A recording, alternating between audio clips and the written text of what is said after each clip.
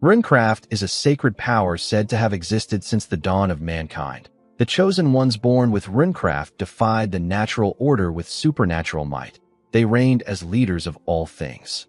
Under the rule of the chosen ones, the ancient people praised Runecraft as a blessing bestowed by the gods. It was hailed as a miracle. However, among the countless runes in existence, there was one rune treated as a curse.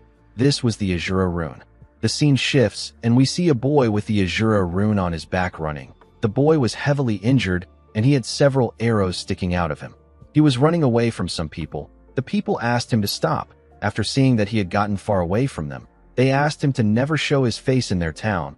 They called the boy a monster. The angry mob watched him as he ran into the snowfield. Even after getting away from the mob, the boy did not stop running. He didn't know where he was going, but he kept moving. He knew that he would die if he stopped moving. Since ancient times, those born with the Azura rune have always brought ruin to the world. At daybreak, the poor boy eventually collapsed out of exhaustion. He was bleeding out on the cold snow. Before he lost consciousness, he saw a blurry image of some people running towards him. The people seemed to be shocked to see someone covered in blood. Unfortunately for the boy, he couldn't move again. A man and his family moved close to him. The man asked his daughter and wife to use their Runecraft to heal the boy. The poor boy lost consciousness before he could say anything. 7 years later, we are taken to a village. We see an old man and some people telling two men that there is no one with the Azura rune in their village. He reminded them that they have already looked through every shack in the village. He told them that it is time for them to get lost. The bald man and his comrade turned around. The bald man said that they are leaving. He told the old man that he is loud.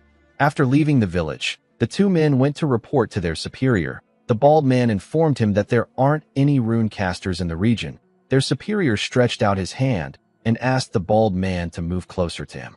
When the man moved close to him, the superior shoved his hand into his body and crushed his intestines. The bald man spat out a large amount of blood. His comrade was shocked to see this. He screamed and called out to him. The superior watched as the bald man fell to the ground. He said that it is impossible for people like them, who have no Runecraft or mana, to find his target. The being with the razor-sharp teeth said that he can smell it. He said that he can smell the reek of ruin. Later in the day, we see two people call out to some people known as Van and Linda. They told this two people that the two men are gone. Van and Linda came out of a tree trunk when they heard this. They were relieved to be finally able to catch their breath. The people that called out to them were the couple that saved our boy 7 years ago, and Linda is their daughter. The boy with long black hair is our protagonist. His name is Van. Van apologized to Linda's father for making the weird people come there again. The man smiled and told him that no one around there cares about that. His wife gently touched Van and Linda and told them that they are covered in dust. She asked them about why they always hide down there. Linda smiled and said that Van likes it there.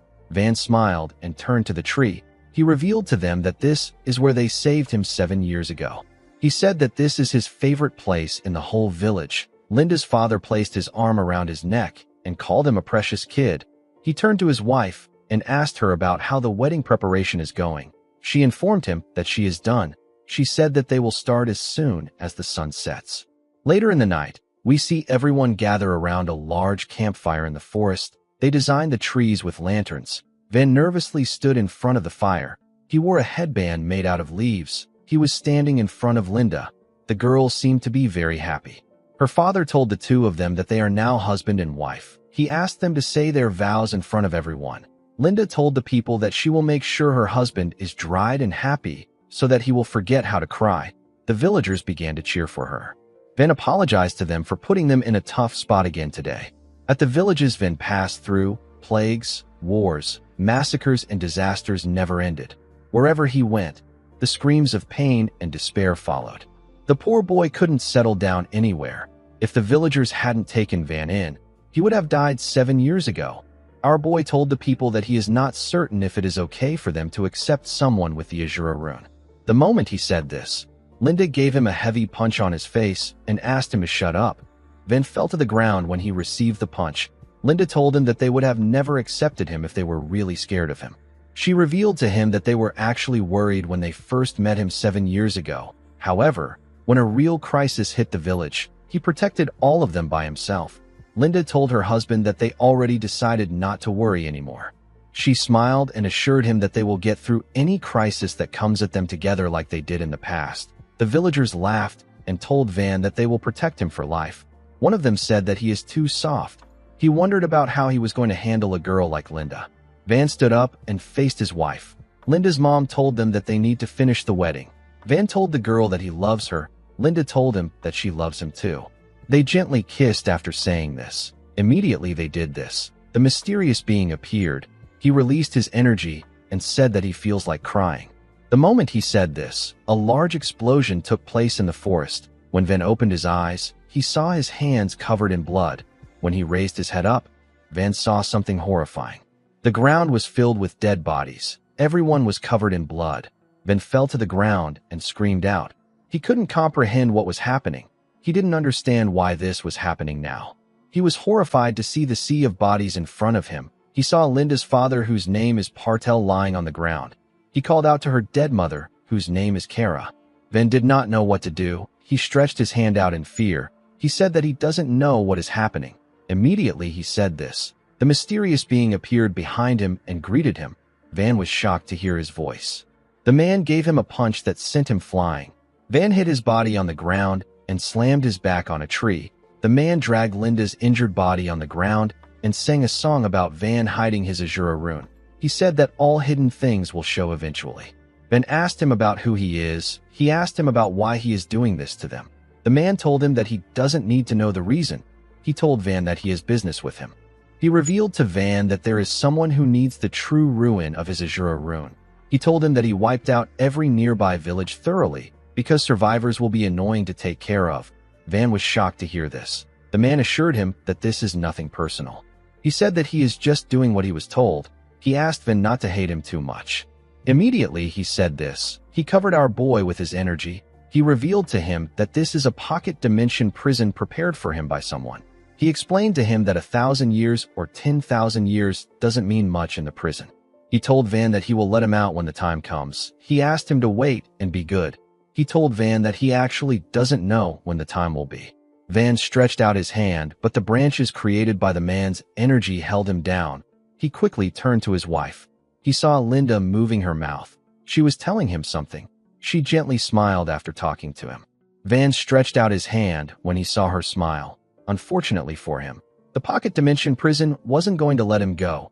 Tears poured out of his eyes as the pocket dimension prison closed up. The prison took the shape of a sphere and locked Van in its dimension. Inside the prison world, we see Van lying lifeless on a huge rock. He wondered about what the man meant when he talked about the true ruin.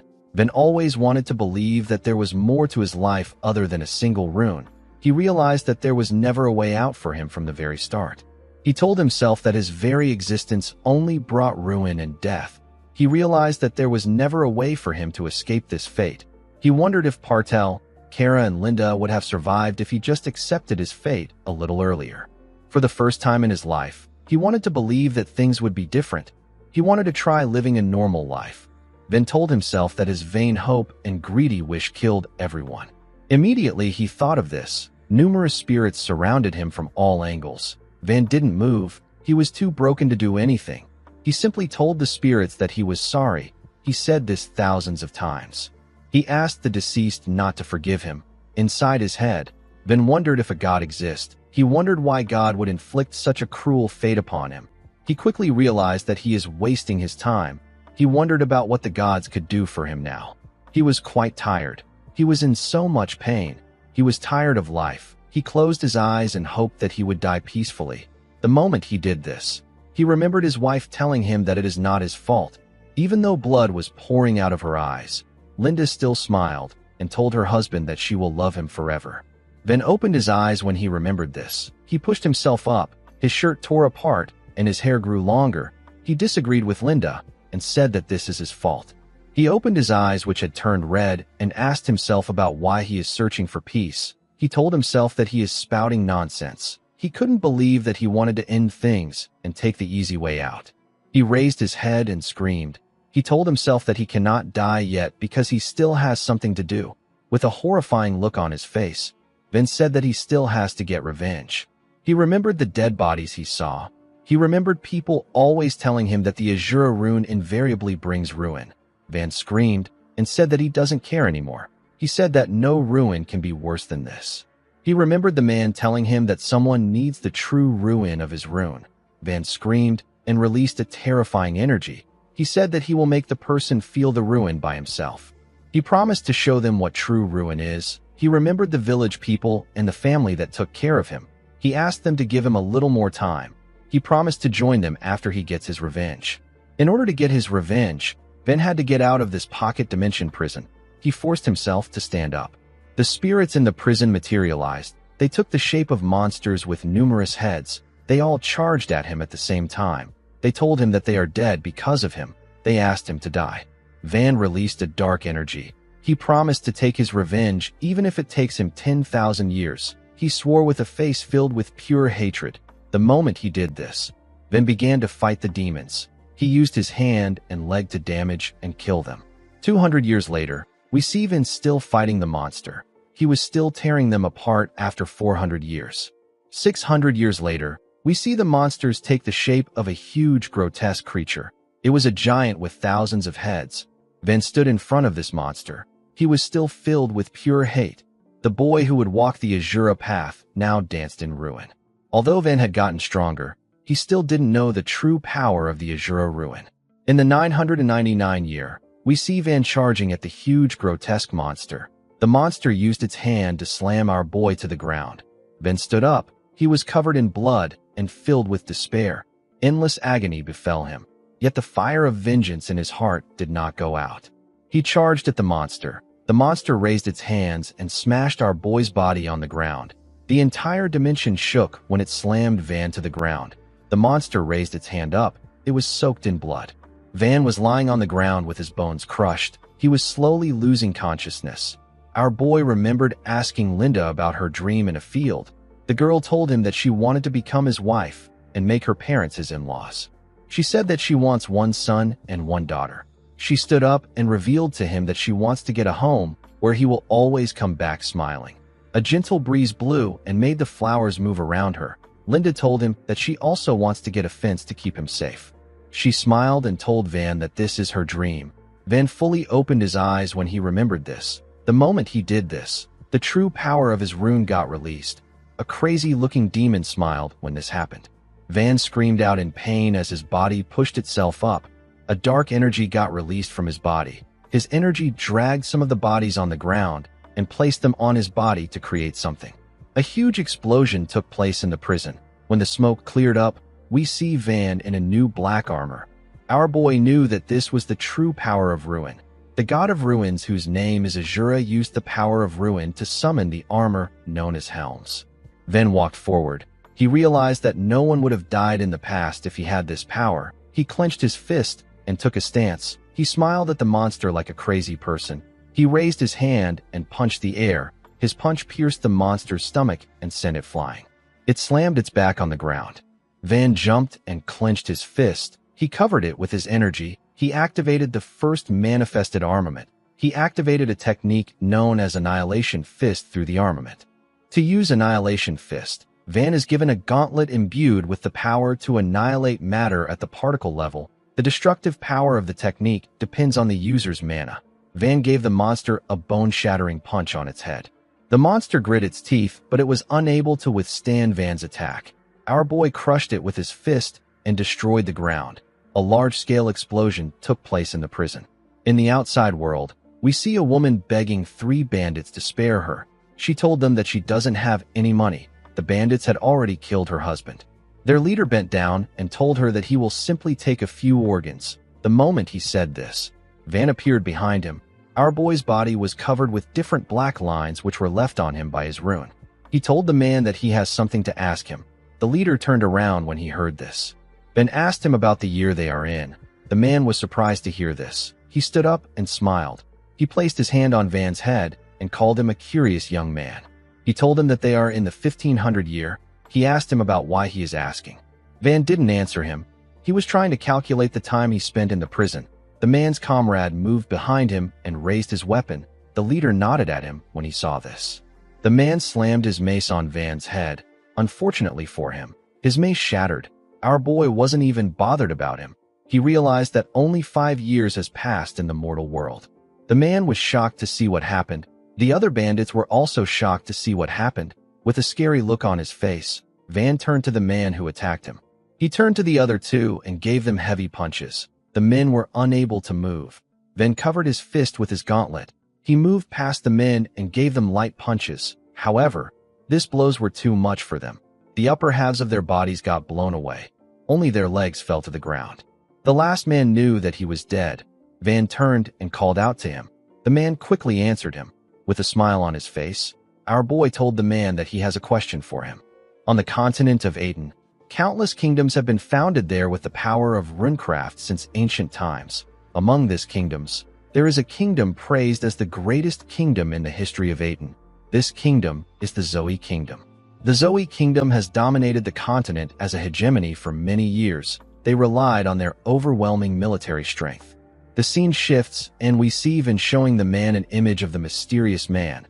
The man informed him that the clothes worn by the mysterious man is only worn by sorcerers affiliated with the royal family of the Zoe Kingdom. Van asked him if he has really seen him. The man who was hanging on a tree smiled with broken teeth and assured our boy that he has seen the mysterious man. He said that he can't lie. Van asked him to share more details with him. The man revealed to him that a mercenary named Kezarak visited the leader, whose name is Digiol, and gave them a request 5 years ago. Kezarak said that the request came from some big shot. He told the leader that the request is nothing special. He explained to him that he needs to find someone and clear a few villages. He assured him that he will pay him a lot of money. He asked him if he will take it.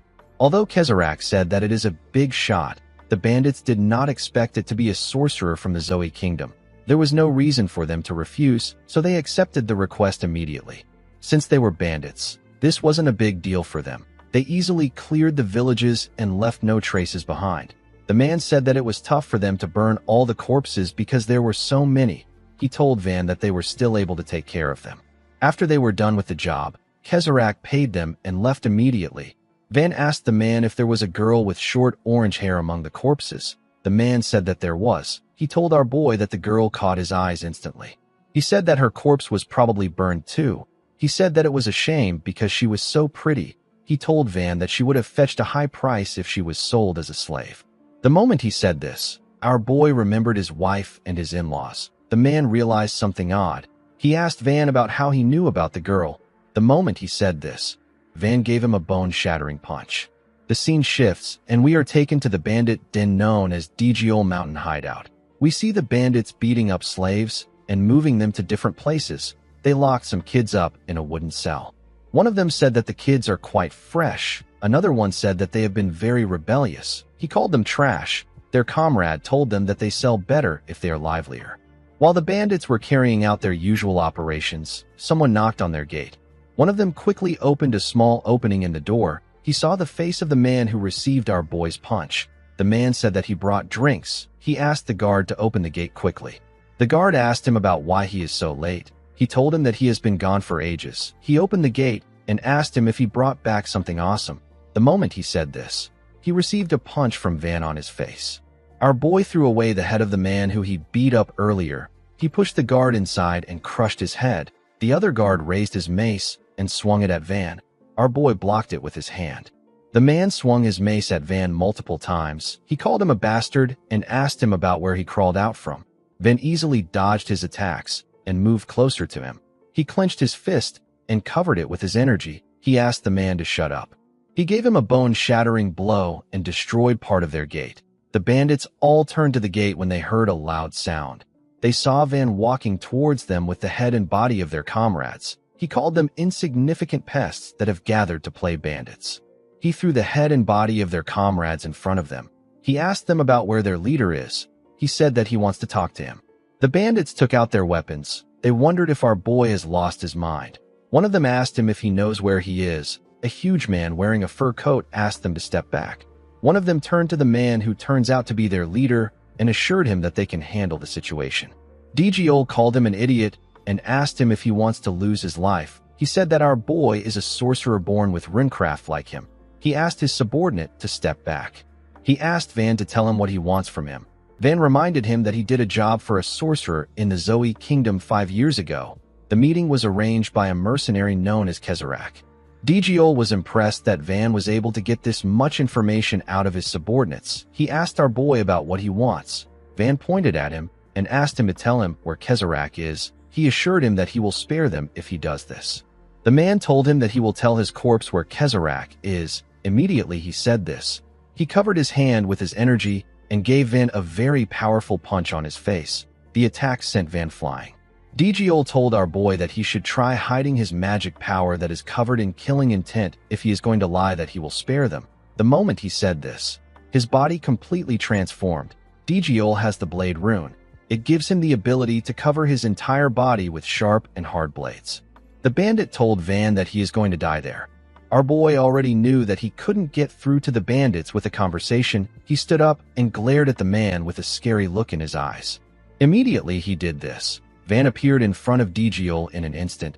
He gave him a bone-crushing punch in his chest. The man spat out a large amount of blood.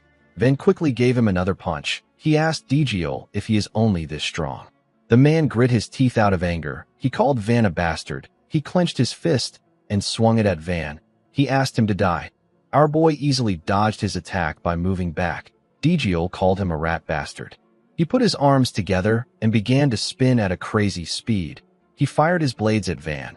He told him that he won't go easy on him anymore just because he is a young sorcerer. Digiol watched as his blades hit Van. He asked him about how it feels to have his body torn apart. He believed that our boy won't be able to take a single step forward. To his surprise, Van was walking towards him. He asked our boy about how he is able to move. He asked him if he doesn't know pain. Our boy slowly covered himself in his armor. He asked Digiol not to make him laugh. He completely covered himself in his armor and said that this kind of itch can't be called pain. Digiol stopped spinning when he heard this. He gathered all his blades into his right hand and created a huge hand. He asked our boy to try to take this. Van knew that this would only peel off his skin a bit. He felt like the attack was too shallow. The level of pain it could cause was too shallow.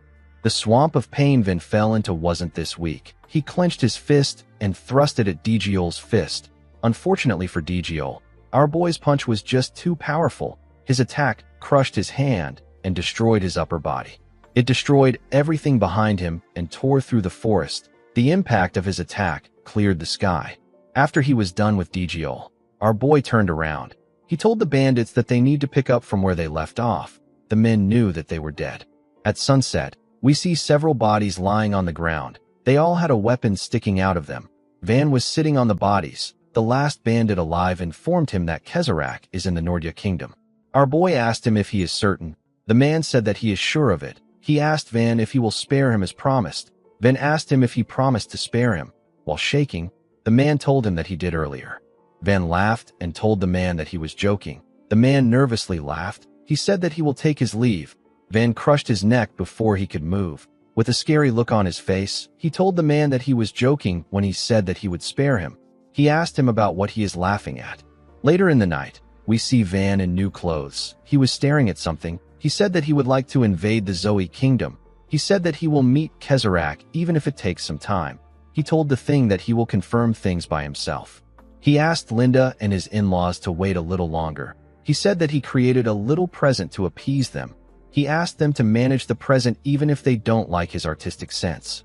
The thing our boy was looking at was a cross he made out of the bandits' bodies. Van took out a torch. He told his family that their revenge is just starting. The moment he said this, he threw the torch at the bodies and turned around. He decided to go to the Nordia Kingdom. The scene shifts, and we are taken to the Nordia Kingdom. We see Van beating someone in the alley of Guild Street. The person told him that Anna Dalton will know. Van told the man that he should have said this earlier. He thanked him for the information and walked past the numerous people he beat up. Our boy tore the members of the gang apart. Now he needed to find out where Anna Dalton is. He knew that he couldn't afford to waste his time because there was no guarantee that what happened yesterday won't happen again today. The scene shifts, and we are taken to the day before. We see Van releasing a large amount of energy from his body. Our boy screamed out in pain as his energy poured out of his body. Van did not expect his magic power to be running wild. Nothing happened when he was locked up yesterday. Magic power is an unknown particle that cannot be seen with the naked eye, but it exists across the universe. The people who accumulate this magic power floating in the air within their body and manifest the ability of runecraft through the accumulated magic power are known as sorcerers. In other words, a sorcerer's body is a vessel that holds magic power.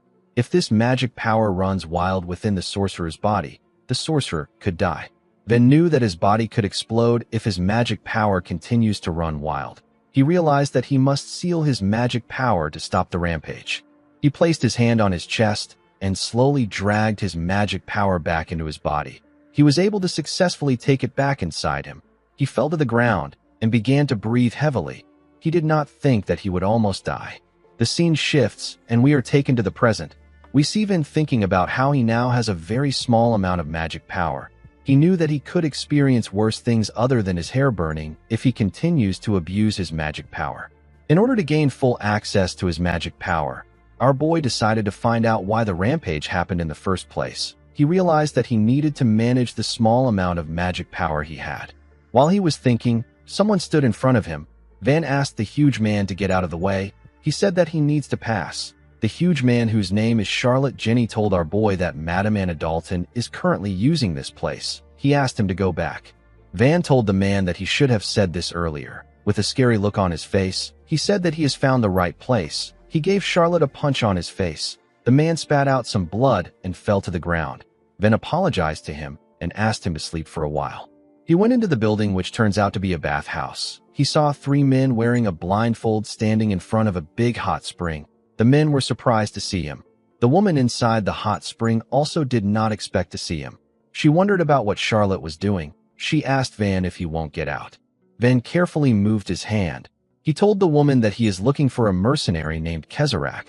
He said that he heard someone there knows the man. The woman found it amazing that someone would go around calling Kezarak by name. She called Ven a brat and told him that he is going to die without anyone knowing. Due to her reaction, our boy was certain that he had found the right person. He asked her to tell him everything about Kezarak. The woman laughed and called Ven a crazy bastard. She ordered her men to rip his mouth off and bring it to her. The woman smoking a pipe is Anna Dalton. She is the #1 information broker in Nordia Kingdom. Her men accepted her order and released their magic powers. They began to transform. Their bodies became much bigger and stronger. It got covered with fur. The men transformed into werewolves with 5 eyes. They charged at Ven together. Our boy slowly removed the cloth he tied around his hand to hide the lines on his body. He said that he wanted to talk about it. He didn't know why people make things hard every time. He dodged one of the wolves' attack and gave him a punch on his head. He gave another one a powerful blow in his stomach. The attack sent the werewolf flying. Immediately he did this. The 3rd werewolf attacked him for the side. Our boy dodged the attack. The werewolf's hand hit the wall. Another one tried to hit Ven from the side. Our boy was able to dodge it by moving back. He covered his hand with his energy and raised his head up to see the 2 werewolves. He charged at them at a crazy speed and attacked them with a bone-crushing punch. His punch obliterated the werewolves and created a huge hole in the building. Ven turned to Anna and asked her if she wants to have a peaceful conversation now. The woman did not expect him to be a sorcerer. She revealed to him that Kezarak is not there anymore. Our boy asked her about where he went to. Anna referred to him as a punk and told him that she is someone who sells information for a living. She explained to him that she can't tell him anything until she gets paid. Ven asked her about how much she wants. Anna stood up and asked him about why he is suddenly acting sensible. Ven explained to her that he is not a murderer. He said that he killed those men because they were trying to kill him. He told her that he is ready to pay a fair price if she can provide him the right information. Anna revealed to him that information about Kezarak and his current whereabouts will cost him 10,000 gold. She said that this is a fair price for the information. Ven was surprised to hear the amount. He said that this is a lot of money. He told the woman that he did not expect it to be this expensive. Anna gently cleaned her hands. She told Ven that she can't share any information with him if he cannot pay her. Our boy turned around and asked her to wait patiently. Anna was surprised to hear this. She asked him if he has a way to make the money. She asked him about why he is looking for Kezarak. She asked him if Kezarak killed his family. Ven opened the door and asked her to mind her own business. With a scary look on his face, he told the woman that he might be forced to tear her mouth apart. He shut the door and left the building after saying this. Anna smiled and said that he is so scary. In the next scene, we are taken to Mercenary Street. We see Van register himself as a mercenary. He asked the attendant about when he can get started. The attendant, who appears to be a being from a different race, explained to Van that mercenaries get a lot of work, but it takes time for rookies to get anything because experienced veterans are assigned jobs first. Although it might take some time for him to gather the money he needed, our boy was ready to wait. He already needed a legit way to make a lot of money. He had actually thought of threatening Anna to get the information he needed, but he could sense that the woman was not ordinary. Van didn't see the need in increasing his enemies. He remembered that his Auntie Kara always advised him to make money through legit means. While Van was thinking, a girl wearing a hood approached the front desk and said that she wants to make a request. She said that she needs a mercenary with no experience. The man pointed at Van and said that he is a new mercenary who just registered now. The girl quickly turned to him. She asked Van about who he is.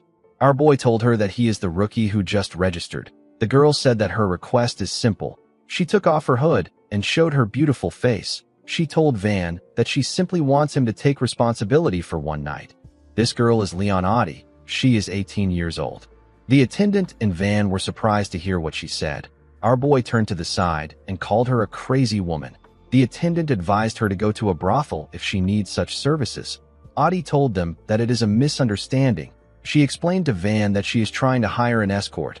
Our boy walked forward and ignored her. Audie asked him to make a decision after hearing the compensation. Van told her that he hates the fact that his employer is already out of her mind. A huge fat man approached Audie and told her that he will take the job. He asked her about how much she wants to pay. Audie revealed to him that the pay is 10,000 gold. Van stopped walking when he heard this. Audie apologized to the man and told him that she can't hire a veteran with a well-known face like his. The man assured her that he is better than a rookie. Audie declined his offer. The man grabbed her hands and told her that he is better than Van. The woman asked him to let her go. The man was annoyed to hear this. He called her a frustrating young woman and told her that she should be thankful he is offering to take the job. Van moved close to him and referred to him as trash. He asked him to take his hands off the woman. The man was surprised to hear this. With a serious look on his face, Van referred to him as filthy trash and asked him to get his hands off his precious employer's body. The scene shifts, and we are taken to a forest. We see some masked people burning some civilians. A man begged them to spare his son, but the men didn't listen. They burnt all of them alive. After they were done, they moved close to their leader. One of them informed him that it is just a peasant house. He said that the peasants don't have anything valuable. He told his boss that they will still be able to make some money if they sell the organs of the peasants. The man from a different race asked his subordinate to do as he wishes. He asked him about the job they took yesterday. He asked him if they will be snatching a daughter of the Leon household. The man told him that he is correct. The leader asked him to pick the 3 best men and keep them on standby. With a smile on his creepy face, the leader asked the man to hang the young boy he tortured. The boy was bleeding from every part of his body, and he had wires sticking out of him. The subordinate said that he will have the men on standby immediately. The leader asked him not to do it again. He activated his rune and used it to raise the man. While struggling to gain control of his body, the man asked his leader, whose name is Merkel, if he did something wrong. Merkel told him that he did nothing wrong. He said that the boy he played with is not enough to satisfy him. He smiled with his razor-sharp teeth and told the man that it will be perfect if he dissects him and hangs him next to the boy. The man screamed out in pain. The scene shifts and we see Van eating some steak. Audie was sitting in front of him. She seemed to be worried. She slammed her hand on the table. Van did not know why she did this. He asked her if the food does not suit her taste. Audie was shocked to hear this. She asked him about how he can swallow food like that. She asked him to stop using a person as a chair. Our boy was using the fat man that he beat up earlier as a chair. He asked Audie if she doesn't want to try using the man as a chair too. The woman said that she doesn't. She asked Van to let him go. She remembered how Van easily beat up the man. Our boy kicked him several times and asked him not to splash his bodily fluid on his precious employer. Audie had to be the one to hold him back. She told him that the man was going to die. The man begged our boy to spare him. Although our boy was rough, he was a skilled newbie with no paper trail. He was the perfect mercenary that Audie needed. Van got a chair and sat properly. He said that his other chair was comfy. Audie asked him not to treat people like objects. Our boy decided to get to business. He asked Audie about how far he has to take her as an escort. The woman told him that he is guarding her to the border of the Awana kingdom. She said that they will cut through the forest so that they can get there in a day. Van found it odd that she would spend 10,000 gold on a simple escort. He told the woman that he has a bad feeling that this ties to something dangerous. He glared at her and said that this might involve some powerful house or a fugitive. He asked her to share her identity with him. Adi revealed to him that she is the daughter of a somewhat wealthy man. She said that her father dotes on her a lot. Van wasn't convinced. He moved his face close to hers to see if she was lying. Adi told him that she can hire someone else if he is really suspicious. Our boy quickly moved away from her. He told her that he can never be suspicious of his precious employer. Adi was shocked to see how his attitude changed. Van asked her about when she would like to leave. Adi said that it will be good to leave early. Van told her that they can go now. Adi was surprised to hear this. Our boy said that he doesn't want to waste his client's valuable time. Adi did not expect to hear this. In the next scene, we are taken to the Gassiolso Mountains. We see our boy and Adi walking through the forest. The woman mentioned that they are halfway through the forest. Adi was relieved to see that everything was going well. She wondered if she even needed to hire a mercenary. The moment she thought of this, Van asked her to stop. Adi was surprised to hear this. She asked him if something is wrong. Van asked her to be quiet. He could feel magic power in the area. Magic power is also known as mana. Our boy closed his eyes and focused on his senses. He could feel the energy of 3 people sprinting towards them. He quickly realized that they were 4. He could sense Merkel's presence. He was certain that the man was dangerous. Merkel sensed Van's presence. He raised his hand and told our boy that peeking is bad. He fired an attack at him. Van quickly opened his eyes. He grabbed Adi and jumped back. Merkel ordered his men to capture the Leon family's daughter. Adi asked Van about what happened. Our boy explained to her that it was simply a warning shot. He said that the real one is coming. The moment he said this, he turned to the side. He saw Merkel's men coming towards them. 2 men attacked Van with their blades. Our boy blocked the attacks with his hands. The 3rd man quickly moved close to Adi. He wanted to grab her. Van sensed his presence. He pushed the other 2 back and gave the man a heavy kick in his chest. The kick crushed his body. The man fell to the ground and lost consciousness. The other 2 assassins quickly swung their blades at Van. Our boy dodged it and grabbed Adi. He moved back with her. After creating some distance between them, Van turned to the men. He removed the cloth on his hands and asked Adi not to move under any circumstances. He released his energy when he said this. Adi became nervous. She accepted his order. Van asked the men if they are bandits. One of them asked Van to leave Adi and back away quietly. He promised to let him go if he does this. Our boy smiled and told the man that he will leave if he pays him 10,000 gold. The man called him a fool. The man and his comrade charged at Van. The men swung their blades at him at a crazy speed. Van blocked their attacks and kept up with their speed. He was still able to attack them. The men made their attacks faster, but our boy was still able to keep up. He blocked their attacks without getting a cut on his body. Van carefully moved back after testing the men. One of them said that he was worried that he would be a sorcerer. He told Van that he is just a brat. Our boy released his energy and said that he was just being careful. He told the men that he didn't expect them to be so stupid. Immediately he said this. He appeared in front of them and gave them several punches at a ridiculous speed. He gathered his energy in his fist and gave them a bone-crushing punch. His punch tore the men apart and blew away the things around them. The men's bodies were completely destroyed. Only their legs were left. Van called them a bunch of clowns. Adi could not believe her eyes. She believed that Van was younger than her. She wondered about how he was this powerful. She knew that her father would be shocked and thrilled if he saw this. The moment she thought of this, someone said that sorcerers often gauge each other's mana because the amount of mana a sorcerer has often matches his skill level. Van was surprised to hear the person's voice. He turned to him and told him that he thought he ran away because he stayed hidden for so long. The person he was talking to was Merkel. Merkel was surprised to see that Van had the same amount of mana as him, even though he is just a kid. He wondered if our boy was born with it. He said that he will have to dissect him. With a creepy smile on his face, the crazy man told Van that a sorcerer like him must have amazing organs. Merkel is also known as the Mad Anatomist. He is the leader of the Merkel gang. The gang is involved in murder, human trafficking, kidnapping, and other heinous crimes. Merkel told Van that he will dissect him painlessly if he hands over Adi. Our boy asked him to screw off. Merkel raised his hand and asked him to die. He fired his energy at him, then called out to Adi. He asked her if she was lying when she called herself an ordinary merchant's daughter. Audie was shocked to hear this. She didn't know what to say. Van asked her to save her excuse. He said that he is not interested in listening to it. He grabbed her clothes and moved her in front of him. Audie was shocked to see what Van did. The attack was about to hit her. She called Van a bastard. Merkel was shocked to see Audie in front of Van. He could tell that our boy was serious about letting her take the hit. Before his attack could reach Audie, Merkel stopped it. With a look of anger on his face, the man called Van a crazy bastard. Audie told our boy that she almost died. Merkel asked Van if he isn't Audie's bodyguard.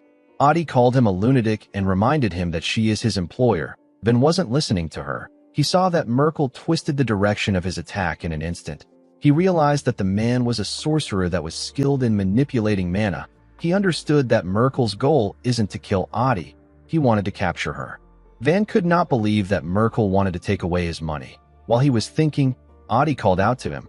She asked him if he is listening. Our boy told her that he will overlook her lie for now. Audie could not believe that he just brushed off the fact that he tried to kill her. Van moved close to her and asked her to stop arguing. He told her that he is going to throw her. He asked her to land safely on her own and hide like a mouse. He asked her if she understands. Audie was shocked to hear this. She couldn't believe that he wanted to throw her. Van asked her to relax. He assured her that she won't die. The moment he said this, he grabbed her clothes and threw her into the air with a large amount of force. He sent the woman away from the area. Merkel released his mana and asked the woman about where she is running to. He quickly began to run. Before he could get past Van, our boy grabbed his leg and asked him about where he is going. He clenched his fist and covered it with his energy. He dragged Merkel back and gave him a heavy punch on his face. He quickly changed his stance and gave the man another heavy punch in his stomach. Merkel got pushed back, but he was able to quickly regain his balance. He laughed like a madman. Van noticed something odd about the man. He was certain that his attacks landed on the man, but he could feel like they were blocked by something. Merkel smiled with his razor-sharp teeth. He told Van that he will carve him up and go after Audie. He asked our boy to look forward to it. He assured him that it will be an electrifying experience. The runecraft in Merkel's possession is the Psychokinesis rune. His rune allows him to manipulate an object's physical state with mana. He also has the ability to discharge power in an instantaneous burst like a shockwave. Merkel raised his hand and fired an attack at Van. Our boy quickly moved to the side to dodge the attack. Merkel charged at him with this opportunity and gave him a punch when he got close to him. Van used his arms to block the attack. He realized that Merkel was good at hand-to-hand combat, and his body was clad in psychokinetic energy. Van quickly took a stance and gave the man a heavy punch in his stomach. The attack didn't move Merkel. He raised his hand and pointed it at Van. Our boy quickly moved away from Merkel's sight. The man fired his energy. Immediately Van moved. Our boy quickly swung his fist at him. His attack was blocked by a shield. Merkel created the formidable shield with his psychokinetic energy. Upon seeing that his fist couldn't reach the man, our boy moved back. He did not like this annoying runecraft. He took a look at his arm. He noticed something odd. Merkel told our boy that he is wasting his time.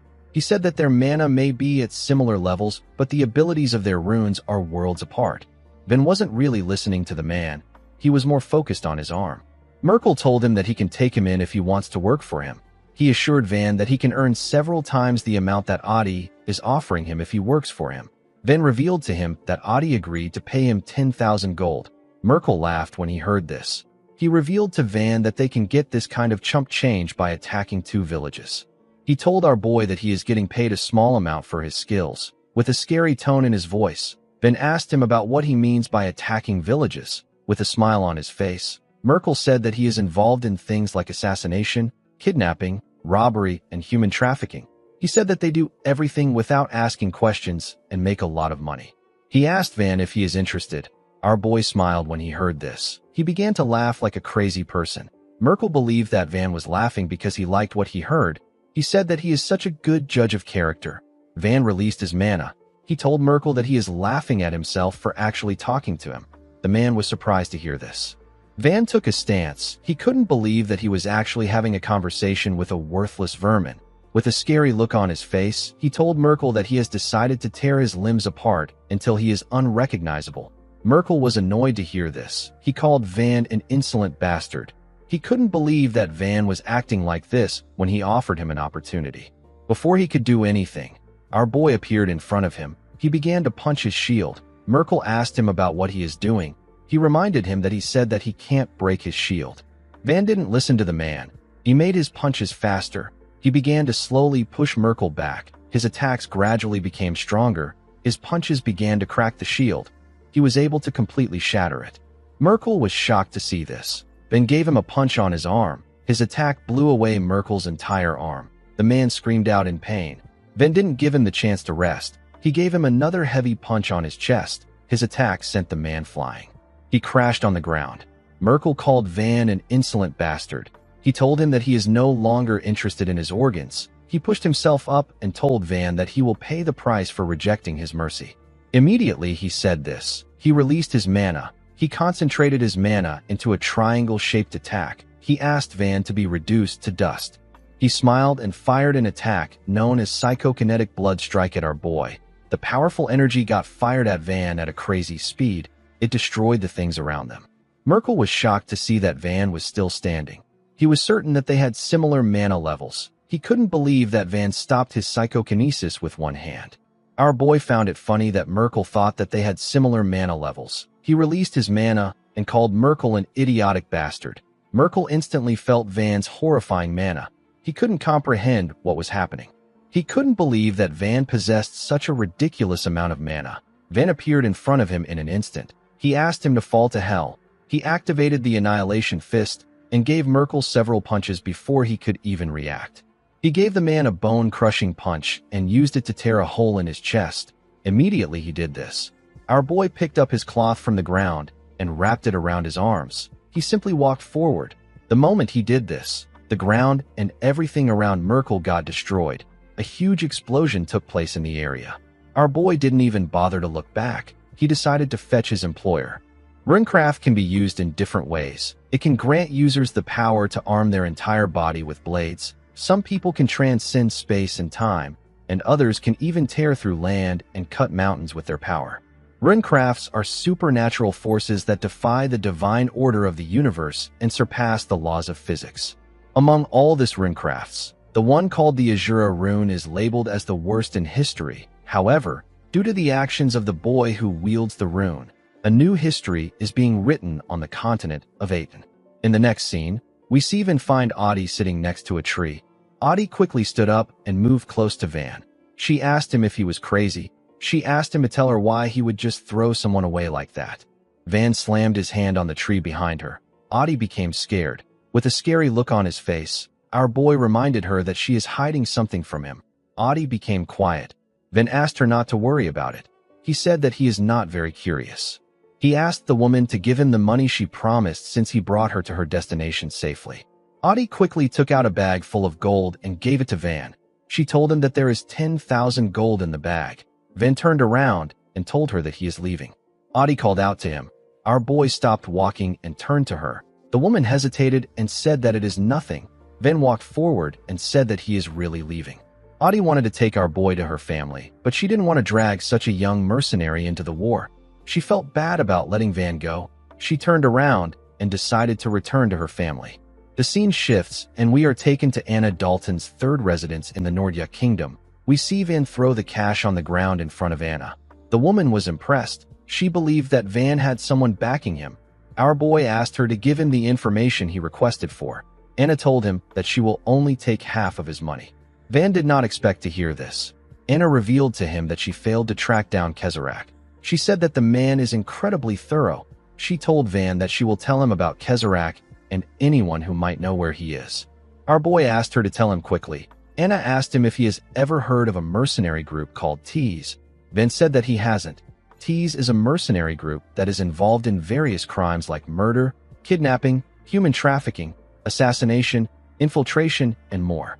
The leader of Tease is Kezerak. The mercenary group started to become famous around 5 years ago. Now their influence is so great that they can dominate a small frontier nation. Anna explained to Van that it is currently hard for her to find the main base of Tease, and it has become difficult to get Kezerak's whereabouts. She told Van that she is not the kind of woman who would easily give up. She revealed to him that she has found the location and whereabouts of one of the T's executives. She took out a poster of the executive and showed it to Van. She told him that he will immediately recognize the man thanks to the long scar on his face. This man is a brutal assassin born with the concealing rune. He has never failed to take out his targets. Van believed that the man will know where Kezerak is. He asked Anna to tell him where the man is. The woman revealed to him that the assassin is in Valhild City in the Bogra Kingdom. The scene shifts, and we are taken to Valhild City. We are taken to Merkel's group base. We see several dead bodies on the ground outside. Inside the base, we see more bodies on the ground. A man chased after some men with a weapon. The man easily cut down the men. One of Merkel's subordinates turned around when he saw the man who was killing his comrades. He asked the killer about why he is attacking them. The executive with the long scar on his face told the man that he is just doing what he was told. He said that he might have been given the order because their group failed the mission given to them by Kezerak. The man told him that no one mentioned that the woman was protected by such a monstrous bastard. He told the executive that they lost their chief because of him. The executive apologized to him. He explained to him that they didn't think that Merkel would be defeated by some frontier mercenary. The man couldn't believe that the assassin killed almost all of them because of a single failure. The assassin asked the man to think of it as punishment. He told him that they are both low-level killers. The man laughed when he heard this. He asked the assassin to screw off. Immediately he said this. He ordered the rest of his men to attack the assassin. The men quickly jumped out of hiding and charged at the assassin. The man told the assassin that he will be the one to die there. He raised his hand and activated his rune. The man uses the touch rune. It allows him to create a huge hand made of mana that can be freely manipulated. The moment the man activated his rune, he used the huge hand to hold the assassin down. He let his comrades get close to the assassin before they could swing their blades at him. The assassin apologized to them for what he was about to do. Immediately he did this. He activated his concealing rune and disappeared. Everyone was shocked to see this. They couldn't believe their eyes. The assassin appeared behind the man using the rune in an instant. The man quickly turned around when he sensed his presence. He realized that he was screwed.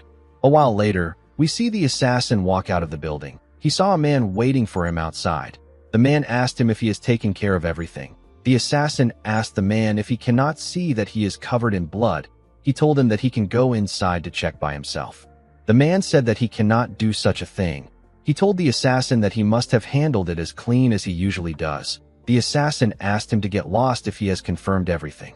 The man informed him that an investigation is being carried out on the mercenary who killed Merkel. He told him that the mercenary has black scars around his eyes and neck, due to the fact that the man was telling him about Van. The assassin asked him if our boy is now a target. The man laughed and told him that he is correct. He told the assassin that this is why Kezerak won't let him go. The assassin asked him to shut up. The man said that he will inform Kezerak about what happened today. After saying this, he disappeared. After the man left, the assassin took out a cigarette and placed it in his mouth. He looked at the moon and thought about how Van has black scars on his eyes and neck. The scene shifts, and we are taken to Anna's house. Ben said that the Bogra Kingdom is close by. He told Anna that he has one more question. With a scary look on his face, Ben asked her to tell him the name of the executive. Immediately, he asked his question. We see the assassin thinking about how the number of people he has to kill keeps increasing. The assassin is known as Hoxa. He is an executive of the T's mercenary group. In the next scene, we see a young boy and girl nervously standing in front of something. The girl asked the boy, whose name is Maget, if there is any way for them to get out of this situation. A huge snake-like monster with an open intestine stood in front of the boy and girl. The monster had a huge set of teeth in its intestines. This snake monster glared at the two children. Maget told the girl that he doesn't have any ideas. The snake monster hissed at the children and raised its gigantic hands.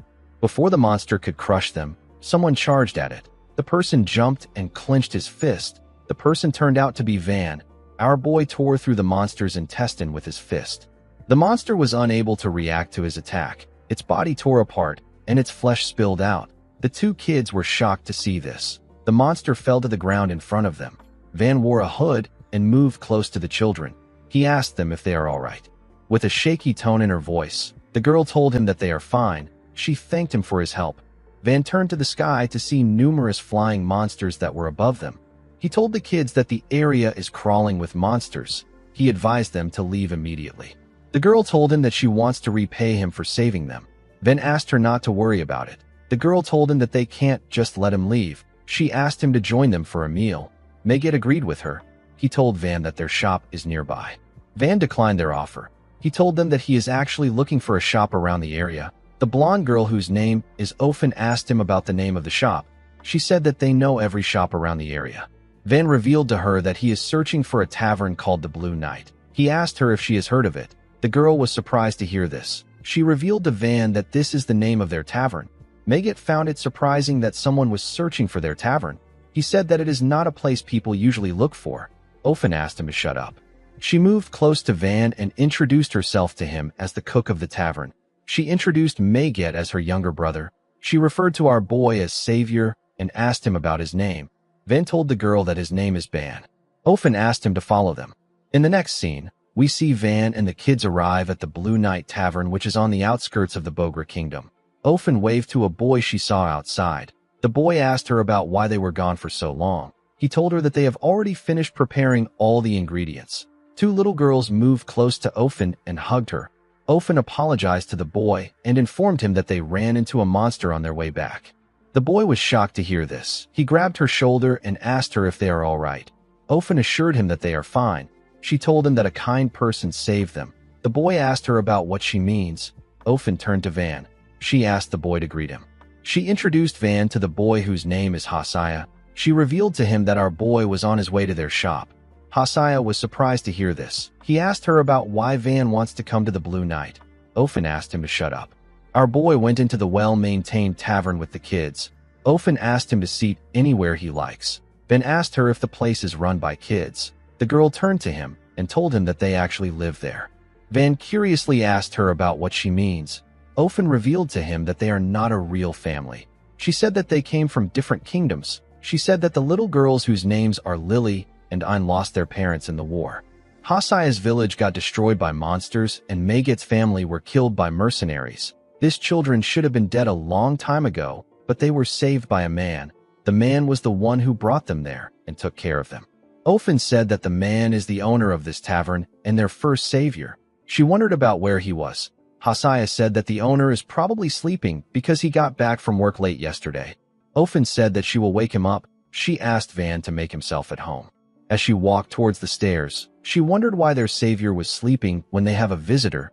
She went into the man's room and called out to him. She asked him about how long he plans on sleeping. The man gently moved and asked her to give him a little more time. Ofen asked him to get up in order for him to calm Megget down. She revealed to him that they almost got killed by a monster they ran into on their way back. She said that Megget is probably shaken up. The man quickly jumped out of the bed. He asked her if she is all right. Ofen told him that she is fine. She said that a kind person saved them. The man turned out to be Hoxa. He was surprised to hear about some kind person. Ofen revealed to him that the person was on his way to their shop. Hoxa realized that it would be rude for him to just stay in his room. He decided to greet Van. Ofen told him that this is a good idea. He went downstairs with the girl. Ofen pointed at Van when they got downstairs. Hoxa walked up to our boy and told him that he heard about how he saved the kids. He thanked Van for his help. Van told him that he was simply passing by. He said that things took an interesting turn of events. Hoxa did not understand what he meant. Van carefully directed his killing intent at the man and told him that he looks very much like the person he is looking for. The assassin was shocked to feel our boy's mana. He sat down and said that this is impossible. He told Van that he is just the owner of an unpopular tavern in the middle of nowhere. Our boy revealed to him that an informant told him that the owner of the tavern is an amazing cook. Hoxa understood what he meant. He said that he did not expect to get a referral. Van told him that he would like to see his skills by himself. Hoxa told him that the children tend to get rowdy when he is in the kitchen. He said that they will disturb his rest. Van suggested that they meet early in the morning tomorrow if he is worried about the children. Hoxa said that the children will be fast asleep around that time. He accepted Van's offer. Van told him that he will sleep early tonight. The man told him that he made a wise decision. He moved close to Ofen and asked her to show Van to a spare room. Ofen smiled and told the man that she has never seen him warm up to someone so quickly. She asked him if he is all right. Hoxa forced himself to smile and turned to the girl. He told her that he and Van are the same. He said that they both understand each other. Later in the night, we see Ofen showing Van his room. She asked him to let her know if he needs anything. After saying this, the girl turned around. Before she could leave, Van called out to her. He asked her not to thank him. He told her that he didn't save her on purpose. Ofen found this funny. She said that Hoxha also said the same thing when he saved her. She asked Van to rest well. She left the room after saying this. Our boy felt bad when he heard this. Later in the midnight, we see Hoxha at Van's doorstep. He was carrying his blade. He stepped into Van's room and found him sleeping on the bed. He quickly thrust his blade at our boy. Before his blade could reach him, Van opened his eyes and grabbed it with his hand. Hoxha was surprised to see this. Van quickly gave him a punch. Hoxha used his blade to block the punch, but he got pushed back. Van got up and told Hoxha that he has been waiting for him. The scene shifts, and we are taken to the past. We see Hoxha talking to someone with a device. The person's face appeared like a hologram. He informed the man that a sorcerer with black scars on his eyes and neck is in his tavern. He said that the sorcerer suspected of killing Merkel is in his tavern right now. The man said that this will save him a lot of trouble. He asked Hoxha to summon him with the formation right now. Hoxha said that Van might sense something and try to run away. He told his comrade that he will make sure Van can't escape before he summons him. The man told him that he will be waiting for him. The scene shifts, and we are taken to the present. We see Van telling Hoxha that he has a disgusting behavior. He found it disgusting that the man would take in children and secretly kill people behind the scenes. Hoxha apologized to Van for not being able to be a better adult to him. Our boy asked him to save his excuses, with a scary look on his face. Van asked Hoxha to tell him where Kezarak is. The assassin was shocked to hear this. He realized that Van came there already knowing everything about Tease. He told him that he can't tell him where his boss is. Our boy told him that he understands. He raised his leg up and took a stance. He told Hoxha that he wants to see if he can still say this after he cuts off his limbs. The assassin released his mana and told Van that he will pretend as if he never saw him if he turns back now. Our boy reminded him that he just tried to kill him earlier. Hoxha said that he understands. He took out a paper containing several words. He used his mana to activate the formation on the paper. The moment he did this, our boy got dragged into the formation. He found himself in a different place. He was in a cave that had no entrance. The only open space there was the ceiling. Van carefully looked around the tall cave. He realized that the cave was created with a formation. He remembered hearing about formations from Partel. A formation is a runecraft power inscribed into letters or images. When mana is poured into a formation, the stored power can be unleashed. Formations are usually cast by using paper as a medium, but they can also be set up using certain places or objects. Our boy wondered about where Hoxha went. He wondered if he ran away. Immediately he thought of this. Hoxha swung a blade at his head. Van was able to dodge the blade, but he got a cut on his cheek. He sensed mana in the blade that he dodged. He quickly moved back to dodge multiple slashes. He created some distance between himself and the blade. He charged at the location. He sensed Hoxha's presence and thrust his fist at it. His hand destroyed the wall, but he wasn't able to reach the assassin. Our boy noticed that the man's presence has vanished again. The moment he thought of this, the assassin appeared next to him and advised him not to turn his back on his opponent. Van was shocked to hear his voice. Hoxha thrust his blade at Van. Our boy was able to dodge it by bending his head. He quickly jumped back in order to create some distance between himself and the assassin. He realized that he can't see Hoxha with his naked eyes, and he can't sense his presence. He couldn't even hear a sound in the cave. He knew that this was Hoxha's runecraft. The assassin stood at the top of the ceiling. He put another blade on his other arm and put them together. The assassin uses a concealing rune. It allows him to erase his presence completely. Hoxha activated his rune and charged at Van from above. Our boy was able to dodge it by running fast. Although it was hard for him to dodge attacks in this narrow cave, it was even harder for him to locate the man. The moment he thought of this, he jumped in order to dodge Hoxha's blade. He quickly moved back. He clenched his fist and moved forward at a crazy speed. He was moving close to the invisible assassin. Hoxha was shocked to see Van coming at him. He quickly realized that our boy has figured out his location. Before he could move, Van grabbed his neck and raised him up. He told him that hiding his body won't help him because he can still see his mana. One of his eyes turned black when he said this. The eye is his second manifested armament. It is known as the Truth Eye. The eye allows him to perceive even the faintest mana that is undetectable to normal senses. Hoxa could not believe what was happening. Ven slammed his body to the ground with a large amount of force. The impact of the attack destroyed the ground. Hoxa spat out some blood and rested his back on the wall. He told Van that he is the second rune caster to find him with mana alone in his 40 years as an assassin. Van asked him to tell him where Kezerak is. Hoxa asked him to tell him what he thinks of his kids. He said that they are quite adorable. Unfortunately for him, Van was not ready for his nonsense. He grabbed his arm and asked him to tell him where his boss is. He removed his arm and asked him to answer him. The assassin screamed out in pain, while breathing heavily. He said that he has murdered countless people because of Kezerak's order. He said that he is a man beyond forgiveness. Our boy placed his hand on his other arm. He told Hoxa that he will rip off his other arm if he confesses to him one more time. Hoxa said that he cannot die, yet even if everyone condemns him. He said that he hasn't protected the children yet. He asked Van to accept his apology. Immediately he said this. He took out another paper and inserted his mana into it. Our boy was surprised to see another formation. A portal appeared above Hoxa. A monster jumped out of the portal and gave Van a blow in his chest. The attack pushed him back. Hoxa's comrade was on the monster. He said that he has finally found our boy.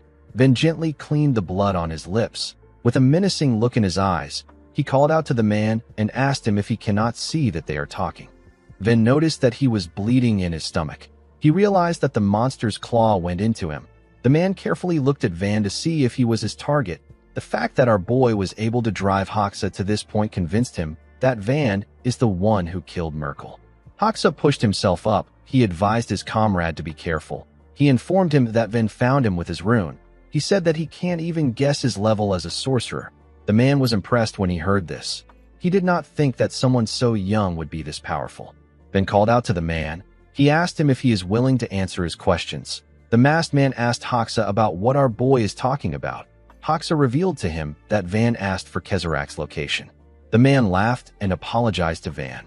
He took off his mask. With a creepy smile on his face, the man told Van that there is no one who will answer his question. This bald man's name is Bridgeton. He is also an executive of Tease. Van realized that he couldn't talk things out with the man. He charged at the bald man. He clenched his fist when he got close to him. The monster behind Bridgeton clenched its fist when it saw Van. It quickly attacked our boy before he could touch Bridgeton.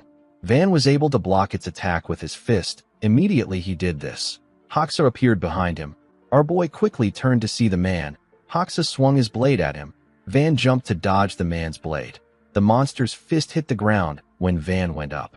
Our boy clenched his fist and swung it at the monster while he was in the air. The monster raised its hand to block his attack. Van told it that it is not wise to block his attack. Immediately he said this. He slammed the monster's hand to the ground and destroyed it with his punch. The monster screamed out in pain. Our boy ran forward the moment he landed on the ground. Bridgeton smiled at him. He told him that he has achieved remarkable things as a young sorcerer. He gathered his mana in his hand and asked Van to tell him what he will do next. He revealed to him that the amount of monsters he controls is not limited to one. The moment he said this, several monsters came out of portals in the air. Bridgeton used his rune to bring them down. Bridgeton has the summoning rune. It allows the user to summon a subspace connected to another dimension. This makes it possible for him to store and retrieve anything he needs. Our boy saw the monsters coming towards him. He believed that it didn't matter because he could destroy them all with his attacks. Before he could do anything, Hoxa attacked him. He told Van that he let his guard down. He landed 2 cuts on Van's knees. This made Van lose his balance.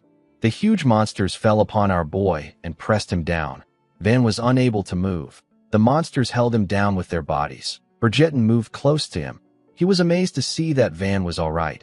He told him that one of these monsters is enough to crush a normal sorcerer. He couldn't believe that Van was not injured.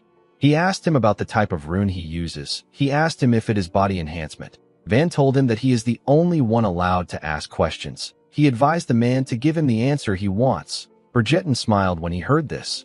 He told him that he likes his fiery personality.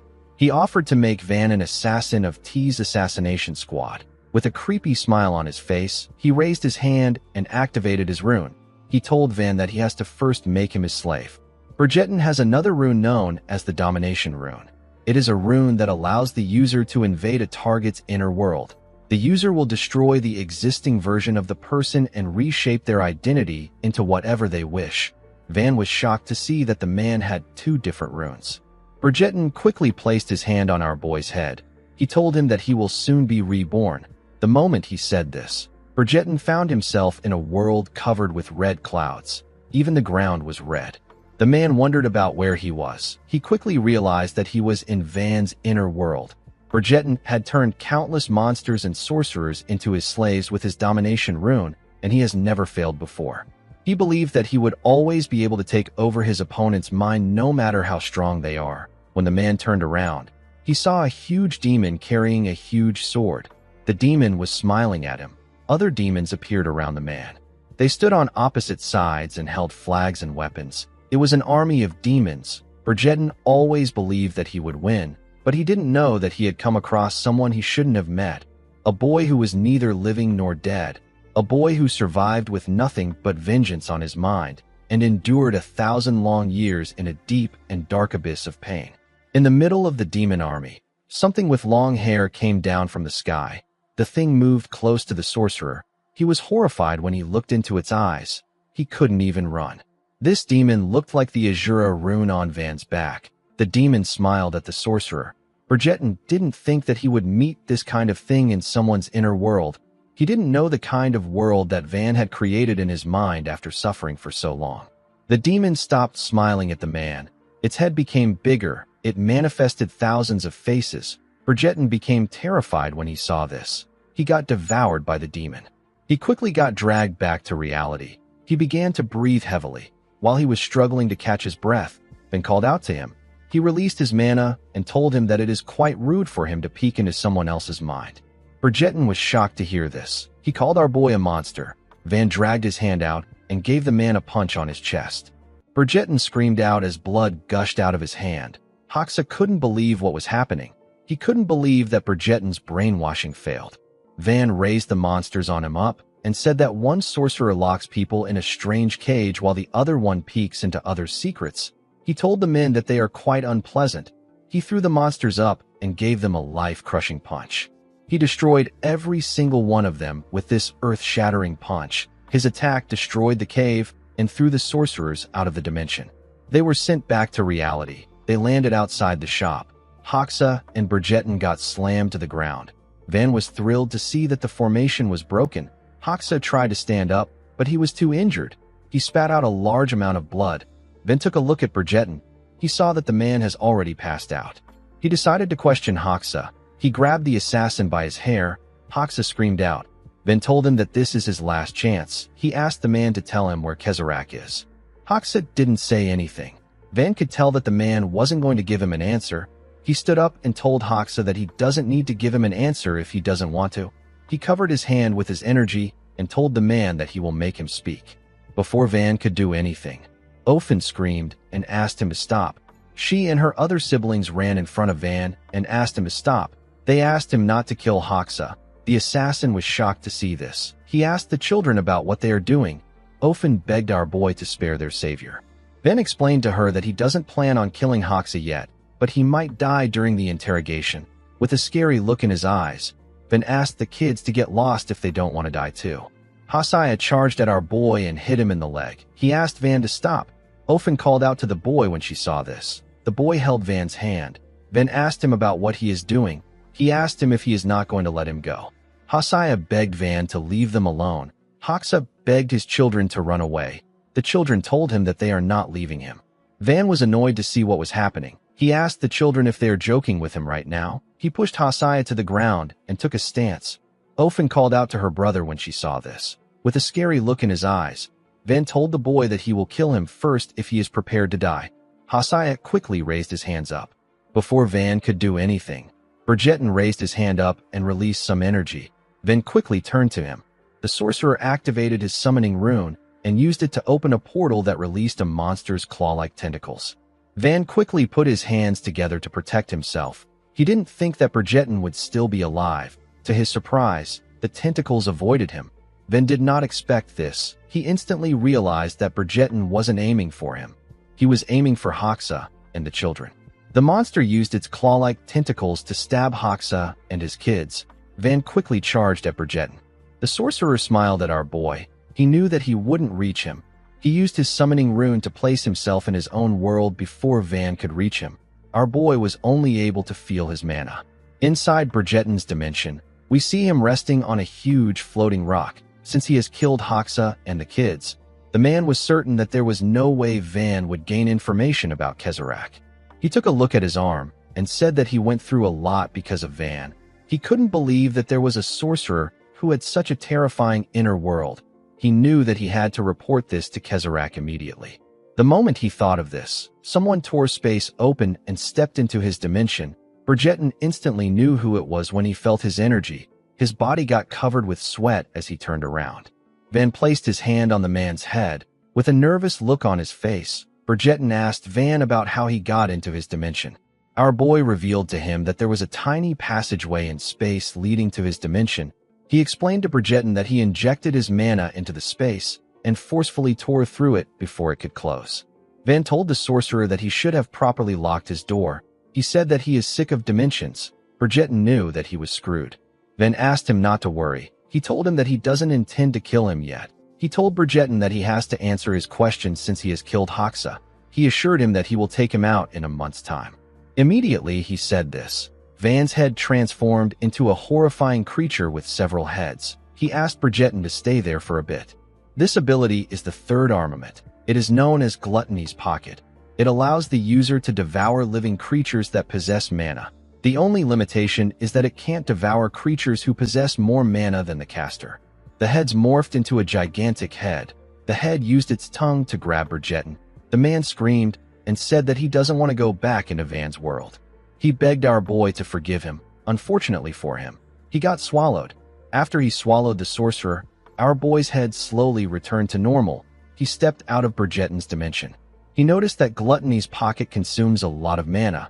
He realized that it was quite risky for him to use it. He fell on his knees and tried to catch his breath. He looked around and saw the bodies of the kids lying on the ground. He wondered if everyone was dead. Since he had secured a hostage who would provide necessary information, Van decided to leave the place and recover his mana. The moment he turned around, Hoxa asked him to wait. He told him that Ofen can still be saved. With a tear in his eye, the man begged Van to save the girl. Our boy turned to him when he heard this.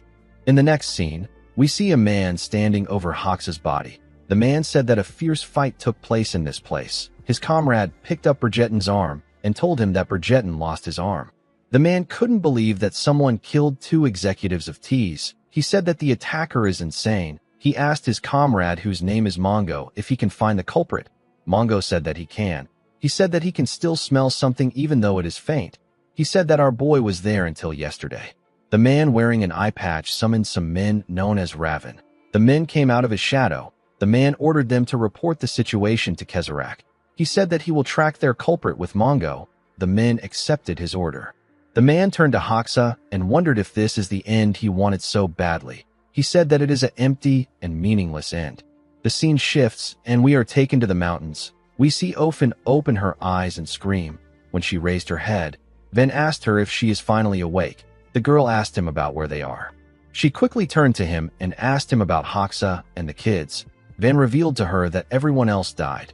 The girl was shocked to hear this. Blood gushed out of her eyes. She screamed and said that this can't be true. She told Van that he saw the wrong thing. She slowly pushed herself up and said that she has to go save everyone. She said that they can't die yet. Van asked her to shut up. He revealed to her that he buried the children's bodies himself. The girl fell back down and screamed. She said that this can't happen. She asked our boy about why he saved only her. She told him that he should have just let her die with everyone. She asked him to tell her why he saved her. Van asked her not to delude herself. He revealed to her that he only saved her because he needed her. Immediately he said this. Van remembered the conversation he had with Hoxa before he died. He asked the man to tell him why he should save the girl. He said that Ofen won't last on her own even if he saves her. She will either be torn apart by monsters or killed by bandits. While struggling to catch his breath, Hoxa informed Van that Ofen knows about Kezerak and Tease. He told him that the girl can provide him information. Van was surprised to hear this. Hoxa begged Van to simply take Ofen to a random village. He said that the girl is strong and lucky enough to survive. He was certain that she would be able to live on her own. Van asked the man about what he should do if Ofen doesn't know anything. Hoxa asked him to do whatever he likes. He told him that he can kill her if he wants. Our boy realized that the man wasn't lying. He agreed to help the girl. Hoxa begged Van to save her. After doing this, he died. While Ofen was crying on the ground, Van grabbed her neck and raised her up. He apologized to her and told her that he can no longer wait. He asked her to tell him about Kezerak. The girl seemed quite lifeless. She hadn't processed her grief well. Nevertheless, she still spoke. She told our boy that Kezerak is probably in the Varkan kingdom. She revealed to him that the man said that he was heading out to carry out a commission for the king of Varkan the last time he came to see Hoxa. Van asked her to describe Kezerak to him. The girl revealed to him that his appearance changes every time he came to see Hoxa. She said that this is probably due to the rune he wields.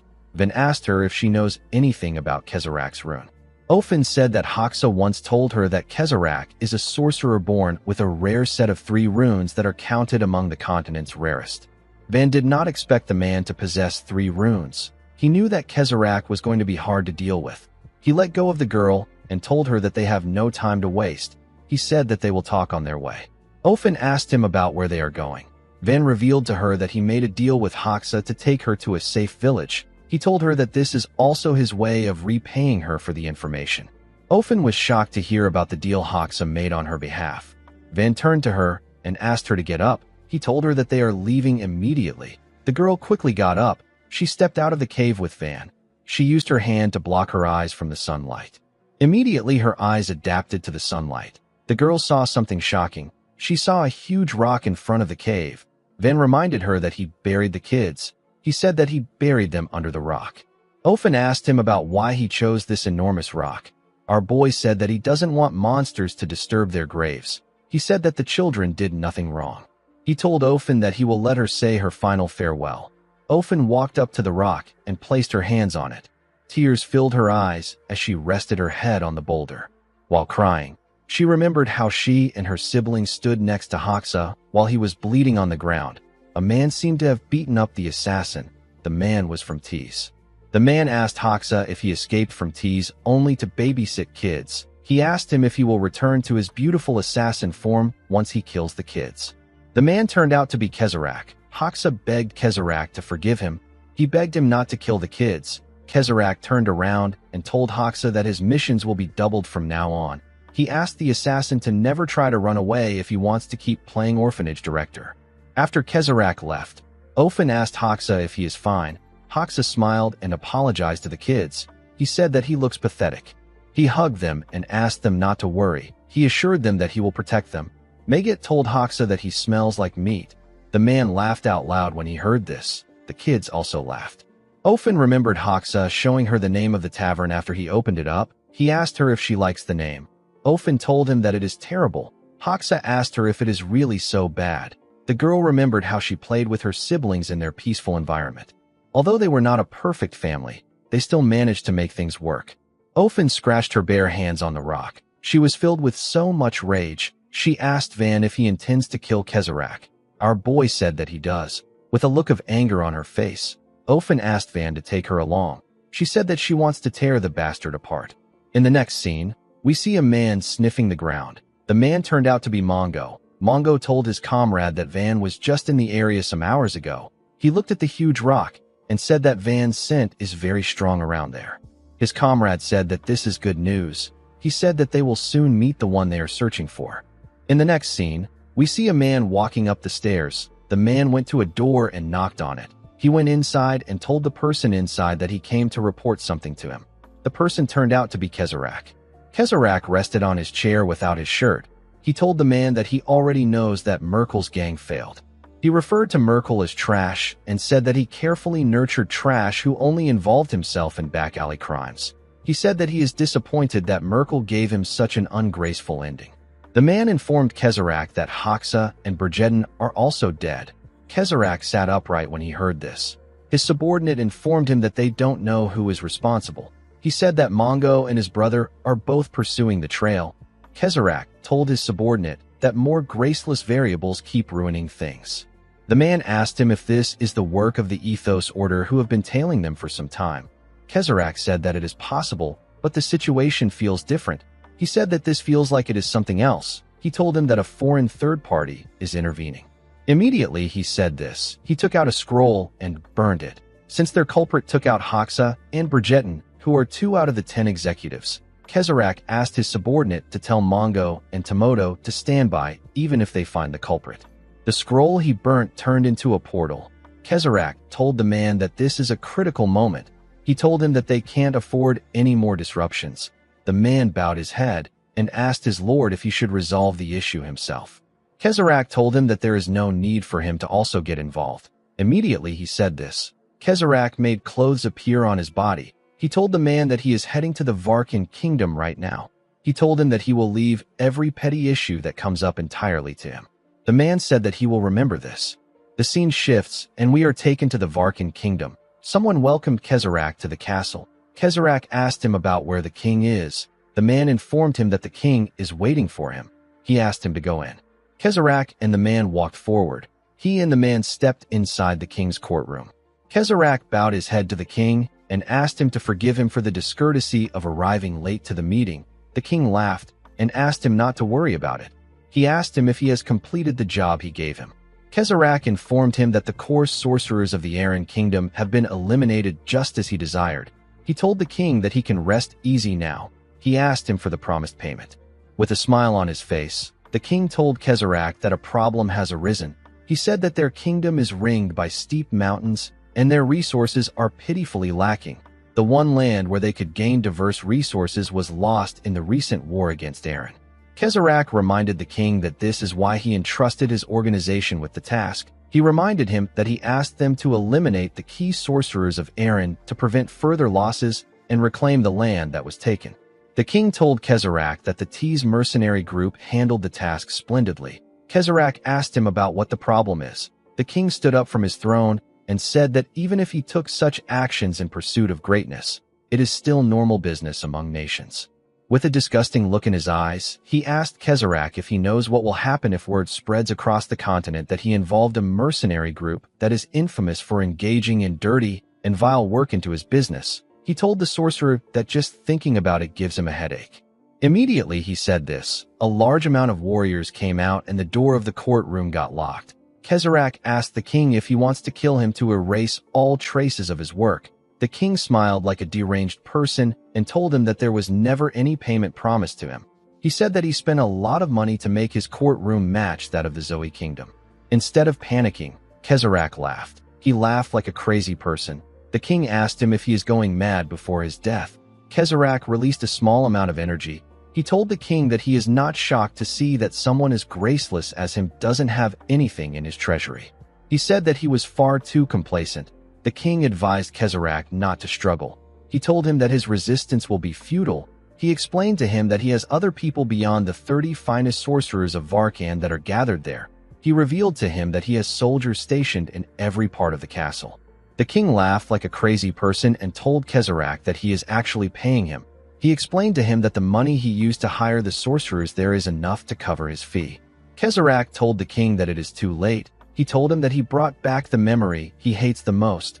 Immediately he said this. The man that entered the castle with Kezrak placed his hand on his back. He told Kezrak that the transfer of artificial mana is complete.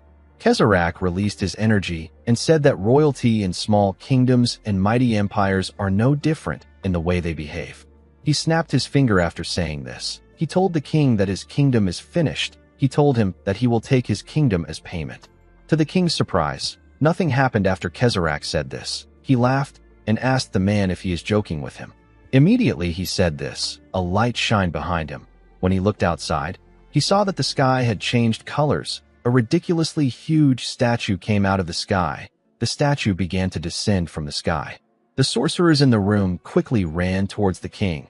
Unfortunately, they were too late. The statue covered the entire palace. The moment it touched the ground, it released a bright light. It destroyed the entire palace in one go. A minute later, we see Kezrak's subordinate call out to him. He told his lord that nothing survived.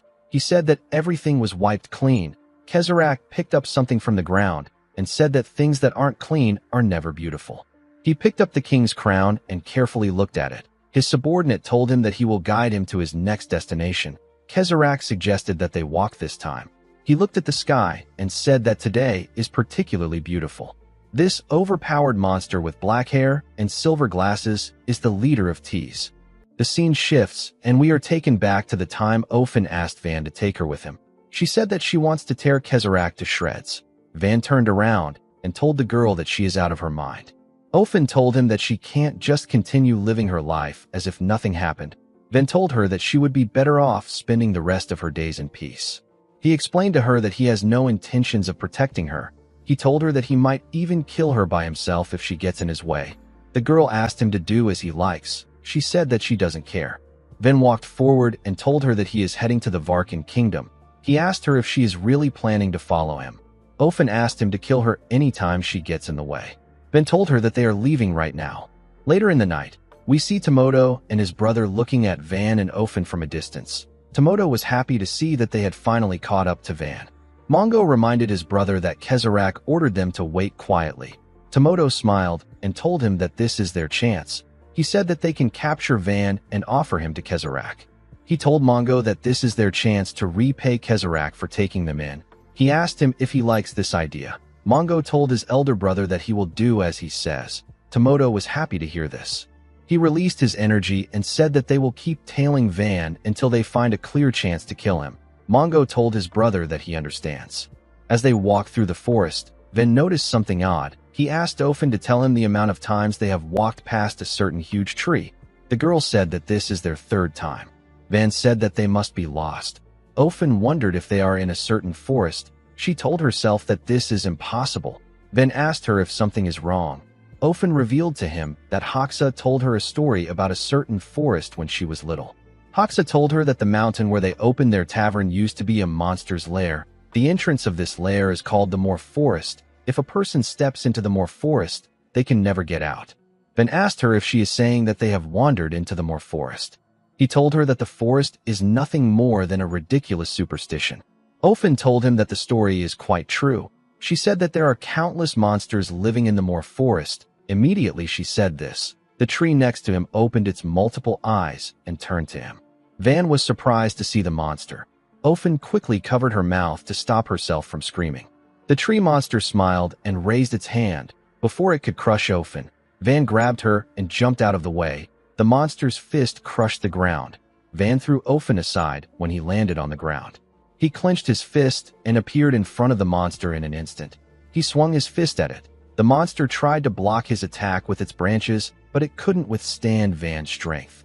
Our boy obliterated it with a single punch. After taking care of the monster, Van called out to Ofen. He advised her to hide well if she wants to live. He raised his head up to look at the large amount of tree monsters that came to life. He couldn't believe that he thought Ofen was just telling him a folktale. The monsters screamed and charged at him. Later in the morning, we see Van take out the last monster with a single punch. After he was done with the monsters, he asked Ofen to come out of hiding. The girl stood up when she heard this. She looked at the countless bodies on the ground and asked Van if he is all right. Van said that he is fine, but he was acting strange. He noticed that his mana was draining much faster than usual. It was like the forest was sucking away his mana. Van's vision quickly became blurry. He realized that he was hallucinating. Van wondered about the kind of forest he is in. Immediately he thought of this. Someone landed behind him. Van quickly turned around. He saw Tomoto behind him. The man smiled and told Van that it is already too late. He covered his hand with his mana and charged at Van. He tried to hit our boy in his chest. Van was able to dodge Tomoto's attack. He was shocked to see the man. He didn't know what was happening. Before he could step back, Tomoto placed his leg on his neck and grabbed his arm. He locked Van down with his position. Van was unable to move because the hallucinations were draining his strength. While Van was trying to put himself together, Tomoto said that this fight might go easier than he expected. Tomoto is the executive of Tease who is responsible for battlefield operations. He smiled and told Van that a sorcerer shouldn't waste their mana so carelessly. He said that mana is quite precious. Van was shocked to hear this. He called the man a cocky bastard. He raised his other hand and used to give him a heavy punch in his chest. His attack destroyed the ground. To Van's surprise, the man smiled at him and said that this is an unexpected result. He told Van that he is quite pathetic compared to the monsters he has faced. Tomoto didn't get a single injury. Only the ground got destroyed. Van was shocked to see this. He didn't understand how the man was still fine. Tomoto told him that he is far too weak. He freed Van from his grip. Immediately he did this, his brother appeared next to Van. He gave our boy a bone-crushing punch that sent him flying. Van crashed into the ground. Tomoto stood up and asked Mongo about what he did with Ofen. Mongo informed him that he knocked the girl out and tossed her aside. Tomoto told him that he did well. He said that they will have some fun with Ofen later. Van pushed his body up and looked around. He realized that he didn't have enough mana to do anything. Tomoto revealed to him that they were ordered to not act rashly. They were only supposed to stay hidden and follow his trail. He told Van that this is something that only weak and cowardly dogs do. Mongo agreed with his older brother. He said that they are strong dogs. Tomoto smiled and said that they also need to avenge Haxa and Brigitte. Immediately he said this. Van appeared in front of him and gave him a punch. Tomoto easily blocked our boy's punch with his arm. Van was shocked to see that the man was able to withstand his punch again. Mongo quickly gave Van a punch in his stomach with his huge hand. Our boy coughed out when he received the punch. Mongo tightened his fist and sent Van flying with his punch. Our boy slammed his back on a tree and got knocked out. Before he could even regain his consciousness, Mongo appeared in front of him. Fortunately, Van opened his eyes before the huge man could attack. He clenched his fist and charged at Mongo. Before his punch could land on Mongo, Tomoto appeared out of nowhere and used his leg to block the attack. Van was shocked to see this. Long ago, there was a tribe that spread fear on the continent. The people of this tribe were known as the Perfectly Armored Ones. The tribe is known as the Cataphractoi tribe. The members of this tribe possessed two distinctive runes. From ancestor to present, every member of the tribe possessed only two runes. These runes are the Armor Rune and the Fist Blade Rune. The sorcerer who possesses the Armor Rune blocks every enemy attack, while the sorcerer of the Fist Blade Rune severs the enemy's lifeline in an instant. The Cataphractoi tribe possess a shield that can stop anything and a spear that can pierce through anything. This is how they were able to earn the reputation of being the perfectly armored ones. The moment he blocked Van's attack, Tomoto moved out of the way and allowed his brother to give Van another bone-crushing punch. The attack sent him flying. Tomoto completely activated his rune and covered himself in a knight armor. He asked his brother to stop joking around. He told Van that he came fully prepared because he heard he killed Haxa and Brigitte. He said that he is disappointed. The moment he said this, Mongo covered his hands with huge gauntlets. The two men were ready to end the fight. Tomoto's rune is the Armor Rune. It allows a mana-forged armor to envelope and protect the caster's entire body. Mongo's rune is the Fist Blade Rune. It gives the user access to mana-forged gauntlets that will trigger an explosion when they come in contact with the target. While lying on the ground, Van noticed that the forest was still sucking his mana. He took a look at his hand and saw that the clothes around it were slowly dissipating. He realized that his Annihilation Fist, which consumes a lot of mana, is at its limit. Van didn't like this situation. He didn't want to summon an armament that requires him to sacrifice his lifespan, but he had no choice since his mana was getting drained. Tomoto told our boy that he is too weak. He told him that he is pissing him off. He asked Mongo to only leave Van's head. He said that they will need his head for when they report to Kezarek. Mongo stepped forward and said that he will take care of it. Van stood up and asked Tomoto if he just mentioned Kezarek. He realized that the men belonged to the T's mercenary group. He said that this is good. He released some energy and told them that he is only going to question them once because he is tired. He asked the men to tell him where Kezarek is. He assured them that he will spare them if they answer willingly. Tomoto was annoyed to see that Van dared to mention his master's name. He said that a weakling shouldn't speak of his master's name so easily. He charged at Van out of anger. Van released more energy and stretched out his hand. He told Tomoto that the people in his organization don't understand reason. Tomoto didn't understand what Van was doing. Before he could reach our boy, a scary monster with multiple heads appeared next to him. The monster opened its mouth and let out two terrifying daggers. Van grabbed the daggers and told Tomoto that he threw away their last chance. He took a stance and asked the man not to blame him for what is about to happen. These daggers are the third manifested armaments. They are known as the Death Spirit daggers. Tomoto stopped moving when he saw the daggers. He felt an ominous aura coming from the daggers. He carefully looked at Van. He knew that our boy was about to attack. Immediately he thought of this. Van charged at him.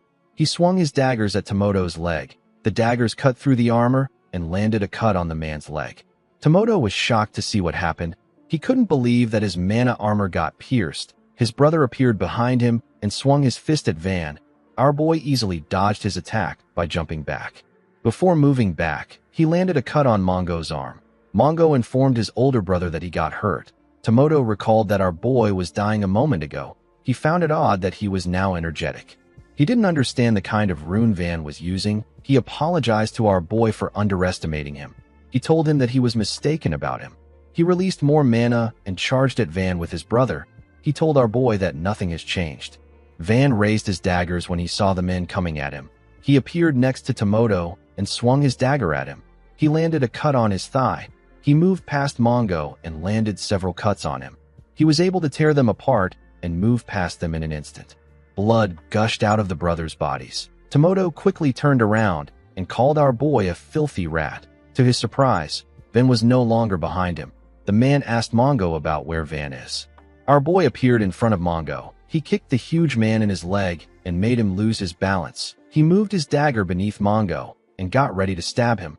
Unfortunately, Tomoto appeared in front of his brother. He pushed Mongo away and grabbed Van's dagger. He landed on the ground and held on to Van's dagger. He was happy to see that he caught our boy. He asked Mongo to crush Van. To his surprise, nothing happened while he was struggling to hold on to Van. Tomoto called out to his brother and asked him about what he is doing. Unfortunately, Mongo was on the ground. He seemed to be having trouble moving. His gauntlets were slowly dissipating. Tomoto was surprised to see that his brother was unresponsive. He quickly turned around and called out to him again. Immediately he did this, he fell to his knees. Tomoto didn't understand what was happening. He noticed that his mana was getting drained. He asked Van to tell him the trickery he is using. The moment he said this, several tiny heads appeared on his leg. The heads were eating his armor. Tomoto quickly turned around when he felt the creatures on his leg. He wondered about what they were. He had never seen anything so horrifying. With a terrifying look on his face, Van asked Tomoto if something is wrong. He asked him if his body won't move. The Death Spirit Dagger is a dagger inhabited by spirits that feed on mana. When this dagger cuts a target, mana-eating spirits cling to the injury and weaken the target's rune. As the spirits ate through Tomoto's armor, Van informed him that the spirits will feed on any mana they can find until they are full. Until that time comes, the spirits will never stop. Tomoto screamed out in pain as the spirits tore him apart. He asked them to leave his mana. He said that the mana belongs to him. He screamed and said that it is his mana. Some minutes later, we see a malnourished-looking man in front of Van. Our boy asked Tomoto if this is their true form. He asked him if they have been strengthening their bodies with mana the entire time. Tomoto asked him to shut up. He said that this isn't their true form. He asked Van to give them back their mana. He said that it was an artificial mana that Kezarak bestowed upon them. He asked Van to return it. Tomoto and his brother looked lifeless and severely malnourished. Their bodies looked nothing like before. Van did not know what artificial mana was. He asked the man if he is saying that their mana was manufactured artificially. He asked Tomoto to tell him more. He reminded him that he and his brother won't be able to last long in a fight with their frail bodies. Tomoto was annoyed to hear this. He said that this is not true. The scene shifts and we are taken to the past. We are taken to the Cataphractoi tribe site. The place was filled with human skulls and bones. We see Kezarak and a man leaving a building. The man told Kezarak that he looks forward to doing business with Tease again. Immediately he said this. Kezarak saw two children tied to a tree. The man explained to him that the children were born with bodies that cannot naturally store mana. He referred to them as the tribe's shame. He said that the children have survived for 5 years, but they should be dying soon. The man asked Kezarak not to bother himself with worthless weak trash. Kezarak asked the man if he can take the two boys. The man allowed him to do so. 10 years later, we are taken to a burning village. The village was filled with several bodies. A man walked up to Tomoto and Mongo and told them that they have massacred another innocent village. The person who said this was Kezarak. The leader of the group asked Tomoto to tell him why he slaughters humans like this. Tomoto explained to him that he is reminded of his younger self when he sees the weak and the useless. With a smile on his face, He told Kezarek that they would have lived out their lives like trash if they hadn't met him. Tomoto said that he hates thinking about the weak. He said that it disgusts him and he cannot get over it if he doesn't kill them with his own hands. Kezarek told him that his killings are nothing but petty self-loathing. He asked him to refrain from such acts. He told him that self-harm isn't beautiful. Tomoto accepted his master's order. The scene shifts, and we are taken to the present. We see Tomoto screaming at the top of his voice. He said that he and his brother are no longer weak trash. He and Mongo charged at Van with their frail bodies. Our boy closed his eyes and charged at them. He tore them apart with his daggers. Tomoto called out to Kezarek before losing consciousness. Van walked forward as blood gushed out of the men's bodies. With a serious look on his face, Van said that the weaker dog always barks the loudest. The moment he said this, he fell to the ground and lost consciousness. In the next scene, we see Linda smiling. She was smiling at Van. Our boy stretched out his hand to reach her. He loved this beautiful dream. He didn't want to wake up from it. Before he could touch Linda, Van opened his eyes. Ofen noticed that he moved. She asked him if he is awake. Van saw that Ofen was carrying him on a wooden board that she made. He asked her about what happened. The girl revealed to him that he collapsed and passed out. She told him that she believed that they needed to get out of the Moor forest immediately, so she decided to carry him out without waking him up. Van asked her if this is what led to this situation. Ofen laughed and told him that she rushed out in a hurry. Van recalled that he passed out after using the Death Spirit daggers. He told Ofen that his body is not light. The girl told him that she has always been strong. She told Van that this is her way of helping him since she doesn't have any runecrafts. Our boy asked her if she is over 10 years old. Ofen told him that she is. She said that she is 13 years old. Our boy told her that it is too late for her to manifest a rune. Ofen smiled and agreed with him. She said that people say that a person will instinctively know the kind of power their rune possesses when it manifests. She remembered watching her brother use his rune. The girl also eagerly waited for the incredible moment when she would manifest her rune. She used to be thrilled to go to bed every night. Unfortunately, she never got the chance to manifest her rune. Ofen said that she might have been able to save Hoxa and her siblings if she had a rune. Van told her that the situation could have actually worsened if she had a rune. Ofen didn't hear what he said. She asked him if he could repeat what he said. Van asked her to stop her pointless chatter and focus on finding a way out of the forest. Ofen accepted his order. A while later, we see Ofen fall to her knees and struggle to catch her breath. She was relieved to see that they finally got out of the Moor forest. Van noticed that his mana was no longer getting drained. While breathing heavily, Ofen asked Van if they should search for the nearest village or head straight to the Varkan kingdom. Van sat in a lotus position and asked Ofen to keep watch. The girl didn't understand what was happening. She asked Van about what he is doing. Our boy revealed to her that he needs to gather his mana again. He told her that his senses might get dulled. He asked her to keep an eye on their surroundings. Ofen accepted his order. A while later, we see Van gather his mana. When he was done, he thought about something that didn't make sense to him. He recalled that the two brothers who fought him showed no signs of mana drainage. Their mana only started leaving their bodies after our boy cut them with the Death Spirit daggers. This means that the Moor forest was only draining our boy's mana. Van stood up when he was done thinking. Ofen smiled brightly when she saw him. She told him that he looked very lifeless a moment ago. She said that he now looks like he is overflowing with energy. Van explained to her that mana is the same as life force for a sorcerer. He asked her if she knows where the nearest village is. He said that he wants to use a carrier bird. Ofen told him that she knows where the village is. She asked him to follow her. The scene shifts, and we are shown the bodies of Tomoto and Mongo. We see the area covered with their blood. A masked individual appeared in the forest and carefully looked at their bodies. The man noticed that Tomoto and Mongo had their mana drained. The scene shifts, and we are taken to a village. We see Van attach a letter to the leg of a carrier bird.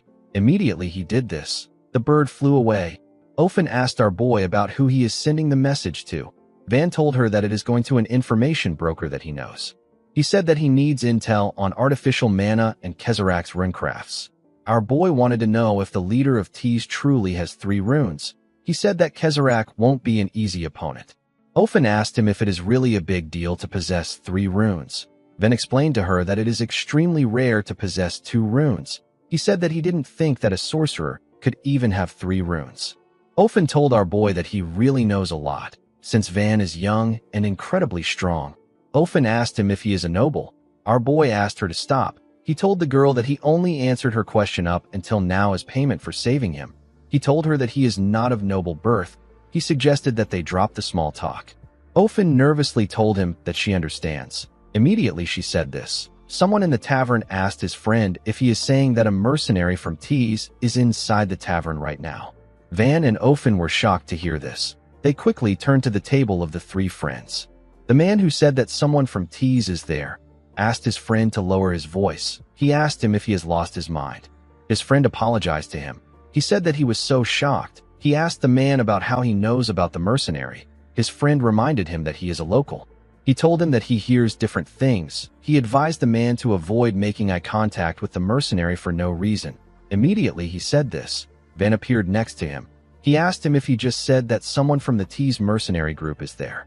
The man and his friends were shocked to see Van. He asked our boy if he is also curious about Tees mercenaries. Van said that he is.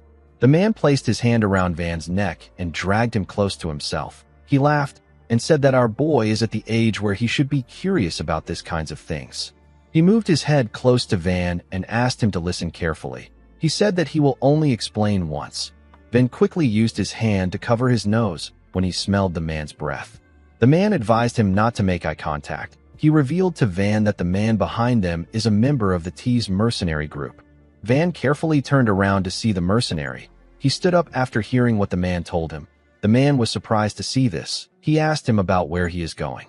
Van moved close to the bar and told the mercenary that he heard he is from the Tees mercenary group. He asked him if this is true. The mercenary told him that it is true.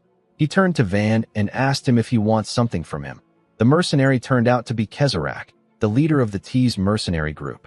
Van did not expect to hear that the man in front of him was really from Tees. He did something that shocked Kezarak. He knelt down and bowed his head to Kezarak. He begged him to forgive his sudden discourtesy. He told Kezarak that he wants to join the Tees mercenary group. He begged him to take him in. Kezarak was surprised to hear this. The information Van has gathered on Kezarak so far comes down to two things. The first is that he possesses 3 runes, and the second is that there is a high possibility that he is headed to the Varkan kingdom. Beyond this, Van hasn't been able to get anything else. There is a limit to what an information broker can find, and it is impossible for our boy to dig through the mercenary group and find Kezarak. Every Tees mercenary he has met so far was so consumed by fear and loyalty that they refused to say a word about Kezarak and chose death without hesitation.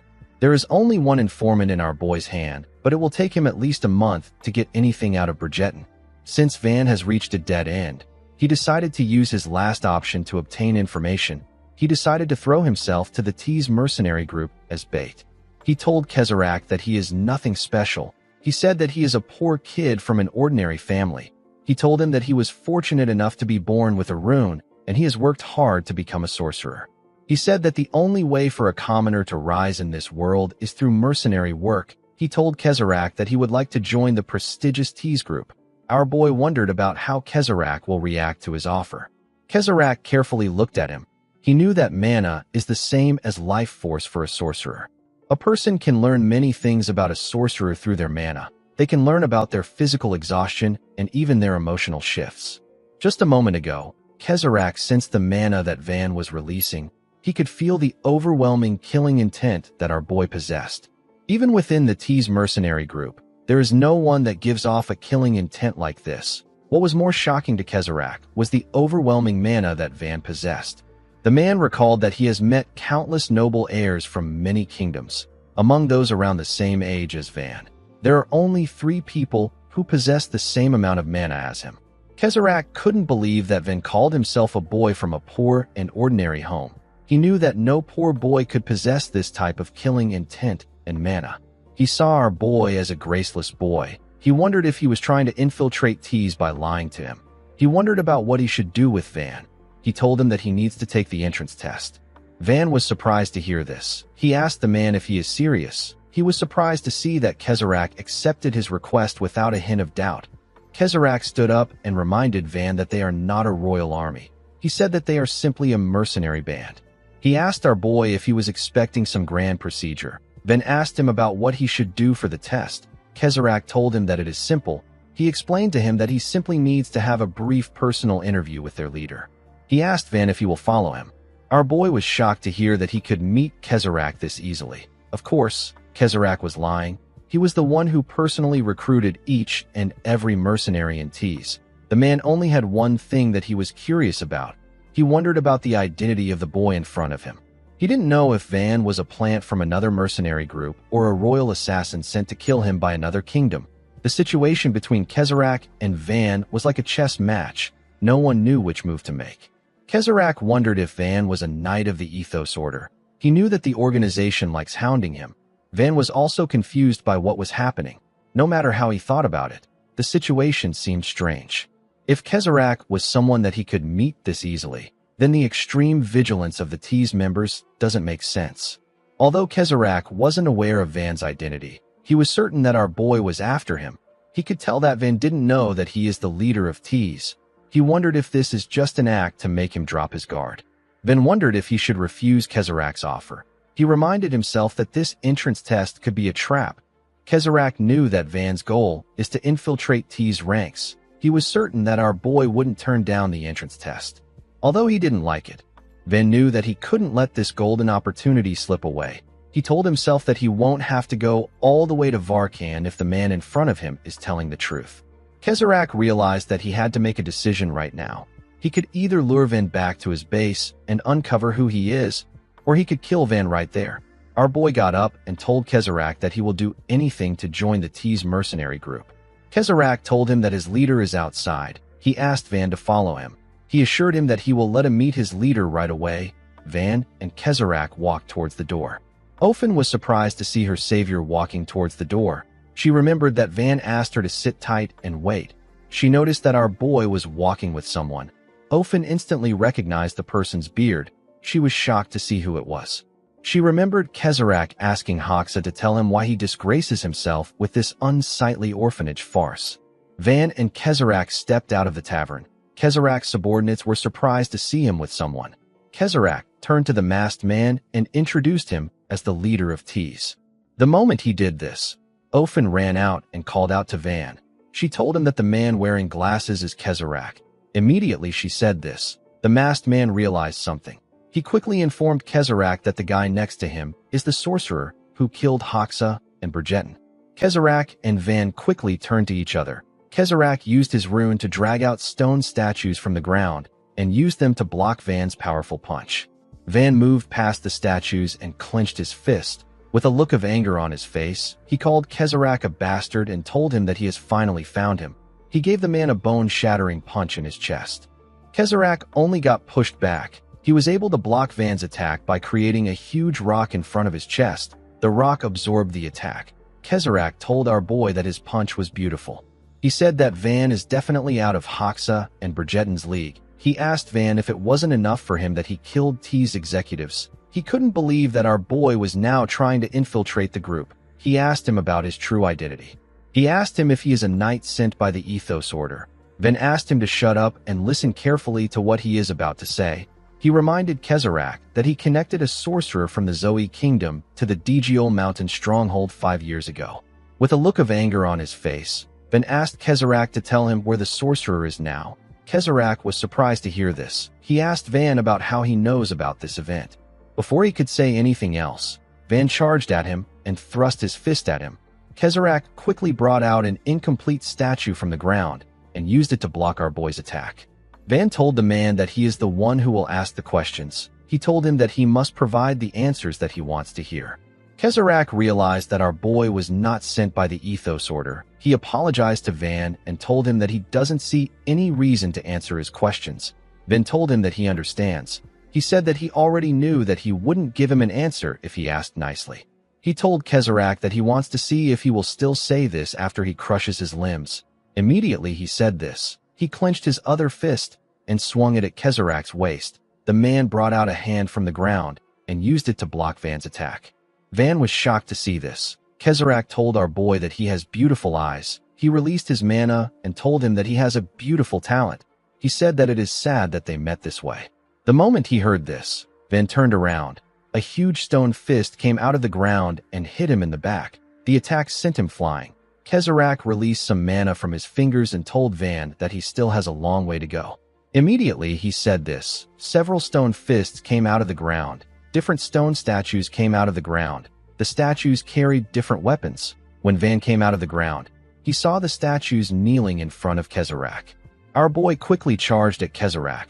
The statues with shields used their shields to block Van's attack. The statues were able to block the attack, but everything behind them got destroyed. They pushed Van back. Kezrak couldn't believe that this was the runecraft of a boy who isn't even 20 years old yet. Van charged at him again. He destroyed each one of Kezrak's statues with a single punch. He jumped and charged at Kezrak again. He took out something before he reached him. Kezrak noticed that Van brought out something. He raised his hand to block our boy's attack. Van threw the thing at Kezrak. The item hit his arm. Kezrak was surprised to see a dagger in his arm. Van raised his hand and used his mana to drag the Death Spirit dagger back to himself. He raised his two daggers and took a stance. He asked Kezrak to prepare himself. He told him that the real fight begins now. Kezrak used his mana to push away the spirits of the dagger. He told Van that his efforts are pointless. Our boy charged at him when he heard this. He hit Kezrak with his daggers several times. He swung his fist at Kezrak at a crazy speed. The man didn't move. It seemed like he was observing Van. If one was to compare a sorcerer to a swordsman, runecraft would be seen as the sharp blade and mana would be seen as the swordsmanship that has been trained and polished over time. Among scholars, there is still an ongoing debate about runes and mana. Which one of these things is more important to a sorcerer? Most scholars agree that mana matters the most. No matter how legendary a blade that can cut anything may be, there is still a huge difference between when it is in the hands of a 3-year-old child and in the hands of a swordsman who has devoted 50 years to the sword. The gap is immeasurable. This is how decisive mana is in a sorcerer's battle.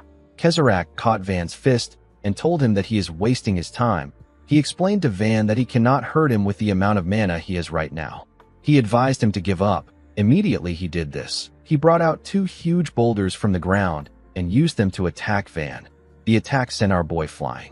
Kezrak's subordinates moved close to him. The blonde man apologized to him for the sudden interruption. He informed him that the Knights of the Order are closing in. Kezrak was annoyed to hear this. He referred to the Order as tiresome pests. He asked the man to activate the formation. He told him that they are returning to Tease. The moment he gave the order, the man tore a hole in space and opened a portal. Kezrak told Van that their little meeting will have to be postponed. Van stood up when he heard this. He charged at Kezrak and told him that he is not going to get away. Kezrak moved his face in front of Van's fist. Our boy quickly stopped moving his hand. He grit his teeth out of anger and asked Kezrak about what he is doing. Kezrak told Van that he won't kill him because his goal is to capture him. The moment he said this, he used his mana to slam Van's body to the ground. He told Van that he wants to give him a little life advice. He advised him to never show his desperation so openly in front of his enemy. He told him that his desperation will become his biggest weakness. After he said this, his body dissipated. Van slowly pushed himself up. He realized that he could have caught Kezrak if he had been a little more composed. He grabbed his hair and began to panic. Something told him that he has once again lost everything right before his eyes. Van said that he is sorry multiple times. He said that everything happened because of him. Immediately he said this, the dead bodies of Linda and her family appeared next to him. This creepy version of Linda asked him if everything will be okay, just because he says sorry. Van told her that he is not giving up. He begged her to give him one more chance. He asked her not to look at him with her sad eyes. When they arrived at their headquarters, Kezrak sat down. He ordered the blonde man to gather every captain and executive. The man asked him if he plans to start an all-out war with the Ethos Order. Kezrak said that he isn't. He remembered how he blocked Van's fist. He saw that his hand was heavily injured. He told the blonde man that he wants every piece of information that they can find on the boy that he just met. The scene shifts, and we are taken back some minutes earlier. We see Ofen staring at Kezrak. Her eyes were filled with pure hatred. She couldn't believe that she was looking at the man who truly caused the death of her loved ones. She remembered Hoxa and her siblings. She clenched her fist out of anger. Blood poured out of her hand. Kezrak's subordinate appeared behind her and asked her if she knows who she is glaring at with such disrespectful eyes. Ofen was shocked to hear his voice. The man hit her in the neck. Ofen slowly fell to the ground. She wanted to call out to Van, but she was unable to raise her voice. She ended up losing consciousness. A while later, we see the girl slowly open her eyes when she heard someone calling out to her. Van asked the girl to wake up.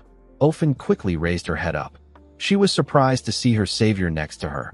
Van told her that she has incredible luck for her to still be alive. The girl asked him if he killed Kezarak. Van informed her that he lost the man. He told her that Kezarak ran away. Ofen was sad to hear this. She didn't like the fact that she was unable to do anything this time around. Van reminded her that he has no plan to babysit her. He asked her to get up now if she wants to follow him. Ofen got up and asked our boy about where they are going. Van told her that they are going to the Varkan kingdom. He said that there is a good chance that Kezarak fled there. He told himself that he has drowned in despair for 1,000 years. He said that this is enough for him. Instead of wasting his time, our boy chose to move forward. He told himself that his revenge is not over yet. He said that the operation was not a complete waste of time. Due to Kezarak's reaction, our boy became certain that the hooded sorcerer was from the Zoe kingdom. He knew that he had to catch Kezarak to get more information about the sorcerer. The moment he thought of this, someone called out to him and Ofen and asked them not to move. Immediately he said this. A bunch of knights surrounded them. A blonde knight with amazing hair drew his sword and said that they are a knight order dispatched from the Ethos Order. He said that they will be conducting some checks and questioning. He asked Van and Ofen to cooperate with them. Van recalled that he had heard of the Ethos Order. The Ethos Order is an order based in the Awana Kingdom that trains and maintains its own Knight Corps. This was how Van's father-in-law described the order to him. Our boy apologized to the blonde knight and told him that he cannot comply. He explained to him that he has a long road ahead of him. The knight took out a red orb and told Van that he only has to take a simple test. He asked him to simply place his hand on the device and stay still. Van asked him if he expects him to lay his hand on some device when he doesn't know what it does. The knight told him that things will become troublesome for both sides if he continues to act uncooperative. He asked Van if he is certain that he wants to continue acting this way. Our boy became angry when he heard this. He wondered if he should just kill the knights. He quickly realized that this would just make his problem bigger. Someone called out to the knight whose name is Pollen and asked him to stand down. He told him that Van is not Kezarak. Pollen was surprised to see the old knight. He referred to him as Commander. This man with the eye patch is the Knight Commander of the Ethos Order. His name is Hugh Zainal. Pollen told Hugh that they still haven't verified our boy's mana. The commander seemed disappointed with Pollen when he heard this. He asked him if he didn't feel Kezarak's mana clashing with another person's mana on his way there. The fact that a boy was left alone amid the traces of a fierce battle and there was a faint mana coming from him is weird. Hugh told his knight that our boy's mana matches perfectly with the mana that was clashing with Kezarak's own. He said that Kezarak probably broke away in the middle of the battle and left Van behind at the scene. The commander smiled and asked our boy if he is right. Van didn't give him a reply. Hugh laughed and told Pollen that a report actually came in. He revealed to Pollen that Kezarak has returned to T's main base. Pollen was annoyed to hear this. He told his commander that he should have mentioned this first. Hugh collected the orb from him and apologized to Van. He explained to him that Kezarak has a rune that lets him alter his appearance. He said that they cannot tell him apart without the mana reader in his hand. He asked our boy to understand them. Van told the commander that he will be leaving now since the misunderstanding has been cleared up. Immediately our boy turned around. Hugh asked him if he wants to kill Kezarak. Van was surprised to hear this. He stopped moving and turned to the man. Hugh explained to him that he has seen people with eyes like his own, eyes that are consumed by revenge and hatred, the eyes of a boy who has fallen into a deep, dark abyss. Hugh stretched out his hand and told Van that they share a common enemy if the person he is staring at with his eyes is Kezarak. He asked Van if he is willing to join forces with them in order to take down their mutual. Pollen was shocked to hear this. He called out to his commander and asked him about what he is saying. Hugh asked him if there is a problem. He asked him if anyone in their cult has actually faced Kezarak in battle, or if there is anyone who knows the full scope of his other runecraft. Pollen told him that this has never happened. Hugh explained to him that Van is the only person who has fought Kezarak directly. He said that our boy is a very valuable source of first-hand information. He turned to Van and asked him if he is interested. He told him that it is better for them to work together. Van declined his offer. He said that he has no reason to trust them. Hugh smiled and revealed to him that they have detailed information on T's. and they know Kezerak's next destination and movements. Van was shocked to hear this. Hugh laughed out loud and told our boy that he can tell from his reaction that he doesn't know about Kezerak's movements. He asked him if he now finds his offer tempting. Van was annoyed to see the commander laughing. He realized that the Order will have plenty of information on Kezerak that he doesn't know. Ofen called out to our boy to hear his opinion. Van said that he doesn't like this situation at all, but he has no other choice. The scene shifts, and we are taken to the temporary camp of the Ethos Order Knight Corps. Inside the commander's tent, we see him looking at a torn picture. He remembered the face of a man whose body was covered in tree branches. The man was holding a severed head. He referred to Hugh as grandfather. He asked him if he just arrived. The moment he remembered these words, Hugh snapped back to reality. He realized that he managed to forget about the man for a while. He didn't expect that he would meet someone with the same eyes as his grandson's own. He wondered about what Van has been through for him to have such terrifying eyes. The moment he thought of this, someone asked him if he can enter the tent. Hugh asked him to come in. The person turned out to be Van.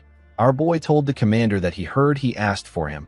Hugh apologized to him for disturbing him while he is resting. He told Van that he is not doing anything complicated. He asked our boy to place his hand on a red orb in the middle of a dragon's chest. He explained to him that the monster is a mana meter that measures a sorcerer's mana. He asked Van if he is familiar with the divine tier system of the Aiden continent. Across every kingdom on the continent, sorcerers are subjected to mandatory mana measurements and identity registration for systematic oversight. This is known as the divine tier system. It measures total mana and assigns a rank accordingly. The rank starts from the lowest, which is the 13th divine tier, and it goes up to the highest, which is the 1st divine tier. Hugh told Van that he wants to know the level his ally is at since they will be fighting with their backs to each other from here on out. Van believed that the man had a valid point. He believed that it was better for him to know where he stands on the continent right now. He placed his hand on the red orb. Immediately he did this. The meter opened its eyes and began to scream. Van asked the commander if it is supposed to make this much noise. The commander became scared. He knew that there is only one thing that could make the meter open its eyes. He said that this should be impossible. The meter began to gather fire in its mouth. Hugh quickly turned to Van. He asked him to get back. He said that the meter is going to explode. Van was shocked to hear this. If we compare the divine tier ranks to a martial artist's realm, we will say that the 13th divine tier is just the entry stage. It is the point where someone just awakens their swordsmanship talent. A 9th divine tier is a veteran who has fought through countless battles and come back alive. A 5th divine tier is regarded as a living embodiment of war. It is a being who is capable of shaking the armies of entire kingdoms. The meter released its flames in the air. The flames showed the number 10 in the air. Hugh was shocked to see this. He couldn't believe that the meter was saying that Van was a 10th divine tier. Van told the commander that the explosion didn't take place. He said that the meter has determined that he is a 10th divine tier. Hugh nervously agreed with him. He knew that the meter only opens its eyes when it detects sorcerers of 7th divine tier or higher. It judges the person with a massive blast and explosion. He wondered if the meter really malfunctioned. This was his first time seeing a case like this. Van realized that the meter tried to detect his sealed mana. He knew that he needed to be careful if he is ever in this position again. Hugh asked our boy to have a seat. He introduced himself to Van as one of the commanders of the Ethos Knight Order. He asked Van for his name. Our boy shared his name with the commander. Hugh sat down and told him that he has a fine name. Since they were done with the divine tier measurement, Hugh suggested that they go straight to the point. He revealed to Van that his order currently believes that Kezerak possesses a total of 3 runes. However, aside from the rune that alters his appearance, the order doesn't know the other 2. Hugh told Van that this is why he wants to get information from the only person that has first-hand experience in fighting Kezerak. Van told him that he will share what he knows. Upon hearing about Van's fight with Kezerak, the commander deduced that Kezerak's stone statue rune might be a summoning-type runecraft or an imbuement type that is tied to stone. He told Van that he will remember this when they make a plan. He thanked him for his information. He told our boy that he will now share what they know about Kezerak and tease with him. He asked him about how much he knows about Kezerak and his mercenary group. Our boy told Hugh that he doesn't really know anything about Kezerak. He said that the only thing he knows about Tease is that there are a pretty strong mercenary group that rose to prominence 5 years ago. The commander decided to start by talking about Kezerak. According to him, Kezerak was adopted as the heir of a noble family when he was young. The noble who adopted him was a sponsor of the Ethos Order. No one knew who Kezerak's real parents were or where he was born. There was nothing on him. One day, the noble who adopted Kezerak was brutally murdered by him. Kezerak immediately fled the scene of the crime after killing the man. After this, the Ethos Order searched for Kezerak for years, but they were unable to find anything on him. It was as if he never existed in the first place. Around 5 years ago, just as the Order was about to give up, information about Kezerak suddenly started flooding in. Van asked Hugh if this was around the time that Tees started rising. The commander told him that he is correct. He said that there is something else. He revealed to Van that someone is hiding Kezerak and helping Tees grow. Our boy was shocked to hear this. The commander opened a map and said that the Order has narrowed down the force helping Kezerak to a certain extent. This force is Argo. It is the kingdom where Tees' main base is located. The mercenary group has mercenaries around the 13th Divine Tier and 12th Divine Tier executives. There are 4 11th Divine Tier division heads, and then there is Kezerak, the leader who is at the 9th Divine Tier. Hugh explained to Van that Kezerak and Tees are probably Argo's hunting dogs who clean up the kingdom's dirty mess. The reason why Kezerak's information suddenly started leaking out was probably because Argo wanted to carve Tees' name into the continent's consciousness. Since the Ethos Order didn't attack Tees despite knowing their base, Van asked Hugh if it is because the base is in Argo. The commander told him that he is correct. He explained to Van that it will be suicide for them to fight Tees and Argo if the kingdom is really the one behind them. Argo is on a completely different level from ordinary weak kingdoms. It is not an opponent that a mere religious order can declare war on. Van realized that Argo must have sorcerers who are at least at the 9th Divine Tier or higher. Hugh slammed his hand on the table and said that they are not completely out of options. He revealed to Van that Kezerak will leave the main base and head to the Awana Kingdom with a small group in exactly 15 days. The commander said that their order will set up an ambush along the route that Kezerak will be taking in advance. They will then launch a surprise attack. Van asked him if his information is reliable. Hugh told him that he can't reveal his source, but the information is reliable. Van stood up and told Hugh that he understands. He said that they can go over the details when they plan for the operation. He told the commander that he will join them and discuss everything at that time. After saying this, he walked towards the exit. Hugh asked Van if he would be prying by asking him about why he is so determined to kill Kezerak. Before leaving the tent, Van told the man that he would be prying. After saying this, he stepped out. Hugh decided not to push our boy. Immediately, he stepped out of the tent. A female knight greeted him. She shook his hand and introduced herself as Naomi. She asked our boy for his name. Van shared his name with her, with a smile on her face. The woman welcomed him and told him that she hopes they catch Kezerak together. Naomi is the commander's aide. Van told the woman that it is no problem. The moment he said this, someone screamed and asked Naomi about what she is doing. The person turned out to be Pollen. Naomi asked him about why he is yelling. The knight turned to our boy and asked him if his name is Van. With a look of anger on his face, he told Van that their commander took pity on him and brought him there. He said that they still haven't confirmed whether he is a sorcerer who will actually be of any help. He asked Van to follow him to the arena. Our boy told Pollen that he doesn't feel like proving anything to him. Pollen was annoyed to hear this. The commander stepped out and laughed. He said that Pollen seems to have a lot of complaints. Pollen said that the entire order actually has complaints. He explained to Hugh that they haven't verified whether Van is a sorcerer that they can trust. Hugh knew that the group was going to be walking the line between life and death with Van. He believed that they couldn't allow any conflict and resentment within the group. He asked Van about what he thinks. He asked him if things won't be easier for everyone if the men sorted out the pecking order once and for all. Van decided to accept the duel. He walked forward with Pollen. Naomi said that she doesn't understand why Pollen is so worked up. The commander smiled and said that this just means that Pollen cares very much about the knights. Naomi asked her commander about Van's divine tier. Hugh laughed and revealed to her that our boy is at the 10th divine tier. Naomi also laughed when she heard this. She quickly became shocked. She couldn't believe that Van was a 10th divine tier. At the arena, we see several knights gather around the stage. Van and Pollen were on the stage. Pollen explained to our boy that every knight gathered there will judge whether he is a sorcerer that is truly worthy of fighting alongside them through this duel. He told Van that the Order doesn't need weak sorcerers. He drew his sword and told our boy that they will throw him out on the spot if he shows them something pathetic. He asked Van to show them everything he has. Van asked the knight if he can add one condition to the duel. Pollen did not expect to hear this. Before he could say anything, the referee asked them to begin. The moment he heard this, Van charged at Pollen at a crazy speed. He swung his leg at the man's head. Pollen was able to block the attack with his sword, but he got pressed down. The impact of the attack shattered the stage. Van jumped back to create some distance between himself and Pollen. He charged at him again. He appeared in front of Pollen and gave him several kicks in his stomach. The knight screamed out in pain.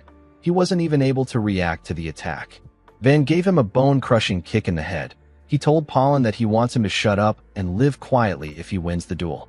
Before the fight began, Van told himself that it is better for him to subdue his opponent than to kill him. He noticed that the small amount of mana that he is allowed to use is slowly increasing. He believed that this was a perfect time for him to test a new armament. He hoped that Pollen wouldn't die. He wrapped his legs in some greaves and charged at Pollen. He gave the knight a powerful kick in the head. These greaves are Van's fifth armaments. They are known as the Black Heaven Greaves. These greaves store mana and then detonate it to use the thrust for movement and striking power. The explosion power is equal to the amount of mana stored. The scene shifts and we see Pollen wake up on the ground. When he looked around, he saw that they were already at night. The knights all gathered around a huge fire. When Pollen raised his head up, Naomi informed him that they are taking a short break on their way to the operation site. Pollen was surprised to hear this. Naomi explained to him that they have all agreed to arrive near the ambush point early and fine-tune the details. She revealed to Pollen that they have been moving throughout the 2 days he was knocked out. Pollen couldn't believe what he was hearing. Since he got taken down without being able to put up a fight, Pollen asked Naomi if our boy is a 10th divine tier. Naomi told him that he is correct. She revealed to him that Van is only 17 years old. Pollen couldn't believe what he was hearing. Naomi suggested that Van could be a royal from some absurdly powerful empire. Pollen told her that this would actually make so much sense. The woman told him that everyone is totally interested in Van. They are all desperate to get on his good side. Pollen stood up and said that our boy was a monster from the start. He told Naomi that he completely lost. The woman asked him about where he is going. Pollen walked up to our boy. A bald man sitting next to Van asked the man if he is finally awake. Pollen stretched out his hand and introduced himself to Van again. He apologized for his rude behavior. He told our boy that he never expected him to be such a strong sorcerer. Pollen is also one of the commander's aide. Van shook his hand and told him that he understands. He wondered why the man was talking when he asked him to live quietly. Pollen sat next to our boy and gently hit him in the chest. He asked him about how he was able to reach 10th divine tier at his age. Van asked him if it is a really big deal. Pollen told him that it is. A huge man informed our boy that Pollen has been acting like his nose is in the clouds ever since he hit 11th divine tier. A man next to the huge man said that Pollen has finally met his match. He said that the knight now understands that the world is a big place. Pollen was annoyed to hear this. He said that he was never full of himself. He told his comrades that he is not weak. It is just that Van is not normal. The huge man told him that Van can actually drink. He said that he likes our boy the more he sees him. Pollen froze in shock when he heard this. A woman sitting next to Van asked the man if he is serious. She reminded him that he was unable to touch a single hair on Van's head during their spar. The man stood up and said that he is better than Turtul. He said that Turtul surrendered immediately. Turtul reminded him that he is the idiot who charged in without even reading his opponent's level. The woman next to Van placed her hand on his shoulder and laughed out loud. She told our boy that the men are so petty. Our boy didn't know what to say. The woman explained to him that the reason everyone was wary of him at first was because he is so young. She told him that no one could have imagined that he would be such a strong sorcerer. She explained to Van that they can't put their lives in the hands of someone they cannot trust. She said that even though her comrades look like fools, they are fathers, mothers, children, grandkids, and people with families. They have something to protect and a home to go back to. Van assured the woman that he is fine. He told her that she doesn't have to worry about him. The woman laughed and told him that he is a really good kid. She told him that she will introduce him to her daughter once the mission is over. She assured him that he will like her.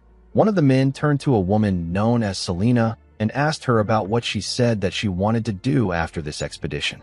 Selena revealed to him that she is going on a trip to Cam Beach with her parents. Another knight said that he needs to take his kids to see the sea. A man with beard said that his family hates the sea. The bald man said that he has to entertain his daughter all day. He said that he is already scared. A man next to him said that he is going with Elena to look at engagement rings. He told his comrades that he will probably get dragged around all day. The bald man asked him not to say things like this. He said that someone always dies when they have this talks. The man next to him asked him about why he would say something so unlucky. Pollen told the man that their bald comrade has a point. The bald man turned to Van and told him that they still haven't heard anything about him. He told our boy that they are curious about him. The man next to him said that Van might be of royal blood since he is a 10th divine tier at age 17. The bald man said that our boy might be on a secret mission to beat up criminals to become the heir. Van placed his cup down when he heard this. He suddenly became sad. Everyone became quiet when they noticed this. The bald man asked his friend if they messed things up. His friend told him that it is better they shut up. The woman next to Van stood up and raised her cup up. She asked her comrades not to get carried away. She told them that they need to just drink. A man next to her raised his cup and said that she is right. He told his comrades that they just need to eat and sleep. Van stood up and walked forward. He said that he wants to get some air. The bald man turned to Ofen and asked her if Van isn't her sibling. He asked her if she isn't going to go after him. Ofen told him that they are not related. She said that she will just get in the way if she follows our boy. The bald man's friend told him that it is better they just shut up. The bald man nervously agreed with him. The woman asked the both of them not to say a word. The scene shifts and we see Van sitting at the edge of a cliff. He was holding a stick. He used the stick to draw Linda in the sand. He looked at the drawing with eyes filled with sadness. While he was looking at the drawing, he heard someone approaching him. He quickly turned around. The person turned out to be Hugh. The commander asked him to calm down. He explained to Van that he came to check on him because he heard that his squad might have gone too far. He asked our boy if he is all right. Van told him that he is fine. He asked him not to worry about him. Hugh could tell that something was wrong. He moved close to Van and asked him if the anger he has towards Kezarak is a desire for revenge. Van didn't say anything to him. Hugh went down and grabbed our boy's hand. Van was shocked to see this. He quickly moved his hand away. He asked the commander about what he is doing. Hugh explained to him that hatred is a massive fire that spreads within the heart.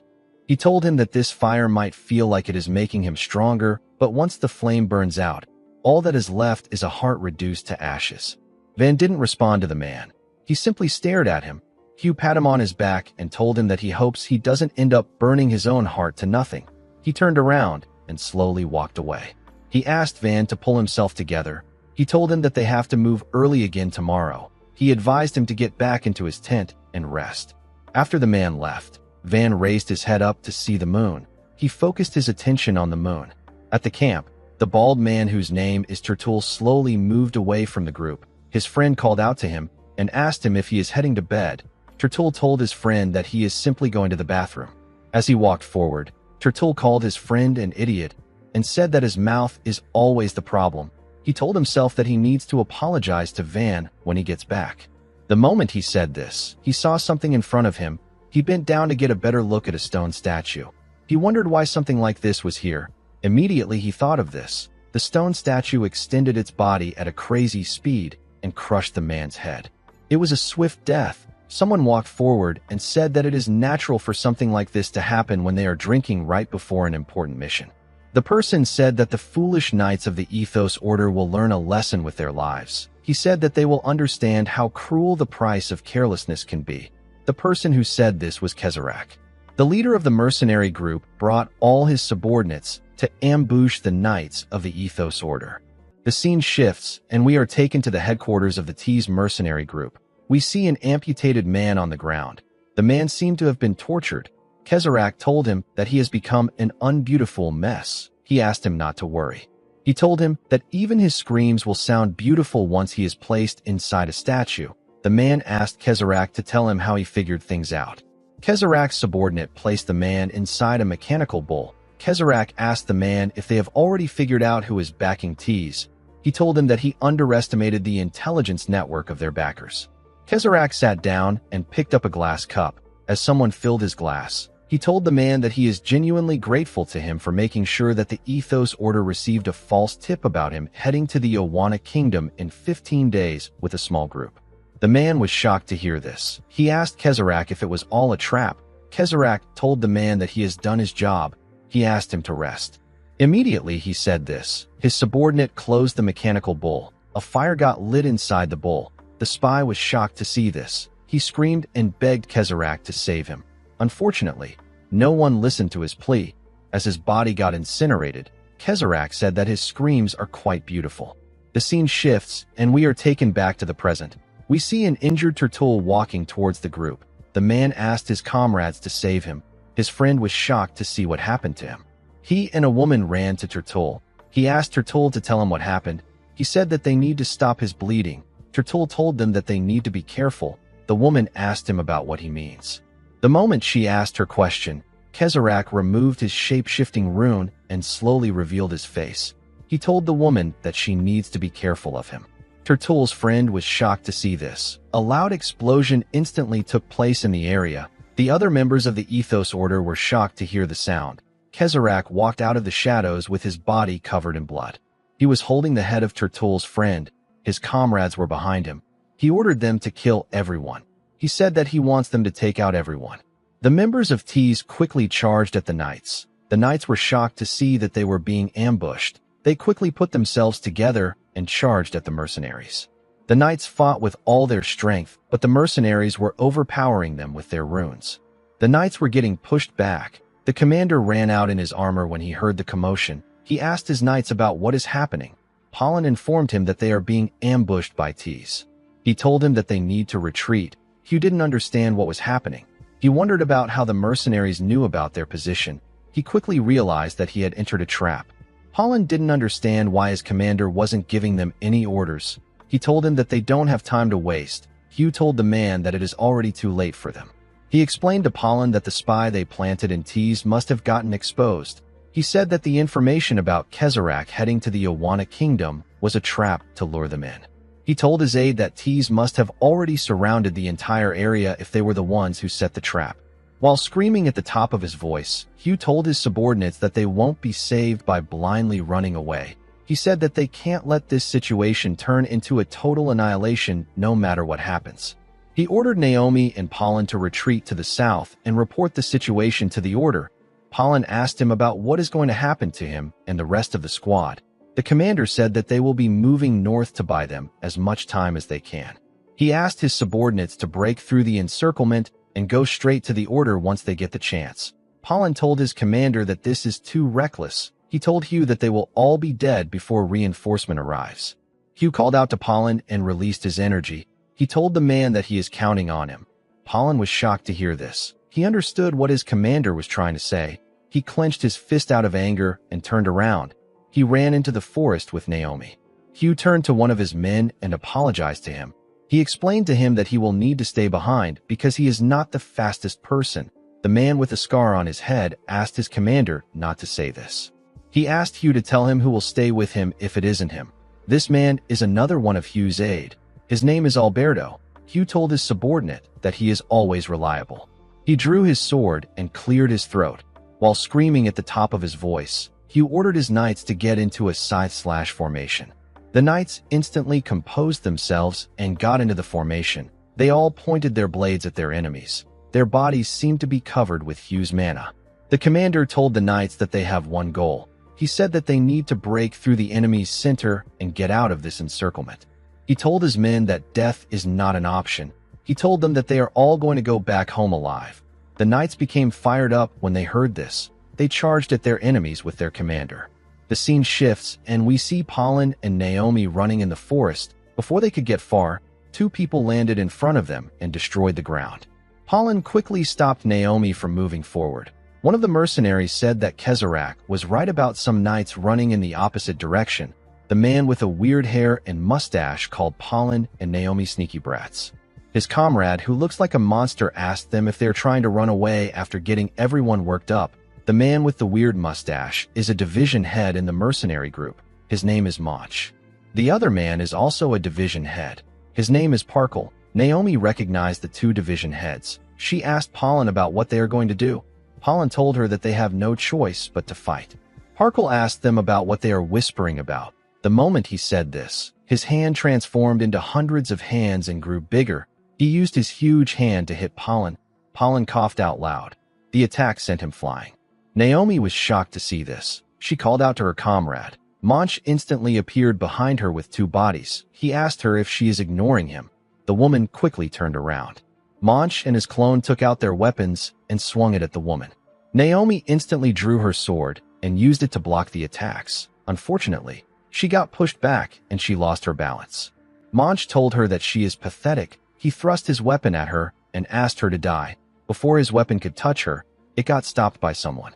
Naomi was shocked to see who it was. The person turned out to be Van. Our boy dragged the sickles close to him. The original Monch was able to pull his sickle out and escape from Van's grip. Van instantly covered his leg with the Black Heaven Greaves and gave the clone a kick in the head. He beheaded the clone with a single kick. Naomi and Monch were shocked to see this. With a scary look in his eyes, Van asked the woman to explain what is going on. Monch quickly took out a strand of hair from his mustache and blew on it. This strand instantly turned into a clone. The clone was holding a sickle. Monch possesses the clone rune. It grants him the ability to pluck out a body hair and infuse it with mana to summon a clone of himself. Monch and his clone charged at Van. Monch called our boy a filthy rat bastard. Van grabbed Naomi's sword and asked her if she can borrow him the sword. He raised the sword and pushed it into the sickles. This allowed him to stop Monch and his clone and hold them down. Van jumped up and swung his Black Heaven Greaves at Monch with a large amount of energy. He crushed the clone's body in an instant. Monch was able to move away before our boy could crush his body. He couldn't believe that his clone went down so easily. Parkle laughed out loud and said that it has been forever since he has seen a body this tempting. His body slowly mutated into hundreds of hands, eyes, and mouths. Parkle possesses the fusion rune. The rune grants him the ability to fuse stolen body parts with his own body. It is only limited to living creatures. Parkle's fist became huge. He thrust it at Van. Our boy quickly jumped back to dodge the attack. Parkle instantly closed the distance between them. He swung his fists at Van and tried to crush him. Van was able to dodge the attack, but he lost his balance. Parkle quickly used this opportunity to launch a barrage of blows at him. Unfortunately for him, his attacks were quickly stopped. Van caught his hands and stopped him from moving. He jumped and gave Parkle a powerful kick in his stomach with his greaves. He moved back and charged at Parkle again. He gave him a powerful punch in his chest. He asked the creepy man to get lost. He made his attack faster and landed several punches on Parkle. His blows were destroying the man's body. Unfortunately, Parkle was regenerating his body. He laughed and told Van that his attacks actually hurt. The moment he said this, Monch and his clones charged at our boy from behind. Van could sense the presence of the clones. He knew that the person with a different amount of mana is the real person. When he turned around, his eyes released a red glow. This is Van's second manifested armament. It is known as the Truth Eye. It allows his eyes to perceive even the faintest mana that is undetectable to normal senses. Our boy gave the clones who got close to him a powerful kick in the head and pressed their bodies to the ground. The clones got destroyed when they received the attack. Van went down and pushed himself forward at a crazy speed. He grabbed Monch's leg. He wrapped his legs around the man's leg and pushed him down. Monch screamed and asked Van to let go of him. Our boy asked him not to worry. He told the division head that people make really good crutches these days. Monch was able to escape Van's grip. Unfortunately for him, our boy took one of his legs. Monch became scared. He felt like he was looking at a demon. He was certain that no one mentioned that the Ethos Order had a sorcerer as strong as Van. Naomi informed Van that his opponents are division heads from the T's mercenary group. Van asked her about what T's members are doing there. The woman explained to him that the information about Kezerak heading to the Owana Kingdom was a trap. She told him that Commander Hugh and the others are fighting Kezerak right now. Pollen got up and drew his sword. He asked Van to go where their commander is. Naomi asked her comrade if he is okay. The injured knight placed his hand on Van's shoulder and asked him if his target isn't Kezerak. He told him that he just needs to keep heading north. He asked our boy to go right now. He told him that the commander is probably pushing the enemy farther away. Van told Pollen that the two division heads are not opponents that they can handle on their own. He told him that he will regret it. Pollen smiled and said that he won't. He activated his rune and covered his sword with some yellow lightning. He told Van that he has already beaten them half to death. He took a stance and said that he didn't become a knight to mooch off some kid. He asked Van to go now. He told him that he might really lose his target if he wastes his time there. Van was a bit hesitant to leave. He turned around and said that he is leaving. Naomi took a stance and joined her comrade. Pollen told her that she is going to look pathetic if she dies while trying to look cool. The woman told him that his mouth is always the problem. Pollen pushed his lightning forward and smiled. He said that this is a do-or-die situation. He told Naomi that they can do this. The scene shifts, and we see Kezerak telling someone that something is unfortunate. He told the person that his tactic was truly beautiful. The knights used a strategy that looked like they were splitting into 3 different columns to break through their enemy. However, the central column led by Hugh pierced straight through the middle in an instant while the right and left columns protect them. This should have allowed the knights to disrupt the enemy's formation and escape the encirclement. Kezerak told the commander that it was a tactic that fit his rune perfectly. He looked at the bodies of the dead knights and told Hugh that executing a strategy like this with his weak knights is like putting pearls on a pig's neck. He explained to the commander that none of his knights were sorcerers capable of receiving his rune properly. He said that it is truly unfortunate. He looked at the injured commander and told him that he should have stayed glued to Leon Sapphire's side. He said that this is such an unbeautiful ending. Hugh had lost one of his arms. Alberto and a woman next to him tried to push themselves up to help their commander. Before they could do anything, someone cut off their heads. Hugh screamed when he saw this. Kezerak turned around and asked his subordinate to send Hugh off beautifully. He said that the commander was a fine knight. The blue man with 2 horns told his lord that he understands. Hugh watched the man raise his sword.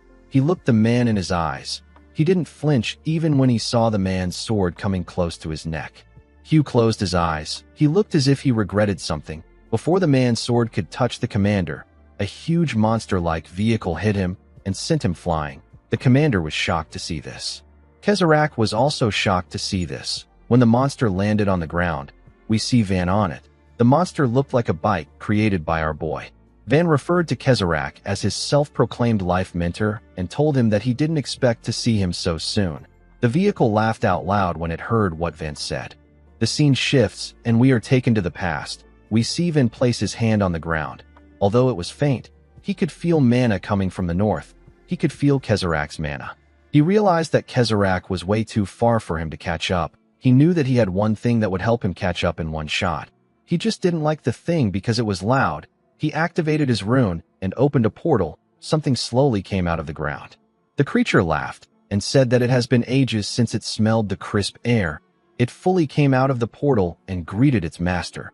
It asked Van if he cut his hair again. This thing is the 6th manifested armament. It is known as the Black Spirit Carriage. It is a monster that lives by consuming living creatures as fuel. Its top speed is close to the speed of sound. Van got on the Black Spirit Carriage and asked it to shut up and move. The scene shifts, and we are taken back to the present. Kezerak wondered why Van was there. He remembered what happened a few days ago at his headquarters. His subordinate told him that he looked into Van just as he ordered. He said that Van is truly the person who killed the executives, but there is nothing on him. His birth, his past, and his identity is completely unknown. Kezerak was annoyed to hear that they didn't have any information on Van at all. He believed that this was impossible. He asked his subordinate to tell him what the Argo Kingdom said. The man told him that even the Argo Kingdom said that it is unlikely that Van is of noble or royal blood. Kezerak said that this makes things even worse. He couldn't believe that Van was at the 10th divine tier at his age, even though he is not a noble or a royal. With a look of anger on his face, Kezerak said that they need to nip Van in the bud now before he becomes a major obstacle for them. The scene shifts, and we are taken back to the present. Kezerak told himself that this situation is perfect. He wanted to get rid of all his annoying problems at once. He turned to a blue man whose name is Surfer and asked him to deal with Van. Immediately he said this. He felt some pain in his chest. Surfer asked him if he is all right. Kezerak coughed out some blood. He quickly realized that he was experiencing some side effects. He didn't think that the side effects would come at this time. He told Surfer that he will need to buy him some time. The man asked his boss to leave it to him. Surfer Ortega is one of the executives of Tease. The blonde man next to him told him that he will support Kezerak. This man's name is Azerny Rowe. He is also an executive of Tease. Van asked the commander if he is alright. Hugh told Van that he can't handle these opponents on his own. He asked him to run. Van noticed that the commander's arm was severed and he was bleeding badly. He could tell that Hugh was physically exhausted and he had burned through a lot of mana. He wondered if it would be more efficient for him to abandon the commander and fight alone. He asked Hugh to tell him what his rune is. Before Hugh could say anything, Surfer swung his sword with a large amount of force. He destroyed the ground with his attack and filled the air with a large amount of dust. He asked Van if he has the time to stand around chatting. Van jumped out of the dust with Hugh on his black spirit carriage. Hugh asked Van to at least run away. The black spirit carriage asked Hugh to let go of his hand before saying something like that. Surfer gathered his energy around his huge sword and asked Van to tell him where he is going. He fired his attack at Van. Surfer possesses the wind rune.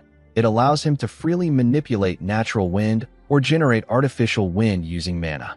His wind took the shape of blades as they got closer to Van. Our boy stopped running and turned the black spirit carriage around. As the wind blades got closer to him, they destroyed the ground. A huge monster suddenly came out of the ground. The monster was a statue created by Kezerak. The man told Van that he is not going to go easy on him this time. Kezerak possesses a stone statue rune. It allows him to use mana to shape stone into various statues and freely control the completed constructs. Van turned his black spirit carriage around and moved forward. He was trying to escape the wind blades and the monster. The black spirit carriage told him that his skills are still as good as ever. Van asked it to shut up. He noticed that Surfer was also chasing after him. The black spirit carriage called out to him and informed him that there is something up front. Van saw a huge hand coming out of the ground. He was able to use the black spirit carriage to dodge the hand before it hit them. He realized that he can't keep the black spirit carriage going for long with his current mana reserves. He wondered if he should abandon the monster and take out another armament. The moment he thought of this, the commander placed his hand on his shoulder. Our boy felt a sudden boost in his mana. He was surprised to see that his mana was recovering. Hugh told Van that he can tell that he has no intention of running. He told him that he will give him what he can. As a light shined in the middle of his forehead, the commander reminded Van that he asked him about what his rune is. He said that this is his rune. Hugh's rune is known as the commander's rune. The rune only works on beings that the caster is in contact with. It grants him the ability to either infuse mana or siphon it away. The stolen mana can also be converted into the caster's own. Hugh told Van that this is all the mana that he can give him. Our boy assured him that this is fine. He said that the mana is more than enough. He hit a brake and made the black spirit carriage slower. This allowed the stone monster and Surfer to catch up to them. Then let go of his black spirit carriage and allowed it to move forward. He jumped off the monster and asked it to devour the blue bastard. The black spirit carriage told its master that it won't hold back. The moment it said this, Van thrust his fist at the stone monster and destroyed it with a single blow. The black spirit carriage is a monster that lives by using living creatures as fuel. Among all living prey, its favorite are intelligent beings. The monster enlarged its head and opened its mouth. It swallowed Surfer in one go. The man's sword fell out of his hand. Immediately, he landed on the ground. Van charged at Kezerak. He clenched his fist and promised to not let Kezerak get away this time. Before our boy could reach him, Kezerak gently smiled. Van found this odd. Kezerak told him that he is seriously underestimating Surfer. The moment he said this, Surfer appeared next to our boy with two swords in his hands. A territorial conflict once took place between the Balcony Kingdom and the Dockheart tribe. The war is known as the Dockheart Mountain Range War. The Dockheart tribe originally didn't want to start a war with the kingdom that encroached on their land. They tried to resolve the dispute peacefully, but the Balcony Kingdom chose to use violence against them. The war broke out due to the Balcony Kingdom's one-sided invasion. It lasted for as long as 10 years. The Dockheart tribe witnessed the death of their parents, siblings, comrades, and even their lovers. On a battlefield where only death is permitted, the deafening roar of countless clashing blades was brought to a halt by a single mercenary group. Tease was the group that brought the war to an end. After ending the war, Kezerak turned to a man and told him that the Balcony Kingdom has fallen. He told the man that his tribe is now completely free. The man he was talking to was Surfer. Kezerak asked Surfer if he will join him. He told him that he needs someone like him who has a beautiful talent. Surfer was surprised to hear Kezerak's offer. He made a decision to devote his life to the man standing in front of him. He looked at the battlefield that was filled with bodies and Kezerak statues. He saw Kezerak as his savior. The scene shifts, and we are taken back some minutes earlier. We see the Black Spirit carriage saying that it has been long since it last had a proper meal. It said that everything is different about this meal. Immediately it said this, Surfer opened his eyes. He spun his body at a crazy speed and tore the mouth of the monster open. The Black Spirit carriage spat out some blood as Surfer jumped out of its body. It didn't understand how Surfer was able to survive. The man landed on the ground and said that he hasn't repaid his debt to Kezerak. He raised his sword and split it in two. He charged at Van and asked him if he thinks that he will die in a place like this. Before Surfer's blade could touch him, our boy moved back. Surfer landed in front of Kezerak and gathered his wind around his blade. He fired his wind at Van. Our boy punched his wind blades away and told him that he has no interest in him. He charged at Surfer and gave him a heavy kick in his chest. He asked the man to get lost. The attack sent Surfer flying. The man quickly regained his balance. He realized that Van is not someone he can take lightly. He decided to go all out. He released a large amount of energy. His body grew bigger and his horns grew longer. His sword also grew longer. Van didn't like this. He wanted to conserve his mana as much as possible. With a scary look on his face, Surfer told our boy that he and Kezerak are bound by blood. He said that they share a fate that is forged in blood. He told him that he has to get past him first if he wants to reach Kezerak. Van was annoyed to hear this. He remembered his family, his friends, and his fiancée. With a look of pure madness on his face, Van asked Surfer if he knows the person who owns the blood that he keeps speaking of. Surfer ignored him and spun his blades at a crazy speed. He threw them at our boy. The blades moved past him and destroyed the ground.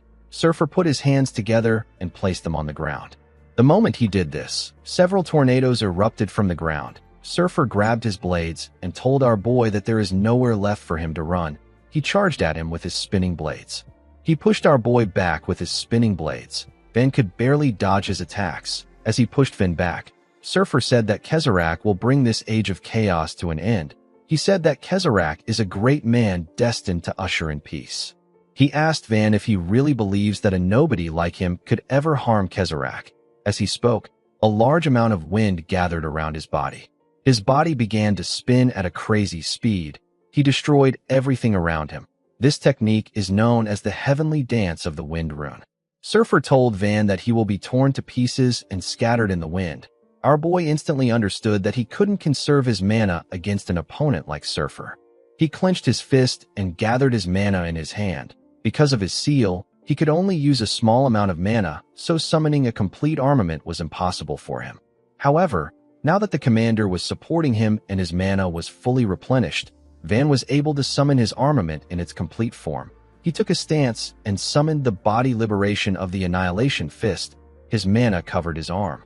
With a horrifying look on his face, Van told Surfer that they are bastards who treat human lives like that of insects. He gathered his strength in his legs and charged at Surfer. He was prepared to tear the man apart. As Van got closer to him, Surfer saw something horrifying. With eyes filled with madness, Van told the sorcerer that his words are truly disgusting. He gave Surfer a bone-shattering punch. The attack caused a huge explosion in the area. Upon seeing this, Kezerak ordered Azerni to inject artificial mana into him. The man was surprised to hear this. He asked his master if the side effects are no longer a concern. Kezerak tore his clothes and said that he won't use any major techniques. He told the man that he will manage. Kezerak revealed his runes and said that a beautiful thing is something that doesn't fade so easily. In the next scene, we are taken to the past. We see someone holding a measuring glass containing some liquid. Someone informed the person that the Argo Kingdom has begun its war with the Awana Kingdom. The person was not surprised to hear this. He said that the king of Argo is getting impatient. The person talking is Kezerak. The man who informed him about the situation is Surfer.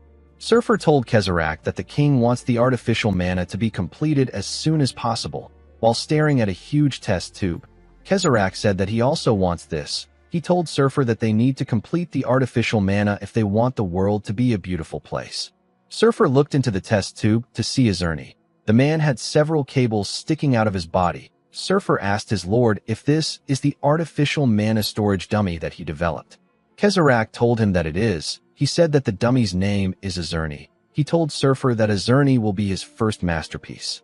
He explained to him that the concentrated base of artificial mana can't be stored in an ordinary container. However, if a person injects the base into a dead body's blood vessels and cells, the artificial mana binds with the hemoglobin structure in the blood and stabilizes it.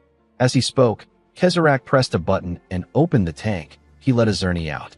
He told Surfer that the progress of the artificial mana doesn't stop there. He said that he can even make a corpse move again with the power of the artificial mana. He placed his hand on Azerny's shoulder and told Surfer that the corpse has no memories or sense of self from when it was alive. It is just a beautiful living reservoir of artificial mana. Kezerak said that the corpse still has a downside. He revealed to Surfer that the corpse will shut down once the artificial mana is depleted. He told him that they need a body that can fully contain artificial mana even while it is alive, a body that is strong enough to endure it. Kezerak said that they need a resilient body to create the beautiful world that they want. He told Surfer that they need the body of the Grand Duke of the Awana Kingdom. He wanted to get Leon Sapphire's body. The scene shifts, and we are taken to the present. We see Kezerak activate his rune. He made several huge rocks fall from the sky. It was as if meteors were falling on Van. Our boy quickly moved out of the way to dodge the huge rocks. Immediately, he was out of the range of the attack. He raised his head up. He saw Kezerak walking towards Surfer's ruined body. Kezerak noticed that the man's eyes were open. He helped him close it. Van reminded the man that he is involved in human trafficking, organ trading, assassination, and kidnapping. He told him that his group is filled with trash who will do anything as long as they get paid. Our boy got up and released a large amount of killing intent. He asked Kezerak if they consider themselves precious. He told him that he is absolutely disgusting. Kezerak told our boy that it is not beautiful to judge everything based only on what he can see on the surface. He stood up and said that this is his second advice. Van charged at him and asked him to shut up. Kezerak realized that he couldn't waste any more time here. He decided to end the fight now. He placed his hands on the ground and activated his totem pole rune. The rune grants him the ability to summon 4 totem poles that wield the power of the 4 classical elements. These are earth, water, fire, and air. The moment he activated his rune, the totem poles came out of the ground and opened their mouths. They fired the 4 elements at Van. Kezerak also activated his stone statue rune and made several stone statues come out behind Van. The statues were carrying weapons. Van easily sensed their presence. He saw that he was blocked from both sides. He stopped moving and punched the air. The impact of his attack pushed Kezerak's elements and statues back. Kezerak was surprised to see this. He didn't understand how Van was able to deal with the attack so easily. Our boy pushed forward and told Kezerak that he will smash his glasses first. As Van dealt with the totems, the commander closed his eyes and released his mana. He noticed that Kezerak's mana had an unnatural spike. He was certain that there had to be a mana supply source somewhere feeding Kezerak. Hugh carefully sensed the mana in the area. He knew that he would be able to find the supply source if he follows the flow of mana spreading through the place. He quickly noticed that the mana was flowing in one direction. He found Azerny hiding in the ground. Azerny noticed that the commander had discovered his presence. Hugh opened his eyes when he found the man. Kezerak quickly turned to the commander. He saw that he was running towards Azerny. He quickly raised his hand and used his stone statue rune. Several stone statues appeared around Hugh with different weapons in their hands. They swung their weapons at the commander. Fortunately, the Black Spirit Carriage saved Hugh. The commander was surprised to see that the monster saved him. The Black Spirit Carriage said that it will be a problem for it if its master dies. It told Hugh that it is going to help him out. The commander asked it to move at full speed. Upon seeing that Hugh was getting close to him, Azerny got out of the ground and began to run. Before Hugh could grab him, Kezerak's totems released fire and wind at him. The attack sent the Black Spirit Carriage and the commander flying. Kezerak became relieved when he saw them on the ground. He realized that he could have been in serious trouble if Hugh had caught Azerny. Immediately he thought of this. Van appeared behind him and asked him about where he is looking at. Kezerak was shocked to hear his voice. He quickly raised a statue from the ground and used it to block Van's attack. Kezerak was amazed by Van's strength. Our boy had gotten so strong that it seemed as if he was a completely different sorcerer. He couldn't believe that our boy was doing all this without using any artificial mana. He wondered about how Van was able to get so strong in such a short period of time. The moment he thought of this, Van clenched his fist and gave him a punch. Kezarak tried to dodge the attack, but Van was able to hit his leg. Our boy cut off his leg with a single blow. Kezarak grit his teeth to endure the pain. He wondered if this kind of explosive growth is really possible. He quickly jumped back to separate himself from Van. He told himself that it doesn't matter how strong Van has become. He said that he will never lose as long as he has artificial mana. He quickly activated his stone statue rune. Before he could do anything, Hugh smiled. He remembered how his finger managed to graze Azerni's shoulder. He said that he is quite tenacious even though he looks like this. Immediately he said this, he activated his commander rune. The rune allows him to infuse mana into beings he is in contact with or siphon their mana away. He can also make the stolen mana his own. Hugh stretched out his hand and began to drain Azerni's mana. The man screamed out in pain as his mana got dragged out of him. Kezarak quickly turned around when he heard Azerni's voice. The moment he let his guard down, Van charged at him. Kezarak was able to dodge the attack by jumping back. He quickly used a technique known as secret passage wall surface. He made several huge barriers come out of the ground and block Van. Our boy appeared next to the man and told him that he won't be needing any crutches. With a scary look in his eyes, he told Kezarak that he will be dying soon.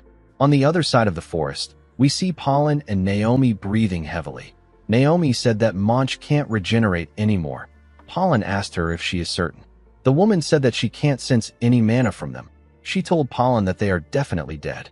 While he was breathing heavily, Pollen turned around when he heard a loud sound. Naomi said that the sound came from the place Van and their commander are. She asked Pollen if they shouldn't check it out. Pollen told her that everyone's sacrifice will be meaningless if they do this. He said that they need to make it back to the order. He and Naomi ran forward. A minute after they left, Monch opened his eyes and turned to them. The scene shifts and we are taken to the headquarters of the Ethos Order. We see the building burning. We see a huge man standing at the top of a cliff. The man looked down and ordered his subordinates to prepare to move. He said that they are going to save Hugh Zainal. This man is Leon Sapphire, the head of the Leon household and the Grand Duke of the Awana Kingdom. A man walked up to Leon and informed him that there are no survivors. He said that they arrived too late. Leon ordered the man to prepare to move. The man bowed his head and accepted the order.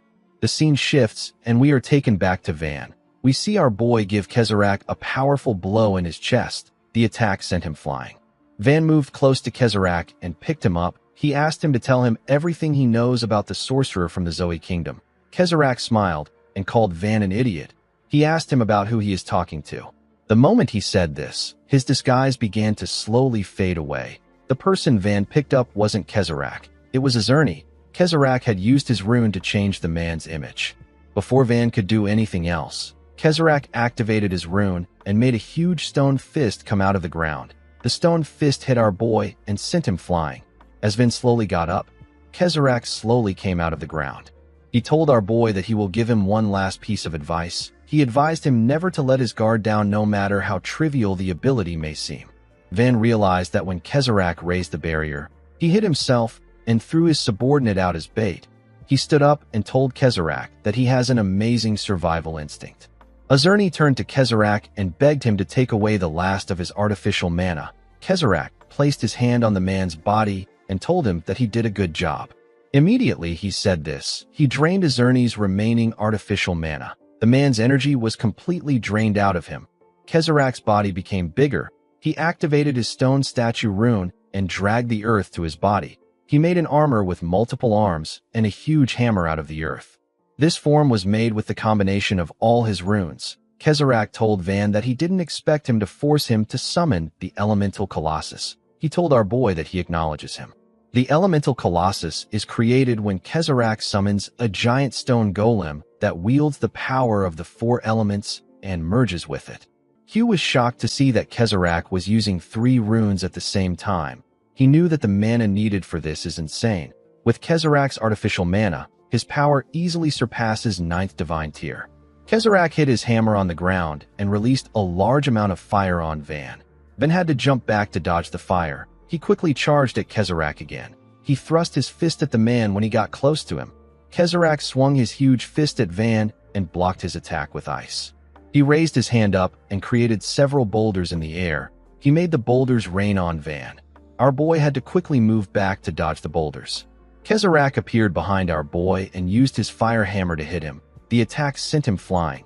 The moment he did this, he began to cough heavily.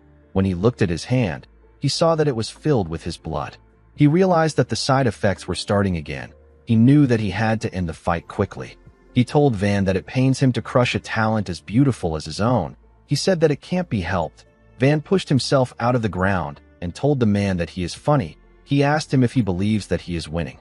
Kezarak asked Van to drop the bravado. He told him that he already knows that his mana has completely run dry. The moment he said this, a formation appeared beneath him. When the formation got activated, a portal was created. Kezarak was shocked to see a formation beneath him. He wondered about when Van managed to set this up. With a scary look in his eyes, Van asked Kezarak if he thinks he was just running around without any plan. While fiercely moving to avoid Surfer and Kezarak's pincer attacks, Van stained the tail of the black spirit carriage with blood. He was preparing to summon something.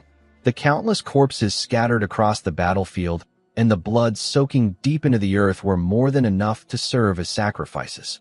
At this very moment, all the spilled blood gathered together. Van raised his hand and revealed an odd object. He placed the object close to his chest. His clothes instantly disappeared.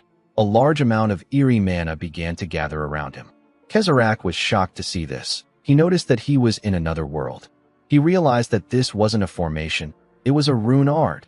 He had never seen or even heard of an ability like this. Immediately he thought of this. His elemental colossus fell apart. He fell into a sea of blood.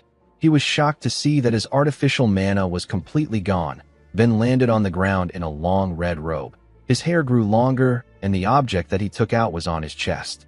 This form is Van's seventh manifested armament. It is known as the Blood Jade. The wielder who offers sacrifices to summon the Blood Jade becomes the master of the Sea of Blood.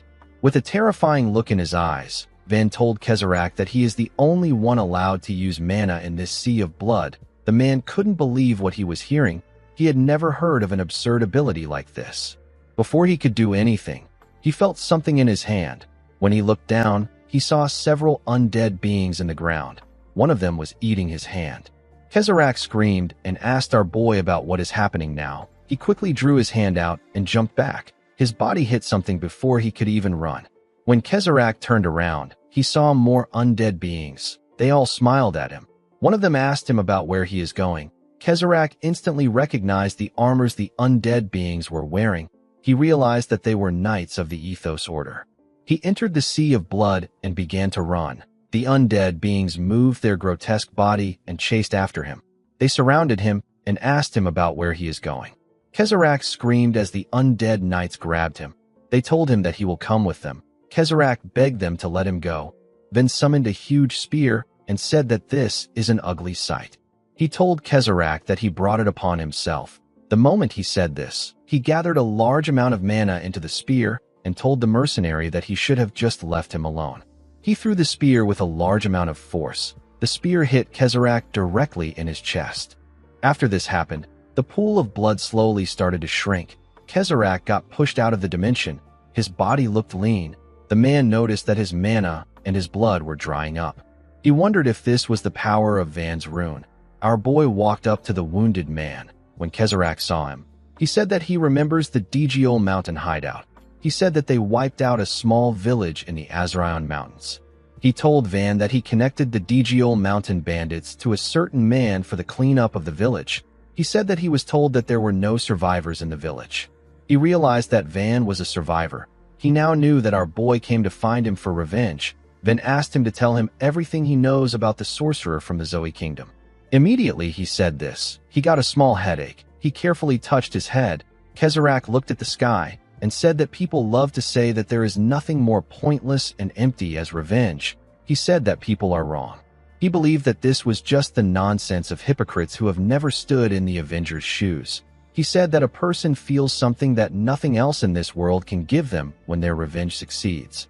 It is a trembling, intoxicating catharsis. The person gets an overwhelming sense of release, a feeling of achievement and fulfillment. It is a beautiful emotion that only those who complete their revenge can feel. However, This feeling quickly fades, and in the end, all that is left is an empty heart and hollow despair. Kezarak turned to Van and asked him about how he plans to overcome this emptiness. Unfortunately for him, Van wasn't interested in hearing this. He grabbed Kezarak's neck and asked him to just tell him about the sorcerer. His eyes were filled with madness. Kezarak could see this. He could see that Van's eyes were filled with hate. He smiled and said that they remind him of his old self. The scene shifts, and we are taken to the past. We see a young boy split a small log of wood with his axe. This young boy is Kezarak. He was 15 years old at this time. Immediately, he put his axe down. His father called out to him and asked him if he is working hard again. Kezarak covered his nose when his father got close to him and told him that he smells like alcohol. He asked his father if he was drinking with the uncles again. The man laughed and said that he had to drink because his son is going to be a great sorcerer very soon. He told Kezarak that he had one drink because he was in a good mood. He moved close to his son and told him that they need to head inside since his mother will be tired of waiting. Kezarak told his father that his beard is pricking him. Inside the house, we see a picture of Kezarak's mother on a fireplace. Kezarak had the same color of hair as his mother. He told his mother that he will come home often. He asked her to take care of herself. After he said this, his father called out to him and asked him not to lose his kind heart even when he grows into a fine sorcerer. He asked him to live his life doing what is right. He asked his son to do this for him and his mother. He asked him to promise that he will remain the same. Kezarak made a pinky swear with his father to promise him. The next day, we see a carriage standing outside Kezarak's house. Kezarak's father began to cry when he saw the carriage. Kezarak asked him to stop crying.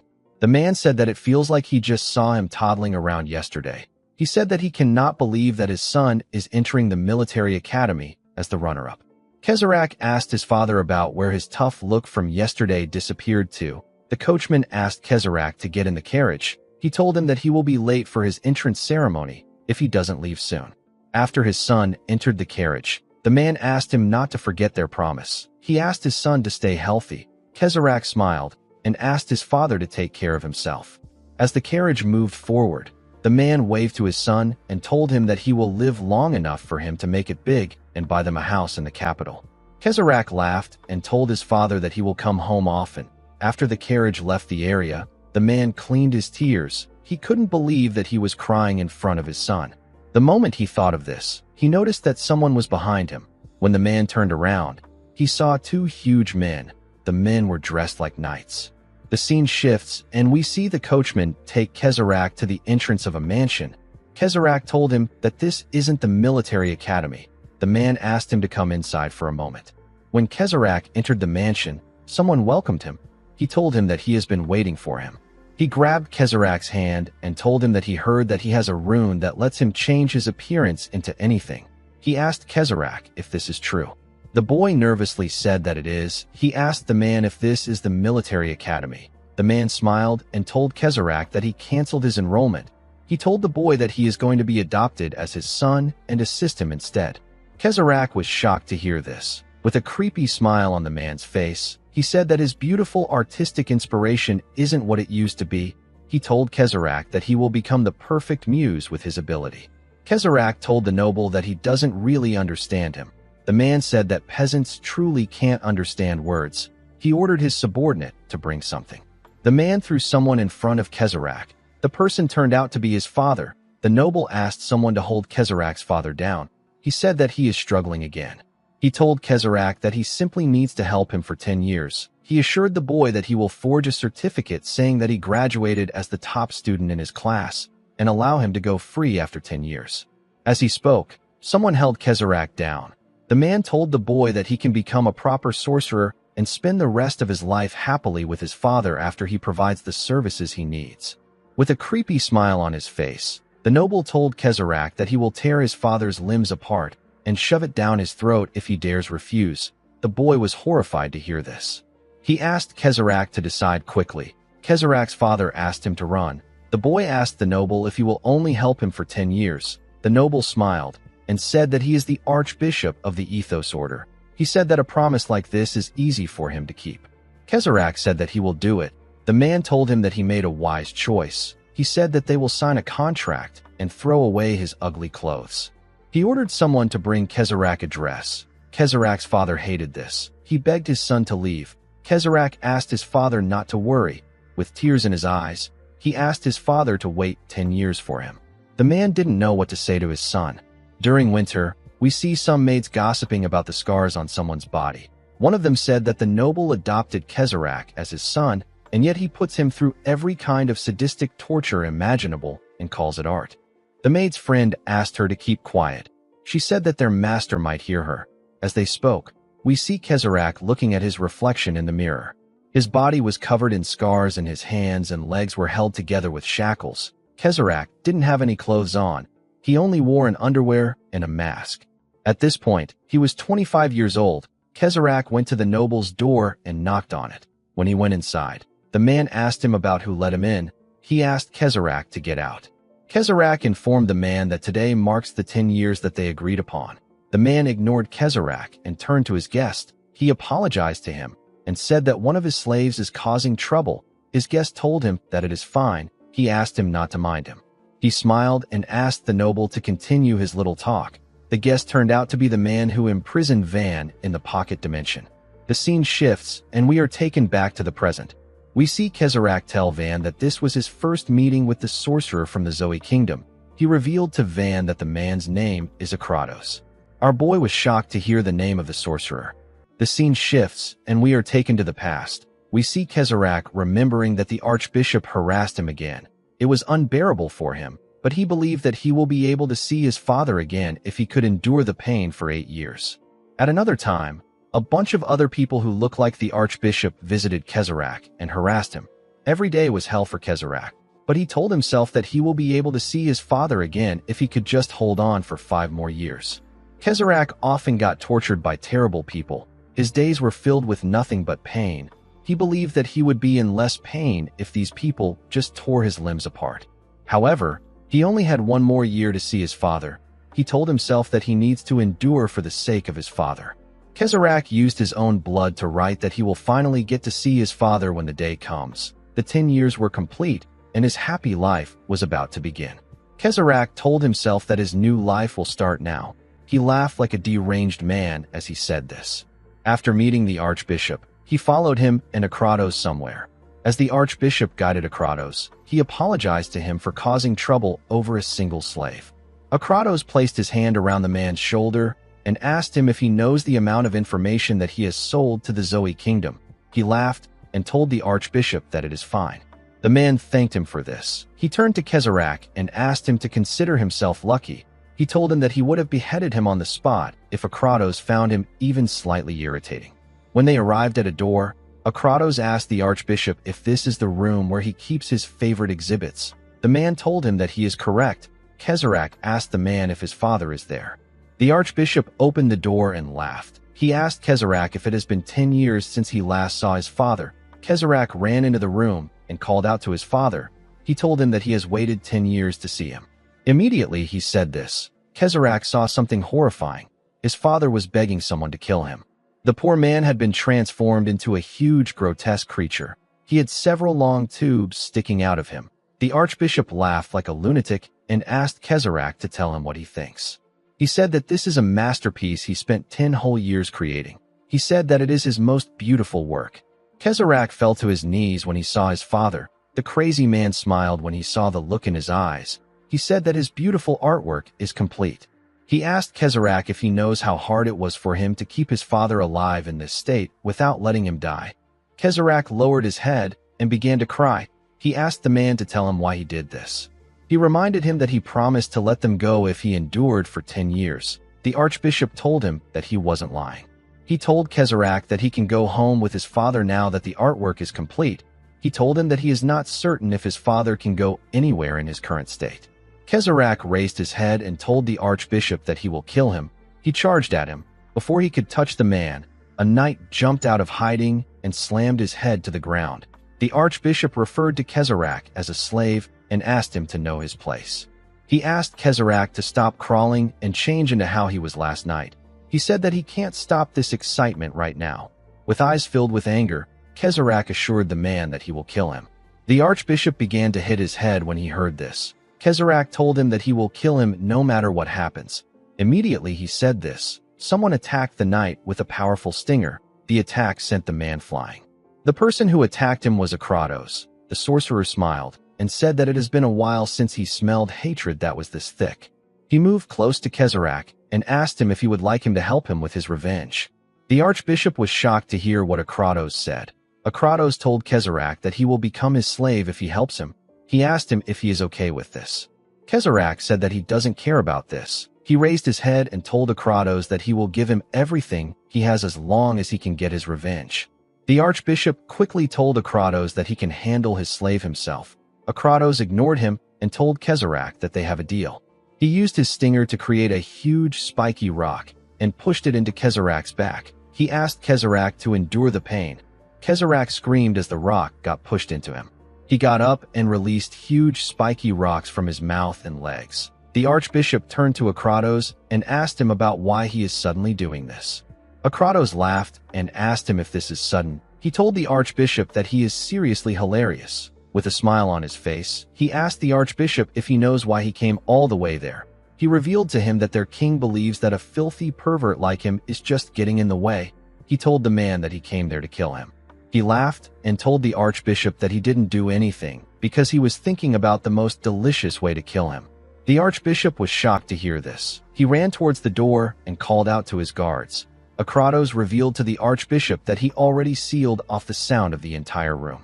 The archbishop began to hit the barrier and scream. He begged someone to save him. While he was screaming, the spiky rock slowly entered Kezarok's body. He carefully got up. The archbishop began to cry when he sensed Kezarok's presence. Kezarok covered his body with rocks and walked towards the man with a face filled with anger. He told the archbishop that his father probably begged him too. He asked him to beg for his life like a dog. The man begged Kezarok to spare him. Kezarok told him that he is pathetic. The archbishop begged Kezarok to stay back. He began to scream. A week later, we see Akratos looking at something. He couldn't believe that Kezarok tortured the archbishop for a week. He told him that he is seriously not normal. Kezarok had completely torn the man's body apart with rocks. Somehow, he was still able to keep him alive. The archbishop was begging Akratos to kill him. Akratos smiled and told Kezarok that he likes his work better. He asked him about what he is going to do about his father. Kezarok knew that his father couldn't survive like this. He placed his hand on his body and released some mana. He used the rocks to tear the man apart. After destroying his father's body, Kezarok used a bag to pick up a part of him and asked him to rest in peace. Akratos moved close to him and told him that he needs to follow him just like he promised. He asked Kezarok if they can do something about his hideous face first. Kezarok realized that his original face would have been damaged beyond recognition after 10 years of torture. Akratos gave him some mana. Kezarok used it to change his face. He asked the sorcerer if this is much better. He changed his face into that of the person he missed the most. Kezarok copied his father's face. Akratos asked him for his name. The man shared his name with the sorcerer. Outside the archbishop's mansion, we see a woman greet Akratos. The sorcerer asked the woman whose name is Versa if she has been short on test subjects lately. He told her that he picked up an interesting subject for her. Versa asked him if the person behind him is the subject. Akratos told her that she is correct. He revealed to her that he already force-implanted a rune into Kezarok. He said that they need to head to the kingdom to implant another one into Kezarok. Versa suggested that they start moving. She told Akratos that he came out later than scheduled. Akratos didn't expect her to ignore him. He told her that she is no fun. While he was talking, Kezarok turned around and glared at the archbishop's mansion. The scene shifts, and we are taken back to the present. We see Kezarok telling Van that he wanted to tear down this unequal class system and build a beautiful world where everyone is equal. He even broke his promise to his father just to focus on developing artificial mana. Kezarok couldn't believe that this was how things were going to end for him. Van didn't really care about what Kezarok was saying. He was more focused on the fact that the name of the sorcerer who locked him up is Akratos. Kezarok asked Van to head to the Leon family of the Awana Kingdom. He revealed to him that there is a spy planted there by the Argo Kingdom. Van asked him about what he is saying. Kezarok told him that the spy knows where Akratos is currently staying. Van grabbed his neck and asked him about why he is suddenly helping him like this. Kezarok told Van that he can't touch a single hair on Akratos' head at his level. He told our boy that he is helping him because he reminds him of his old self. Immediately he said this, someone hit his stomach with a powerful attack. Van quickly raised his head up. He saw another attack coming towards him. Unfortunately, our boy was already out of mana. He didn't know what to do. Before the attack could reach him, someone appeared in front of him and blocked the attack. Van was shocked to see who it was. The person turned out to be Anna Dalton. The woman smiled and told Van that it took her forever to find him. She told him that he has gotten sexier. In the next scene, we see Naomi stop to catch her breath. Pollen asked her if she is okay. He asked her if they should rest for a moment. Naomi told him that she is fine. She said that they need to get to the order as fast as possible. Immediately she said this. Parkle appeared behind Pollen and told him that the Ethos Order is probably already in shambles. Pollen was horrified to hear the man's voice. He quickly jumped back. He asked him about how he is still alive. He was certain that Parkle was dead. Parkle told him that he needs to check a person a few times to confirm if they are dead. He said that rookies without real combat experience are such a mess. Pollen asked him about what he meant when he said that the Order is in shambles. Parkle laughed when he heard his question. He told Pollen that while the Ethos Knights were focused on Kezerak, they got stranded all the way out here. For the factions that want to wipe out the Ethos Order, there is no better chance than this. Pollen froze in shock when he heard this. He couldn't believe that his commander was right. He didn't think that this was really a trap to lure the Knights out. He now understood that the goal of their enemies was the annihilation of the Ethos Order. He believed that he should have regrouped with his commander instead of running back to the Order. He quickly told Naomi that he will stall Parkle. He asked her to get to their commander. Immediately, he gave this order. Parkle took off Naomi's head. Pollen turned to her when he heard a sound. He was horrified to see that his comrade's head was gone. Parkle appeared in front of him and told him that he has to get back to his friends. With a horrifying smile on his face, he told Pollen that playtime is over. He said that it was fun while it lasted. An hour later, we see someone riding a huge lion appear with his men. One of his subordinates informed him that they found the bodies of a man and a woman. He told him that the two of them are Ethos Knights. The man got off his lion and asked his subordinate if they are too late. One of his soldiers informed him that Pollen is still breathing. Sapphire was surprised to hear this. He asked the medics to treat the man. He told his subordinates that they need to sweep the area faster. The scene shifts, and we are taken back to Van. We see Anna smiling at him. The person who attacked our boy said that a pesky nuisance has showed up. The man with a crow's mask and an unusual arm said that the T's mercenary group is over since Kezerak has been taken out. The man told himself that half the objective is complete. The moment he said this, Parkle appeared behind him and called out to him. He asked him if Kezerak has been eliminated. The man whose name is Raven told Parkle that he is late. He asked him if he was able to take care of the fleeing knights. Parkle told him that he was. Raven stood up and said that the T's mercenary group is now gone. He told him that they are returning to the Argo Kingdom. Parkle looked down and saw Hugh. He told his comrade that Hugh is still alive. Raven told him that it is too late to take care of Hugh. He revealed to him that Sapphire's mana signature is getting closer. He said that they need to get out of there. With a sad look on his face, Parkle said that Olga is going to nag him to death. Raven asked him to stop whining and start moving. Anna was able to sense that the men were quietly retreating. Ben asked her about why she is there. Anna poked his cheek and told him that she went to the tavern where he said that they would meet, and he was nowhere to be seen. She asked him if he knows how long she searched for him. She asked him if he knows the travel expenses she used to get all the way there. Van remembered that he actually sent a letter to her with a messenger bird. He apologized and revealed to her that he ran into Kezerak at the tavern and completely forgot about her. Anna told him that an apology isn't enough. She revealed to him that she spent days looking for him. She told him that he has gotten arrogant just because she compliments him for being handsome. Van threw a bag of money at her and told her that he will double the agreed fee. Anna caught the bag and told him that he is the best. The moment she did this, she carefully looked at him. She knew Van wasn't normal when they first met, but now his mana was on a completely different scale. She wondered if it was possible for a person to grow this explosively in such a short period of time. She quickly realized that this wasn't growth. She could tell that Van was using the power that he was suppressing. While she was thinking, Van looked at her leg and asked her if Ofen is still alive. Anna asked Van if he knows her. She told him that she picked up Ofen after she collapsed nearby. Van said that her survival instincts are really insane. The moment he said this, he walked up to him and asked him if he is safe. Van asked him if he is alright. He looked down to see Kezerak's body. He couldn't believe that Van took him down all by himself.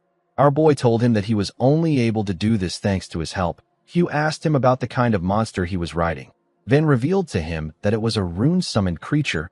He told him that it disappeared when his mana ran dry. Hugh turned to Anna and asked her for her identity. With a bright smile on her face, Anna introduced herself as an information broker from the Nordyuk Kingdom. She asked him to come to her if he ever needs intel. Hugh asked her if she can let go of his hand. Anna laughed and told him that his hand is really thick. While they were talking, Van turned to the side. With a scary tone in his voice, he asked someone for his identity. The man told him that he is the one who should be asking this question. Sapphire released his mana and introduced himself as the only Grand Duke of the Awana Kingdom. He asked him if he is an enemy or ally. The Grand Duke's energy was incredible. Van and Anna felt like a powerful beast was standing in front of them. Hugh asked the Grand Duke to tell him how he got there. Van asked Hugh if the man is one of his people. Hugh revealed to him that the man in front of him is from the one and only Grand Duke house of the Awana Kingdom. He said that Sapphire is the head of the Leon household. Van was surprised to hear this. He recalled that Kezerak mentioned House Leon. Sapphire grabbed Hugh's hand and asked him if he is all right. The commander said that he is fine, but his knights got wiped out. He told the man that he is the only one who survived. Sapphire told him that his survival is a blessing. Hugh revealed to him that he is only alive thanks to Van.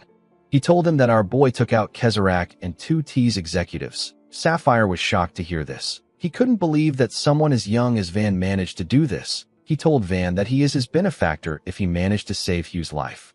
He placed his hand on his shoulder and asked him to come to his house and rest since he doesn't look too well. Van told him that he would be honored to visit his house. Sapphire informed his soldiers that they will be returning to the estate immediately. He asked them to treat Van and his comrades with the utmost respect because they are his guests.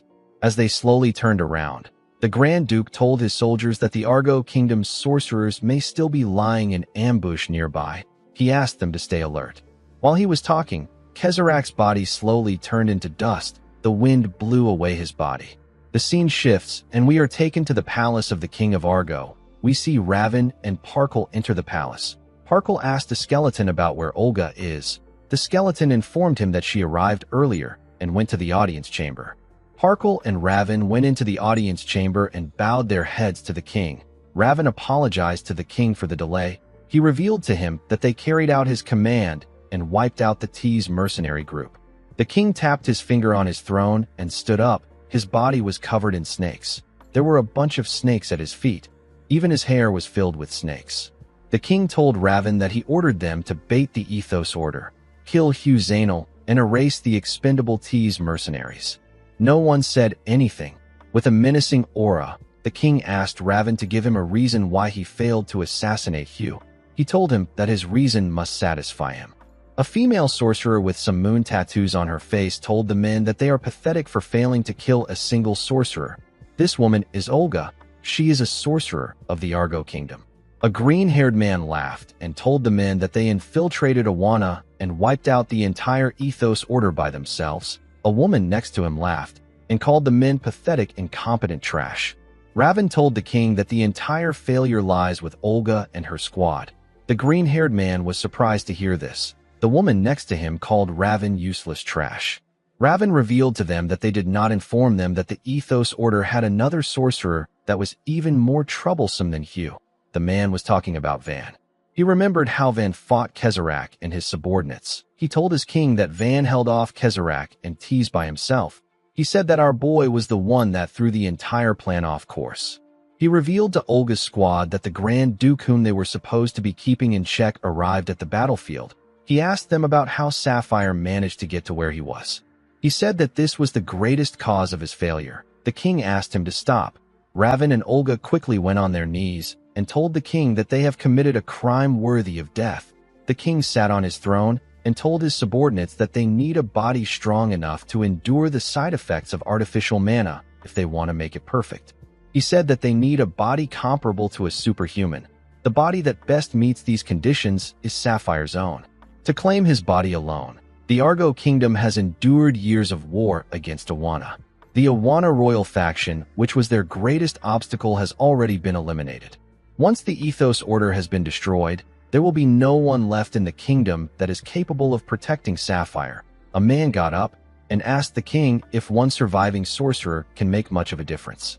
Olga was shocked to hear his voice. The king released a large amount of snakes with his hair and used them to grab the man. The idiot screamed out when this happened. The king said that Hugh's personal combat ability is no threat at all, but the power of his rune can push his allied forces beyond their limits. With a scary look on his face, the king said that if Sapphire, who is already difficult to face, exceeds his limits through Hugh's rune, their casualties will be far greater than expected. The king asked the man if he understands. The man quickly begged him to spare him. Unfortunately for him, the king used his snakes to crush him. He turned to Raven and told him that he would crush him where he stands if he follows his heart. He told him that he will overlook his mistake because he cannot afford to lose a capable sorcerer. Raven thanked the king for his boundless mercy. The king got up and said that his plan has changed. He said that he cannot delay his plan any longer. He ordered his subordinates to inform the troops. He said that they are going to put an end to this long war. He announced that everything is for the Vairava order. The scene shifts, and we are taken to the Leon family estate that is located at the capital of the Awana kingdom. A full day has passed since everyone arrived at the estate. Hugh was finally able to meet Pollen, who had regained consciousness. The two surviving members of the Ethos Order sat in a long and heavy silence. Eventually, the grief they had been holding back burst out violently. The despair and rage they felt got sharpened into blades. The blades were stabbing their own lives every minute. Van could hear the two men crying. He knew how they felt because this was exactly what happened to him. While he was listening to them, Sapphire walked up to him and asked him if he is feeling better.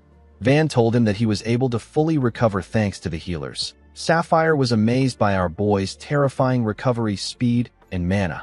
He wondered if Van was truly the same age as his daughter. He asked our boy if he can follow him for a moment. Van told him that he is fine with this. As they walked together, Sapphire revealed to him that he and Hugh spoke about him yesterday. He said that Hugh happened to overhear his conversation with Kezarak. He asked Van if Akratos of the Zoe Kingdom is the sorcerer he is searching for. He asked him if his goal is to kill Akratos. He turned to Van and told him that he is simply a stranger who knows nothing about his life, but he is able to guess the kind of person he is just by the air around him. He said that our boy is a man completely bound together by anger and sorrow. Sapphire guided Van to the training grounds. He asked him if he truly understands how absurd the path he is trying to walk is. Our boy said that it doesn't matter to him. There are 6 great powers that rule the Aten continent. Among them, the one that still reigns as the dominant superpower is the Zoe Kingdom. Even in the Zoe Kingdom, only the best sorcerers may ascend to the rank of Royal Guard. The Royal Guard is composed of those who are at the 3rd divine tier and above. The one who commands this Royal Guard is the Grand Duke. The Grand Duke is Akratos. He is one of the 5 strongest people on the continent. Sapphire asked Van if he is saying that he can kill someone like this. He asked him if he knows how high the mountain he is trying to climb is. Van said that the height of the mountain doesn't matter. With a scary look on his face, he told Sapphire that no matter how tall a mountain is, there is always a summit. He told the man that none of this is his business. Sapphire said that Hugh already told him that words won't be enough to make him change his mind. He said that this can't be helped. He turned to Van and released a large amount of energy. He appeared next to our boy in a different form and attacked him. Van quickly jumped back to dodge his attack. Sapphire charged at him before he could get far. He gave our boy a punch in his chest. The attack pushed Van back.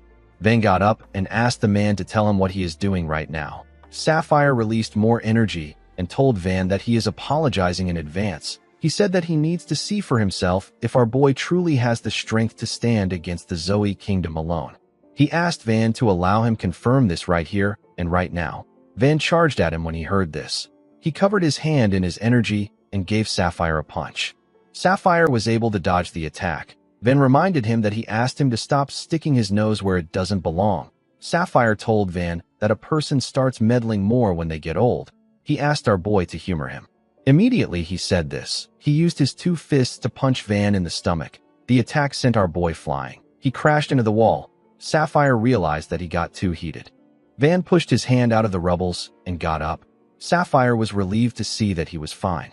Van released some energy and told Sapphire that he will use this chance to show him how unpleasant meddling can be. The moment he said this, he took out a unique sword from the ground. His hand got covered with his energy. The scene shifts, and we see a young woman asking her pet if the noise is coming from the training grounds. She said that it is probably her father. She couldn't believe that her father was not able to stay quiet even though they had guests. She asked her pet, whose name is Popo, if she should go nag her father again. The pet barked at her. The beautiful woman asked Popo if he wants to come with her. At the training ground, we see Van walking towards Sapphire with his cool sword. This sword is his 8th armament. It is known as Bionjukdo. It is a long sword capable of transforming into 3 different forms. Van knew that things will become troublesome for him if he kills the Grand Duke. He decided to take Sapphire's left arm. Since there were healers on standby, our boy was certain that they would be able to reattach Sapphire's arm. Sapphire felt a horrifying energy from Van. He had never felt something like this even on the battlefield. Van took a stance and pointed his Bionjukdo at the Grand Duke. He charged at him with a crazy speed. Sapphire quickly got ready to block his attack. Immediately, Van's sword touched his arm. His daughter entered the training ground and reminded him that they have guests. She asked him to keep things down. Van was able to land a cut on Sapphire's arm. His sword strike brushed past the Duke and hit a wall behind him. It destroyed the wall. The girl was surprised to see that her father had someone else in there with him. Sapphire turned around to see what Van did with his sword. He couldn't believe that Van's attack had this much power, even though he didn't use a full-powered strike. He wondered about how long it had been since his body actually got injured. Van saw how the man was looking at his arm. Although he stopped his sword midway, he couldn't believe that he was only able to give Sapphire a minor injury. Van and Sapphire both understood that they were strong opponents. Sapphire's daughter turned to Van and asked him about what he is doing there. Our boy quickly remembered that she was his insane employer. The girl was annoyed to hear this. She called him a sharp-tongued brat. She turned to her father and explained to him that Van is the sorcerer who protected her from Merkel. Sapphire was shocked to hear this. He said that he has committed a great offense towards his benefactor. He asked Van to accept his apology. Our boy told him that it is fine. Sapphire moved close to him and released his energy. He told Van that something will happen if he shows even the slightest impure interest in his daughter. Our boy assured him that this will never happen. Sapphire was surprised to hear this. He asked Van to tell him why it won't happen.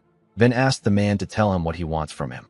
Immediately he asked this question, someone ran into the room and called out to Sapphire. He informed the Duke that he just received an urgent report. He said that the Argo Kingdom and the Bogra Kingdom are advancing all their troops and launching a full-scale offensive attack. Sapphire and his daughter were shocked to hear this. The scene shifts, and we are taken back 1 hour into the past. We are shown the plains where the borders of the Awana Kingdom and the Bogra Kingdom meet. The plains was filled with hundreds of dead bodies and weapons. At the Awana Kingdom camp, we see some officials talking about how the Argo Kingdom is quite relentless. They wondered about how many years the war has been going on for. A red-haired woman said that the soldiers they are fighting actually come from the Bogra Kingdom. A man told her that the commanders of the army are from the Argo Kingdom. He explained to her that the Bogra Kingdom is practically a vassal state of Argo. They don't even have their own map. He said that Argo pushed out all their forces from Bogra because they don't want to lose their own troops. This man is Russell. He is a sorcerer of the Awana Kingdom who is at the 9th divine tier. The woman asked Russell if this isn't the Bogra Kingdom's way of surviving as a weak nation.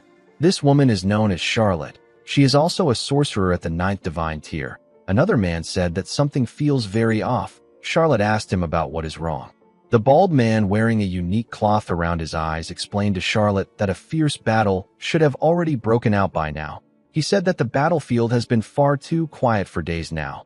This man is Volkov, another sorcerer at the 9th divine tier. Russell told Volkov that there have been resting periods like this before. He asked him about why he finds this situation to be strange. Volkov asked him if he doesn't remember that the Ethos Order got wiped out. He said that it is weird for things to be quiet after Argo pulled something like that. Charlotte wondered if this is the calm before the storm. Volkov told her that this is possible. Russell asked them about how they communicate as a married couple. Charlotte said that her husband is so sexy when he is in deep thought. Immediately she said this, a soldier ran into the tent and informed them that Argo and Bogra forces are advancing simultaneously. The commanders didn't expect this to happen now. Russell asked the soldier for the enemy's numbers. The man revealed to him that the entire army is advancing. Russell and Charlotte were shocked to hear this. Volkov didn't seem too surprised. He quickly ordered Charlotte to return to the capital. The woman was surprised to hear this. She asked him about why she would leave the plains. Volkov told her that this is his intuition. He told her that they will hold the line as long as they need to. He asked her to go join the Grand Duke. Some minutes later, we see countless soldiers marching forward. The soldiers looked lifeless. They looked like mutants. A man sitting on a human chair said that this long and exhausting war is finally coming to an end. With tears in his eyes, the man asked the Awana kingdom to try and stop them. This man's name is Lapin. He is at the 8th divine tier. The scene shifts, and we are taken back to the present. Sapphire told his subordinate that he has figured out the situation. He said that he will head to the capital immediately. He asked his daughter, whose name is Audie, not to leave the estate under any circumstances. He asked her to just stay there. The girl assured her father that she will follow his order. She asked him to travel safely. Sapphire quickly ran out of the training ground. After he left, Audie asked Van about why he was fighting her father. Our boy picked up his cloth from the ground and told her that he should be the one asking this question. He revealed to her that her father suddenly said that he would test him and attacked him out of nowhere. Audie said that her father must have thought of Brother Daryl again. Van asked her if she can repeat what she said. Audie said that it is nothing. She apologized to Van and told him that her father didn't mean to harm him. Van assured her that it is fine. He said that he will go back to his room. Audie watched him as he walked away. She never thought that they would meet again. When Van arrived in his room, he sat on his bed and thought about how a war was breaking out now. Seeing how the household was in chaos and the Grand Duke was running to the capital, Van believed that this was the perfect time for him to find the Argo Kingdom's spy that is hiding within the family. He released his mana. A part of his face transformed into something horrifying. Van activated a skill known as Gluttony. It is a spell that devours beings that possess mana. The devoured target is trapped within the inner mental world of the caster. Van entered his mental world and stood in front of a grotesque-looking monster. The monster looked like a tree with several heads and huge lumps of flesh. Van asked someone if he waited for a long time. He told him that he has something to ask him. One of the heads in the creature said something. Van asked it to repeat itself. The head turned out to be Bridgetten's own. The man asked Van to screw off. The scene shifts, and we are taken to the outer walls of the Awana Kingdom capital. We see a huge barrier covering the capital. The barrier was being generated by some machines. The machines somehow got deactivated, and the barrier got removed. We see some people climb the fortress wall after the barrier got deactivated. A huge man commended a woman for taking out the protective formation. He said that the formation can't be dismantled unless it is done from the inside. He asked the woman if she wasn't discovered. The woman told him that he has a pointless concern. The man placed his hand on her shoulder and told her that it is a joke. The man told Parkle, Olga, and the soldiers that were with him that Lapin must have already started advancing. He said that they need to begin their festival of slaughter. Parkle said that the man is so cringe. He said that he hates going on missions with this man. He asked Olga if she agrees with him. The woman asked him to get lost. She told him that he smells like sweat. With a creepy smile on his face, the huge man ordered everyone to tear and kill everything in sight. This huge man is Jourdain. He is a sorcerer of the Argo Kingdom that is at the 8th divine tier. The scene shifts, and we see Van talking to Bridgetten. He told the man that he looks much better than before. He told him that he has put on some weight. Bridgetten called him a bastard. Van told the man that he has a question for him. He revealed to him that Kezerak told him that there was a spy planted in the Leon family by the Argo Kingdom. He asked Bridgetten to tell him the spy's identity. Bridgetten was shocked to hear Van's question. He asked him if he did something to Kezerak. Our boy revealed to him that he killed Kezerak. Bridgetten was shocked to hear this. He couldn't believe that Van took out someone who injected himself with artificial mana to push himself to his limits. He was almost at the 7th divine tier. Bridgetten realized that he was looking at a monster. Van told him that he will let him out of there if he tells him about the spy. Bridgetten asked him if he thinks that he is a fool. He said that there is no way a demon like our boy would actually spare him even if he talks. Van realized that Bridgetten actually knows about the spy. The man couldn't believe that he slipped up. Van told him that he would normally be the one to torture him, but he can't do it this time. He said that he will yield it to someone else. The moment he said this, someone entered his mental world. The person turned out to be Ophin. Bridgetten was shocked to see her. He wondered about how she was alive. Ofen asked Van about what is happening. Our boy explained to her that she wasn't able to do anything to Kezerak's body, so he provided this gift for her because she was feeling down. He pointed at Bridgerton and said that he is a much more valuable gift than Kezerak's corpse. He told her that he isn't just going to give him to her. He explained to her that Bridgerton needs to tell her about the Argo Kingdom spy that is hiding in the Leon family. Ofen asked her savior if Bridgerton wasn't already dead. Van told her that he kept him alive when he was dying just to give him to her as a gift. Ofen asked him if this is true. She asked Van about why he is going this far for her. Van lied to the girl. He didn't do anything for her. He created a table in his world and filled it with some items. He told Ofen that there are weapons for a smooth conversation on the table. He quickly corrected himself and said that the means of conversation have been prepared. Bridgerton called him a bastard and told him that he just called them weapons. Since Bridgerton looked like he was going to die, Van decided to heal him with mana. He asked Ofen to play with him anyhow she wants. The girl froze in shock when she saw the weapons on the table. Although she wanted revenge, she was still a little girl. Van moved close to her and asked her about why she is hesitating. Ofen was shocked to hear his voice. Van moved closer to her and reminded her that Bridgerton is the man who slaughtered her family right before her eyes. He asked her if she has forgotten how Hox's arm was cut off and how his heart was pierced, how her brothers and sisters got torn apart. He reminded her that her siblings suffered as they bled to death. Ofen couldn't say anything. Van reminded her about the man who smiled after killing her family and how she couldn't do anything at that moment. The girl was reminded of her own helplessness, her anger, her sadness, her despair, and pain. Van asked her if she has truly forgotten about all her feelings. Ofen fell to the ground and broke down mentally. She said that she has never forgotten her family for a single moment. Her tears turned into blood. She told Van that she never forgot anything. Our boy placed his hand on her back and asked her to remember the emotions she had on that day. He asked her to remember all her memories and pour it all out. He told her that she should pay Bridgerton back 1,000 times for the pain her family felt. With a disgusting look on his face, Ben told her that this is a justified act of revenge. He asked her if she feels guilty. He advised her not to get in a garbage enclosure made by hypocrites. He stood up and said that something like this might be too much for a young person like Ofen. He said that he will go first. He asked Ofen to watch and learn. The moment he said this, he removed every flesh that held Bridgerton down. He created another table and placed Bridgerton on it. He held him down with the flesh from the table. He picked up a torture device and asked the man to stay still. He told him that he will feel more pain if he moves. He raised the weapon and told Bridgerton that he will give him a chance to speak every 6 hours. He advised him to think carefully and make a good judgment. The man became scared. He tried to tell our boy that he will tell him anything he wants, but his mouth was covered. Unfortunately, we can't show torture scenes. The only thing we see is our boy cooking. Anytime he cut an ingredient, Bridgerton would scream out in pain. As Van cut each ingredient, the man begged him. He couldn't do anything but scream. Van watched him as he begged. Blood poured out of Bridgerton's eyes. Our boy toyed with him. 6 hours later, we see Ofen smiling brightly. She said that she made a pretty clean cut. She turned to Van and told him that she has cleaned all the tools. Our boy told her that she did a good job. Van moved close to the table and saw Bridgerton's disfigured body. He told him that he is going to die if he keeps holding out like this. He reminded him that he said that he would free him from this pain if he confesses. He asked the man to tell him why he doesn't believe in people.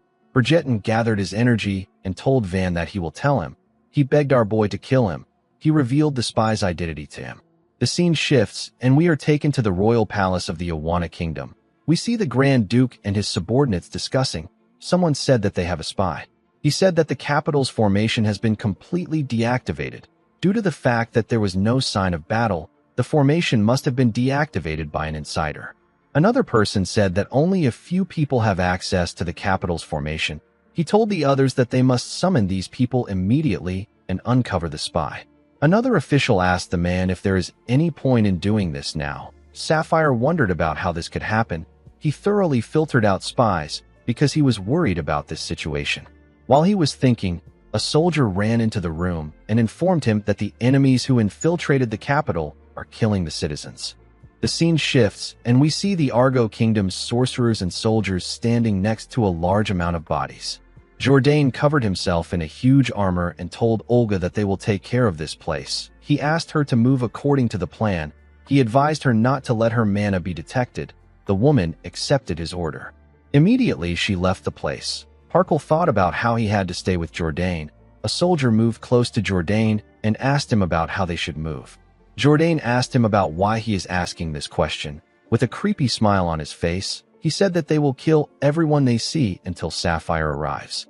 The scene shifts, and we are taken back to the royal palace. We see the Grand Duke slam his hand on the table out of anger. He called the enemy cowards. A man told him that they have fallen into a trap. Due to the long war with the Argo and Bogra kingdoms, the Awana kingdom has consumed a significant amount of its military forces. Furthermore, the royal family has already been assassinated, and the Ethos Order, which was their ally, has been eliminated. Now that the Awana kingdom was at its most vulnerable from the western border, which was originally the main battlefield, the enemy advanced their entire army to tie down the Awana kingdom's forces at the front lines. With the spy that they hid inside, the enemy sent a detached group to infiltrate the capital, which is at the rear. The noble man told Sapphire that they will now be forced to scatter their forces there and try to protect all the citizens of the capital. He told the Grand Duke that this war will end in their defeat. He explained to Sapphire that if they abandon the citizens, they will be abandoning the families of the soldiers who are fighting at the cost of their lives at the border. Sapphire said that there is only one way to resolve their issues. He announced that he will remain in the capital. He told the others that they will all go to the border. The officials were shocked to hear what he said. One of them told the Grand Duke that he is being too reckless. Another man reminded him that they don't know the scale of the enemy forces yet. Sapphire ordered them to close the north and south gates. He asked them to lure the enemies to the east gate. He told them to use the west gate as an escape route for the citizens. He ordered Marquis Alex to oversee the evacuation. He asked Baron Saran to oversee communications and report. He ordered the officials to ring the cathedral bell 3 times once the citizens' evacuation is complete. The official next to him told him that all military forces in the capital will join the front lines once the evacuation is over. He told Sapphire that their kingdom is finished if they lose him too. He asked him to consider his actions one more time, even if it is for the sake of his family. The Grand Duke walked to the door and said that all the people in the kingdom are his family. He smiled and asked Marquis Alex to take good care of his wife and daughter. He activated his rune and transformed. He jumped out of the room before anyone could stop him.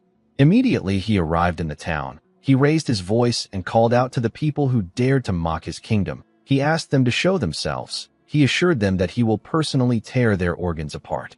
A soldier standing next to Jourdain asked him if he heard what Sapphire said. Jourdain said that he did. He said that Sapphire came out as expected. He told the soldier that a Grand Duke burning with a sense of responsibility will definitely behave this way. He stood up from the bodies he was sitting on and said that they just need to tie down Sapphire just like they planned. He covered his head with a unique helmet and said that they need to play along with the hero act led by a Grand Duke of a failed kingdom. Jourdain possesses the rune of transmutation. Leon Sapphire possesses the Blue Lion rune. It consumes a massive amount of mana to enhance the body's muscular strength, endurance, recovery, durability, and agility. The scene shifts, and we are taken to the past. We see Sapphire kneeling in front of the king. The king asked him if he is going on another expedition already. The Grand Duke told him that he is. He explained to the king that Argo's provocations are getting worse.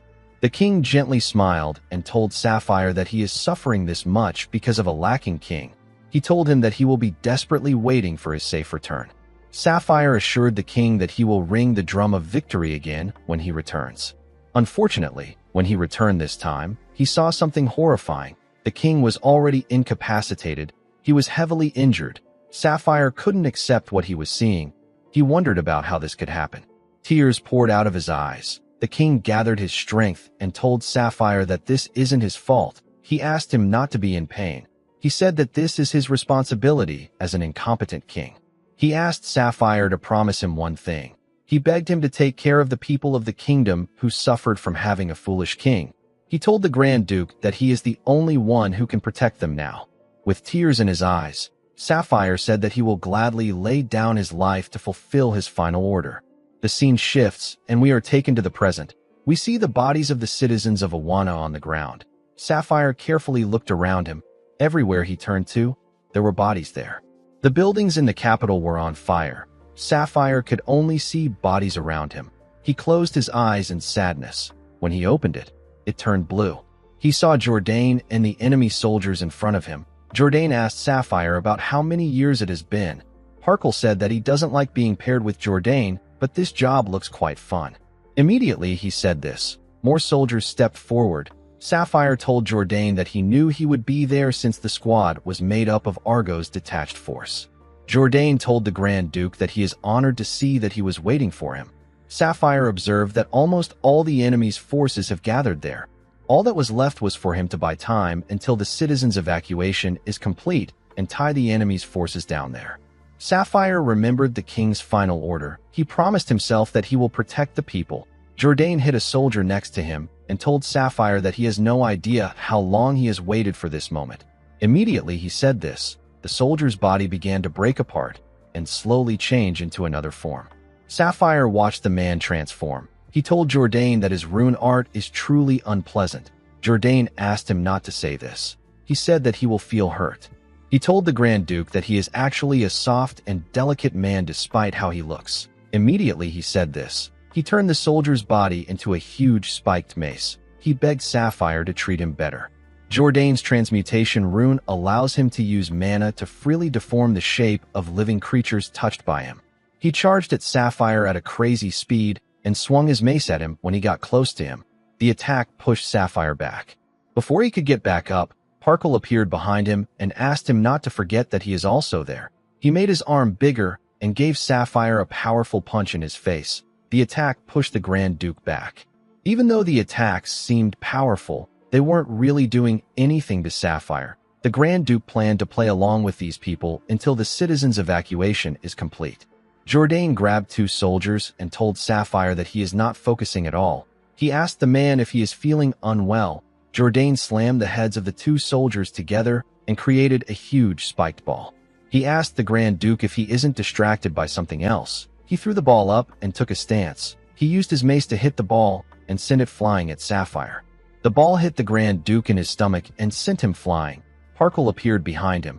He gave Sapphire a powerful punch in his face. The attack slammed Sapphire to the ground and destroyed the area.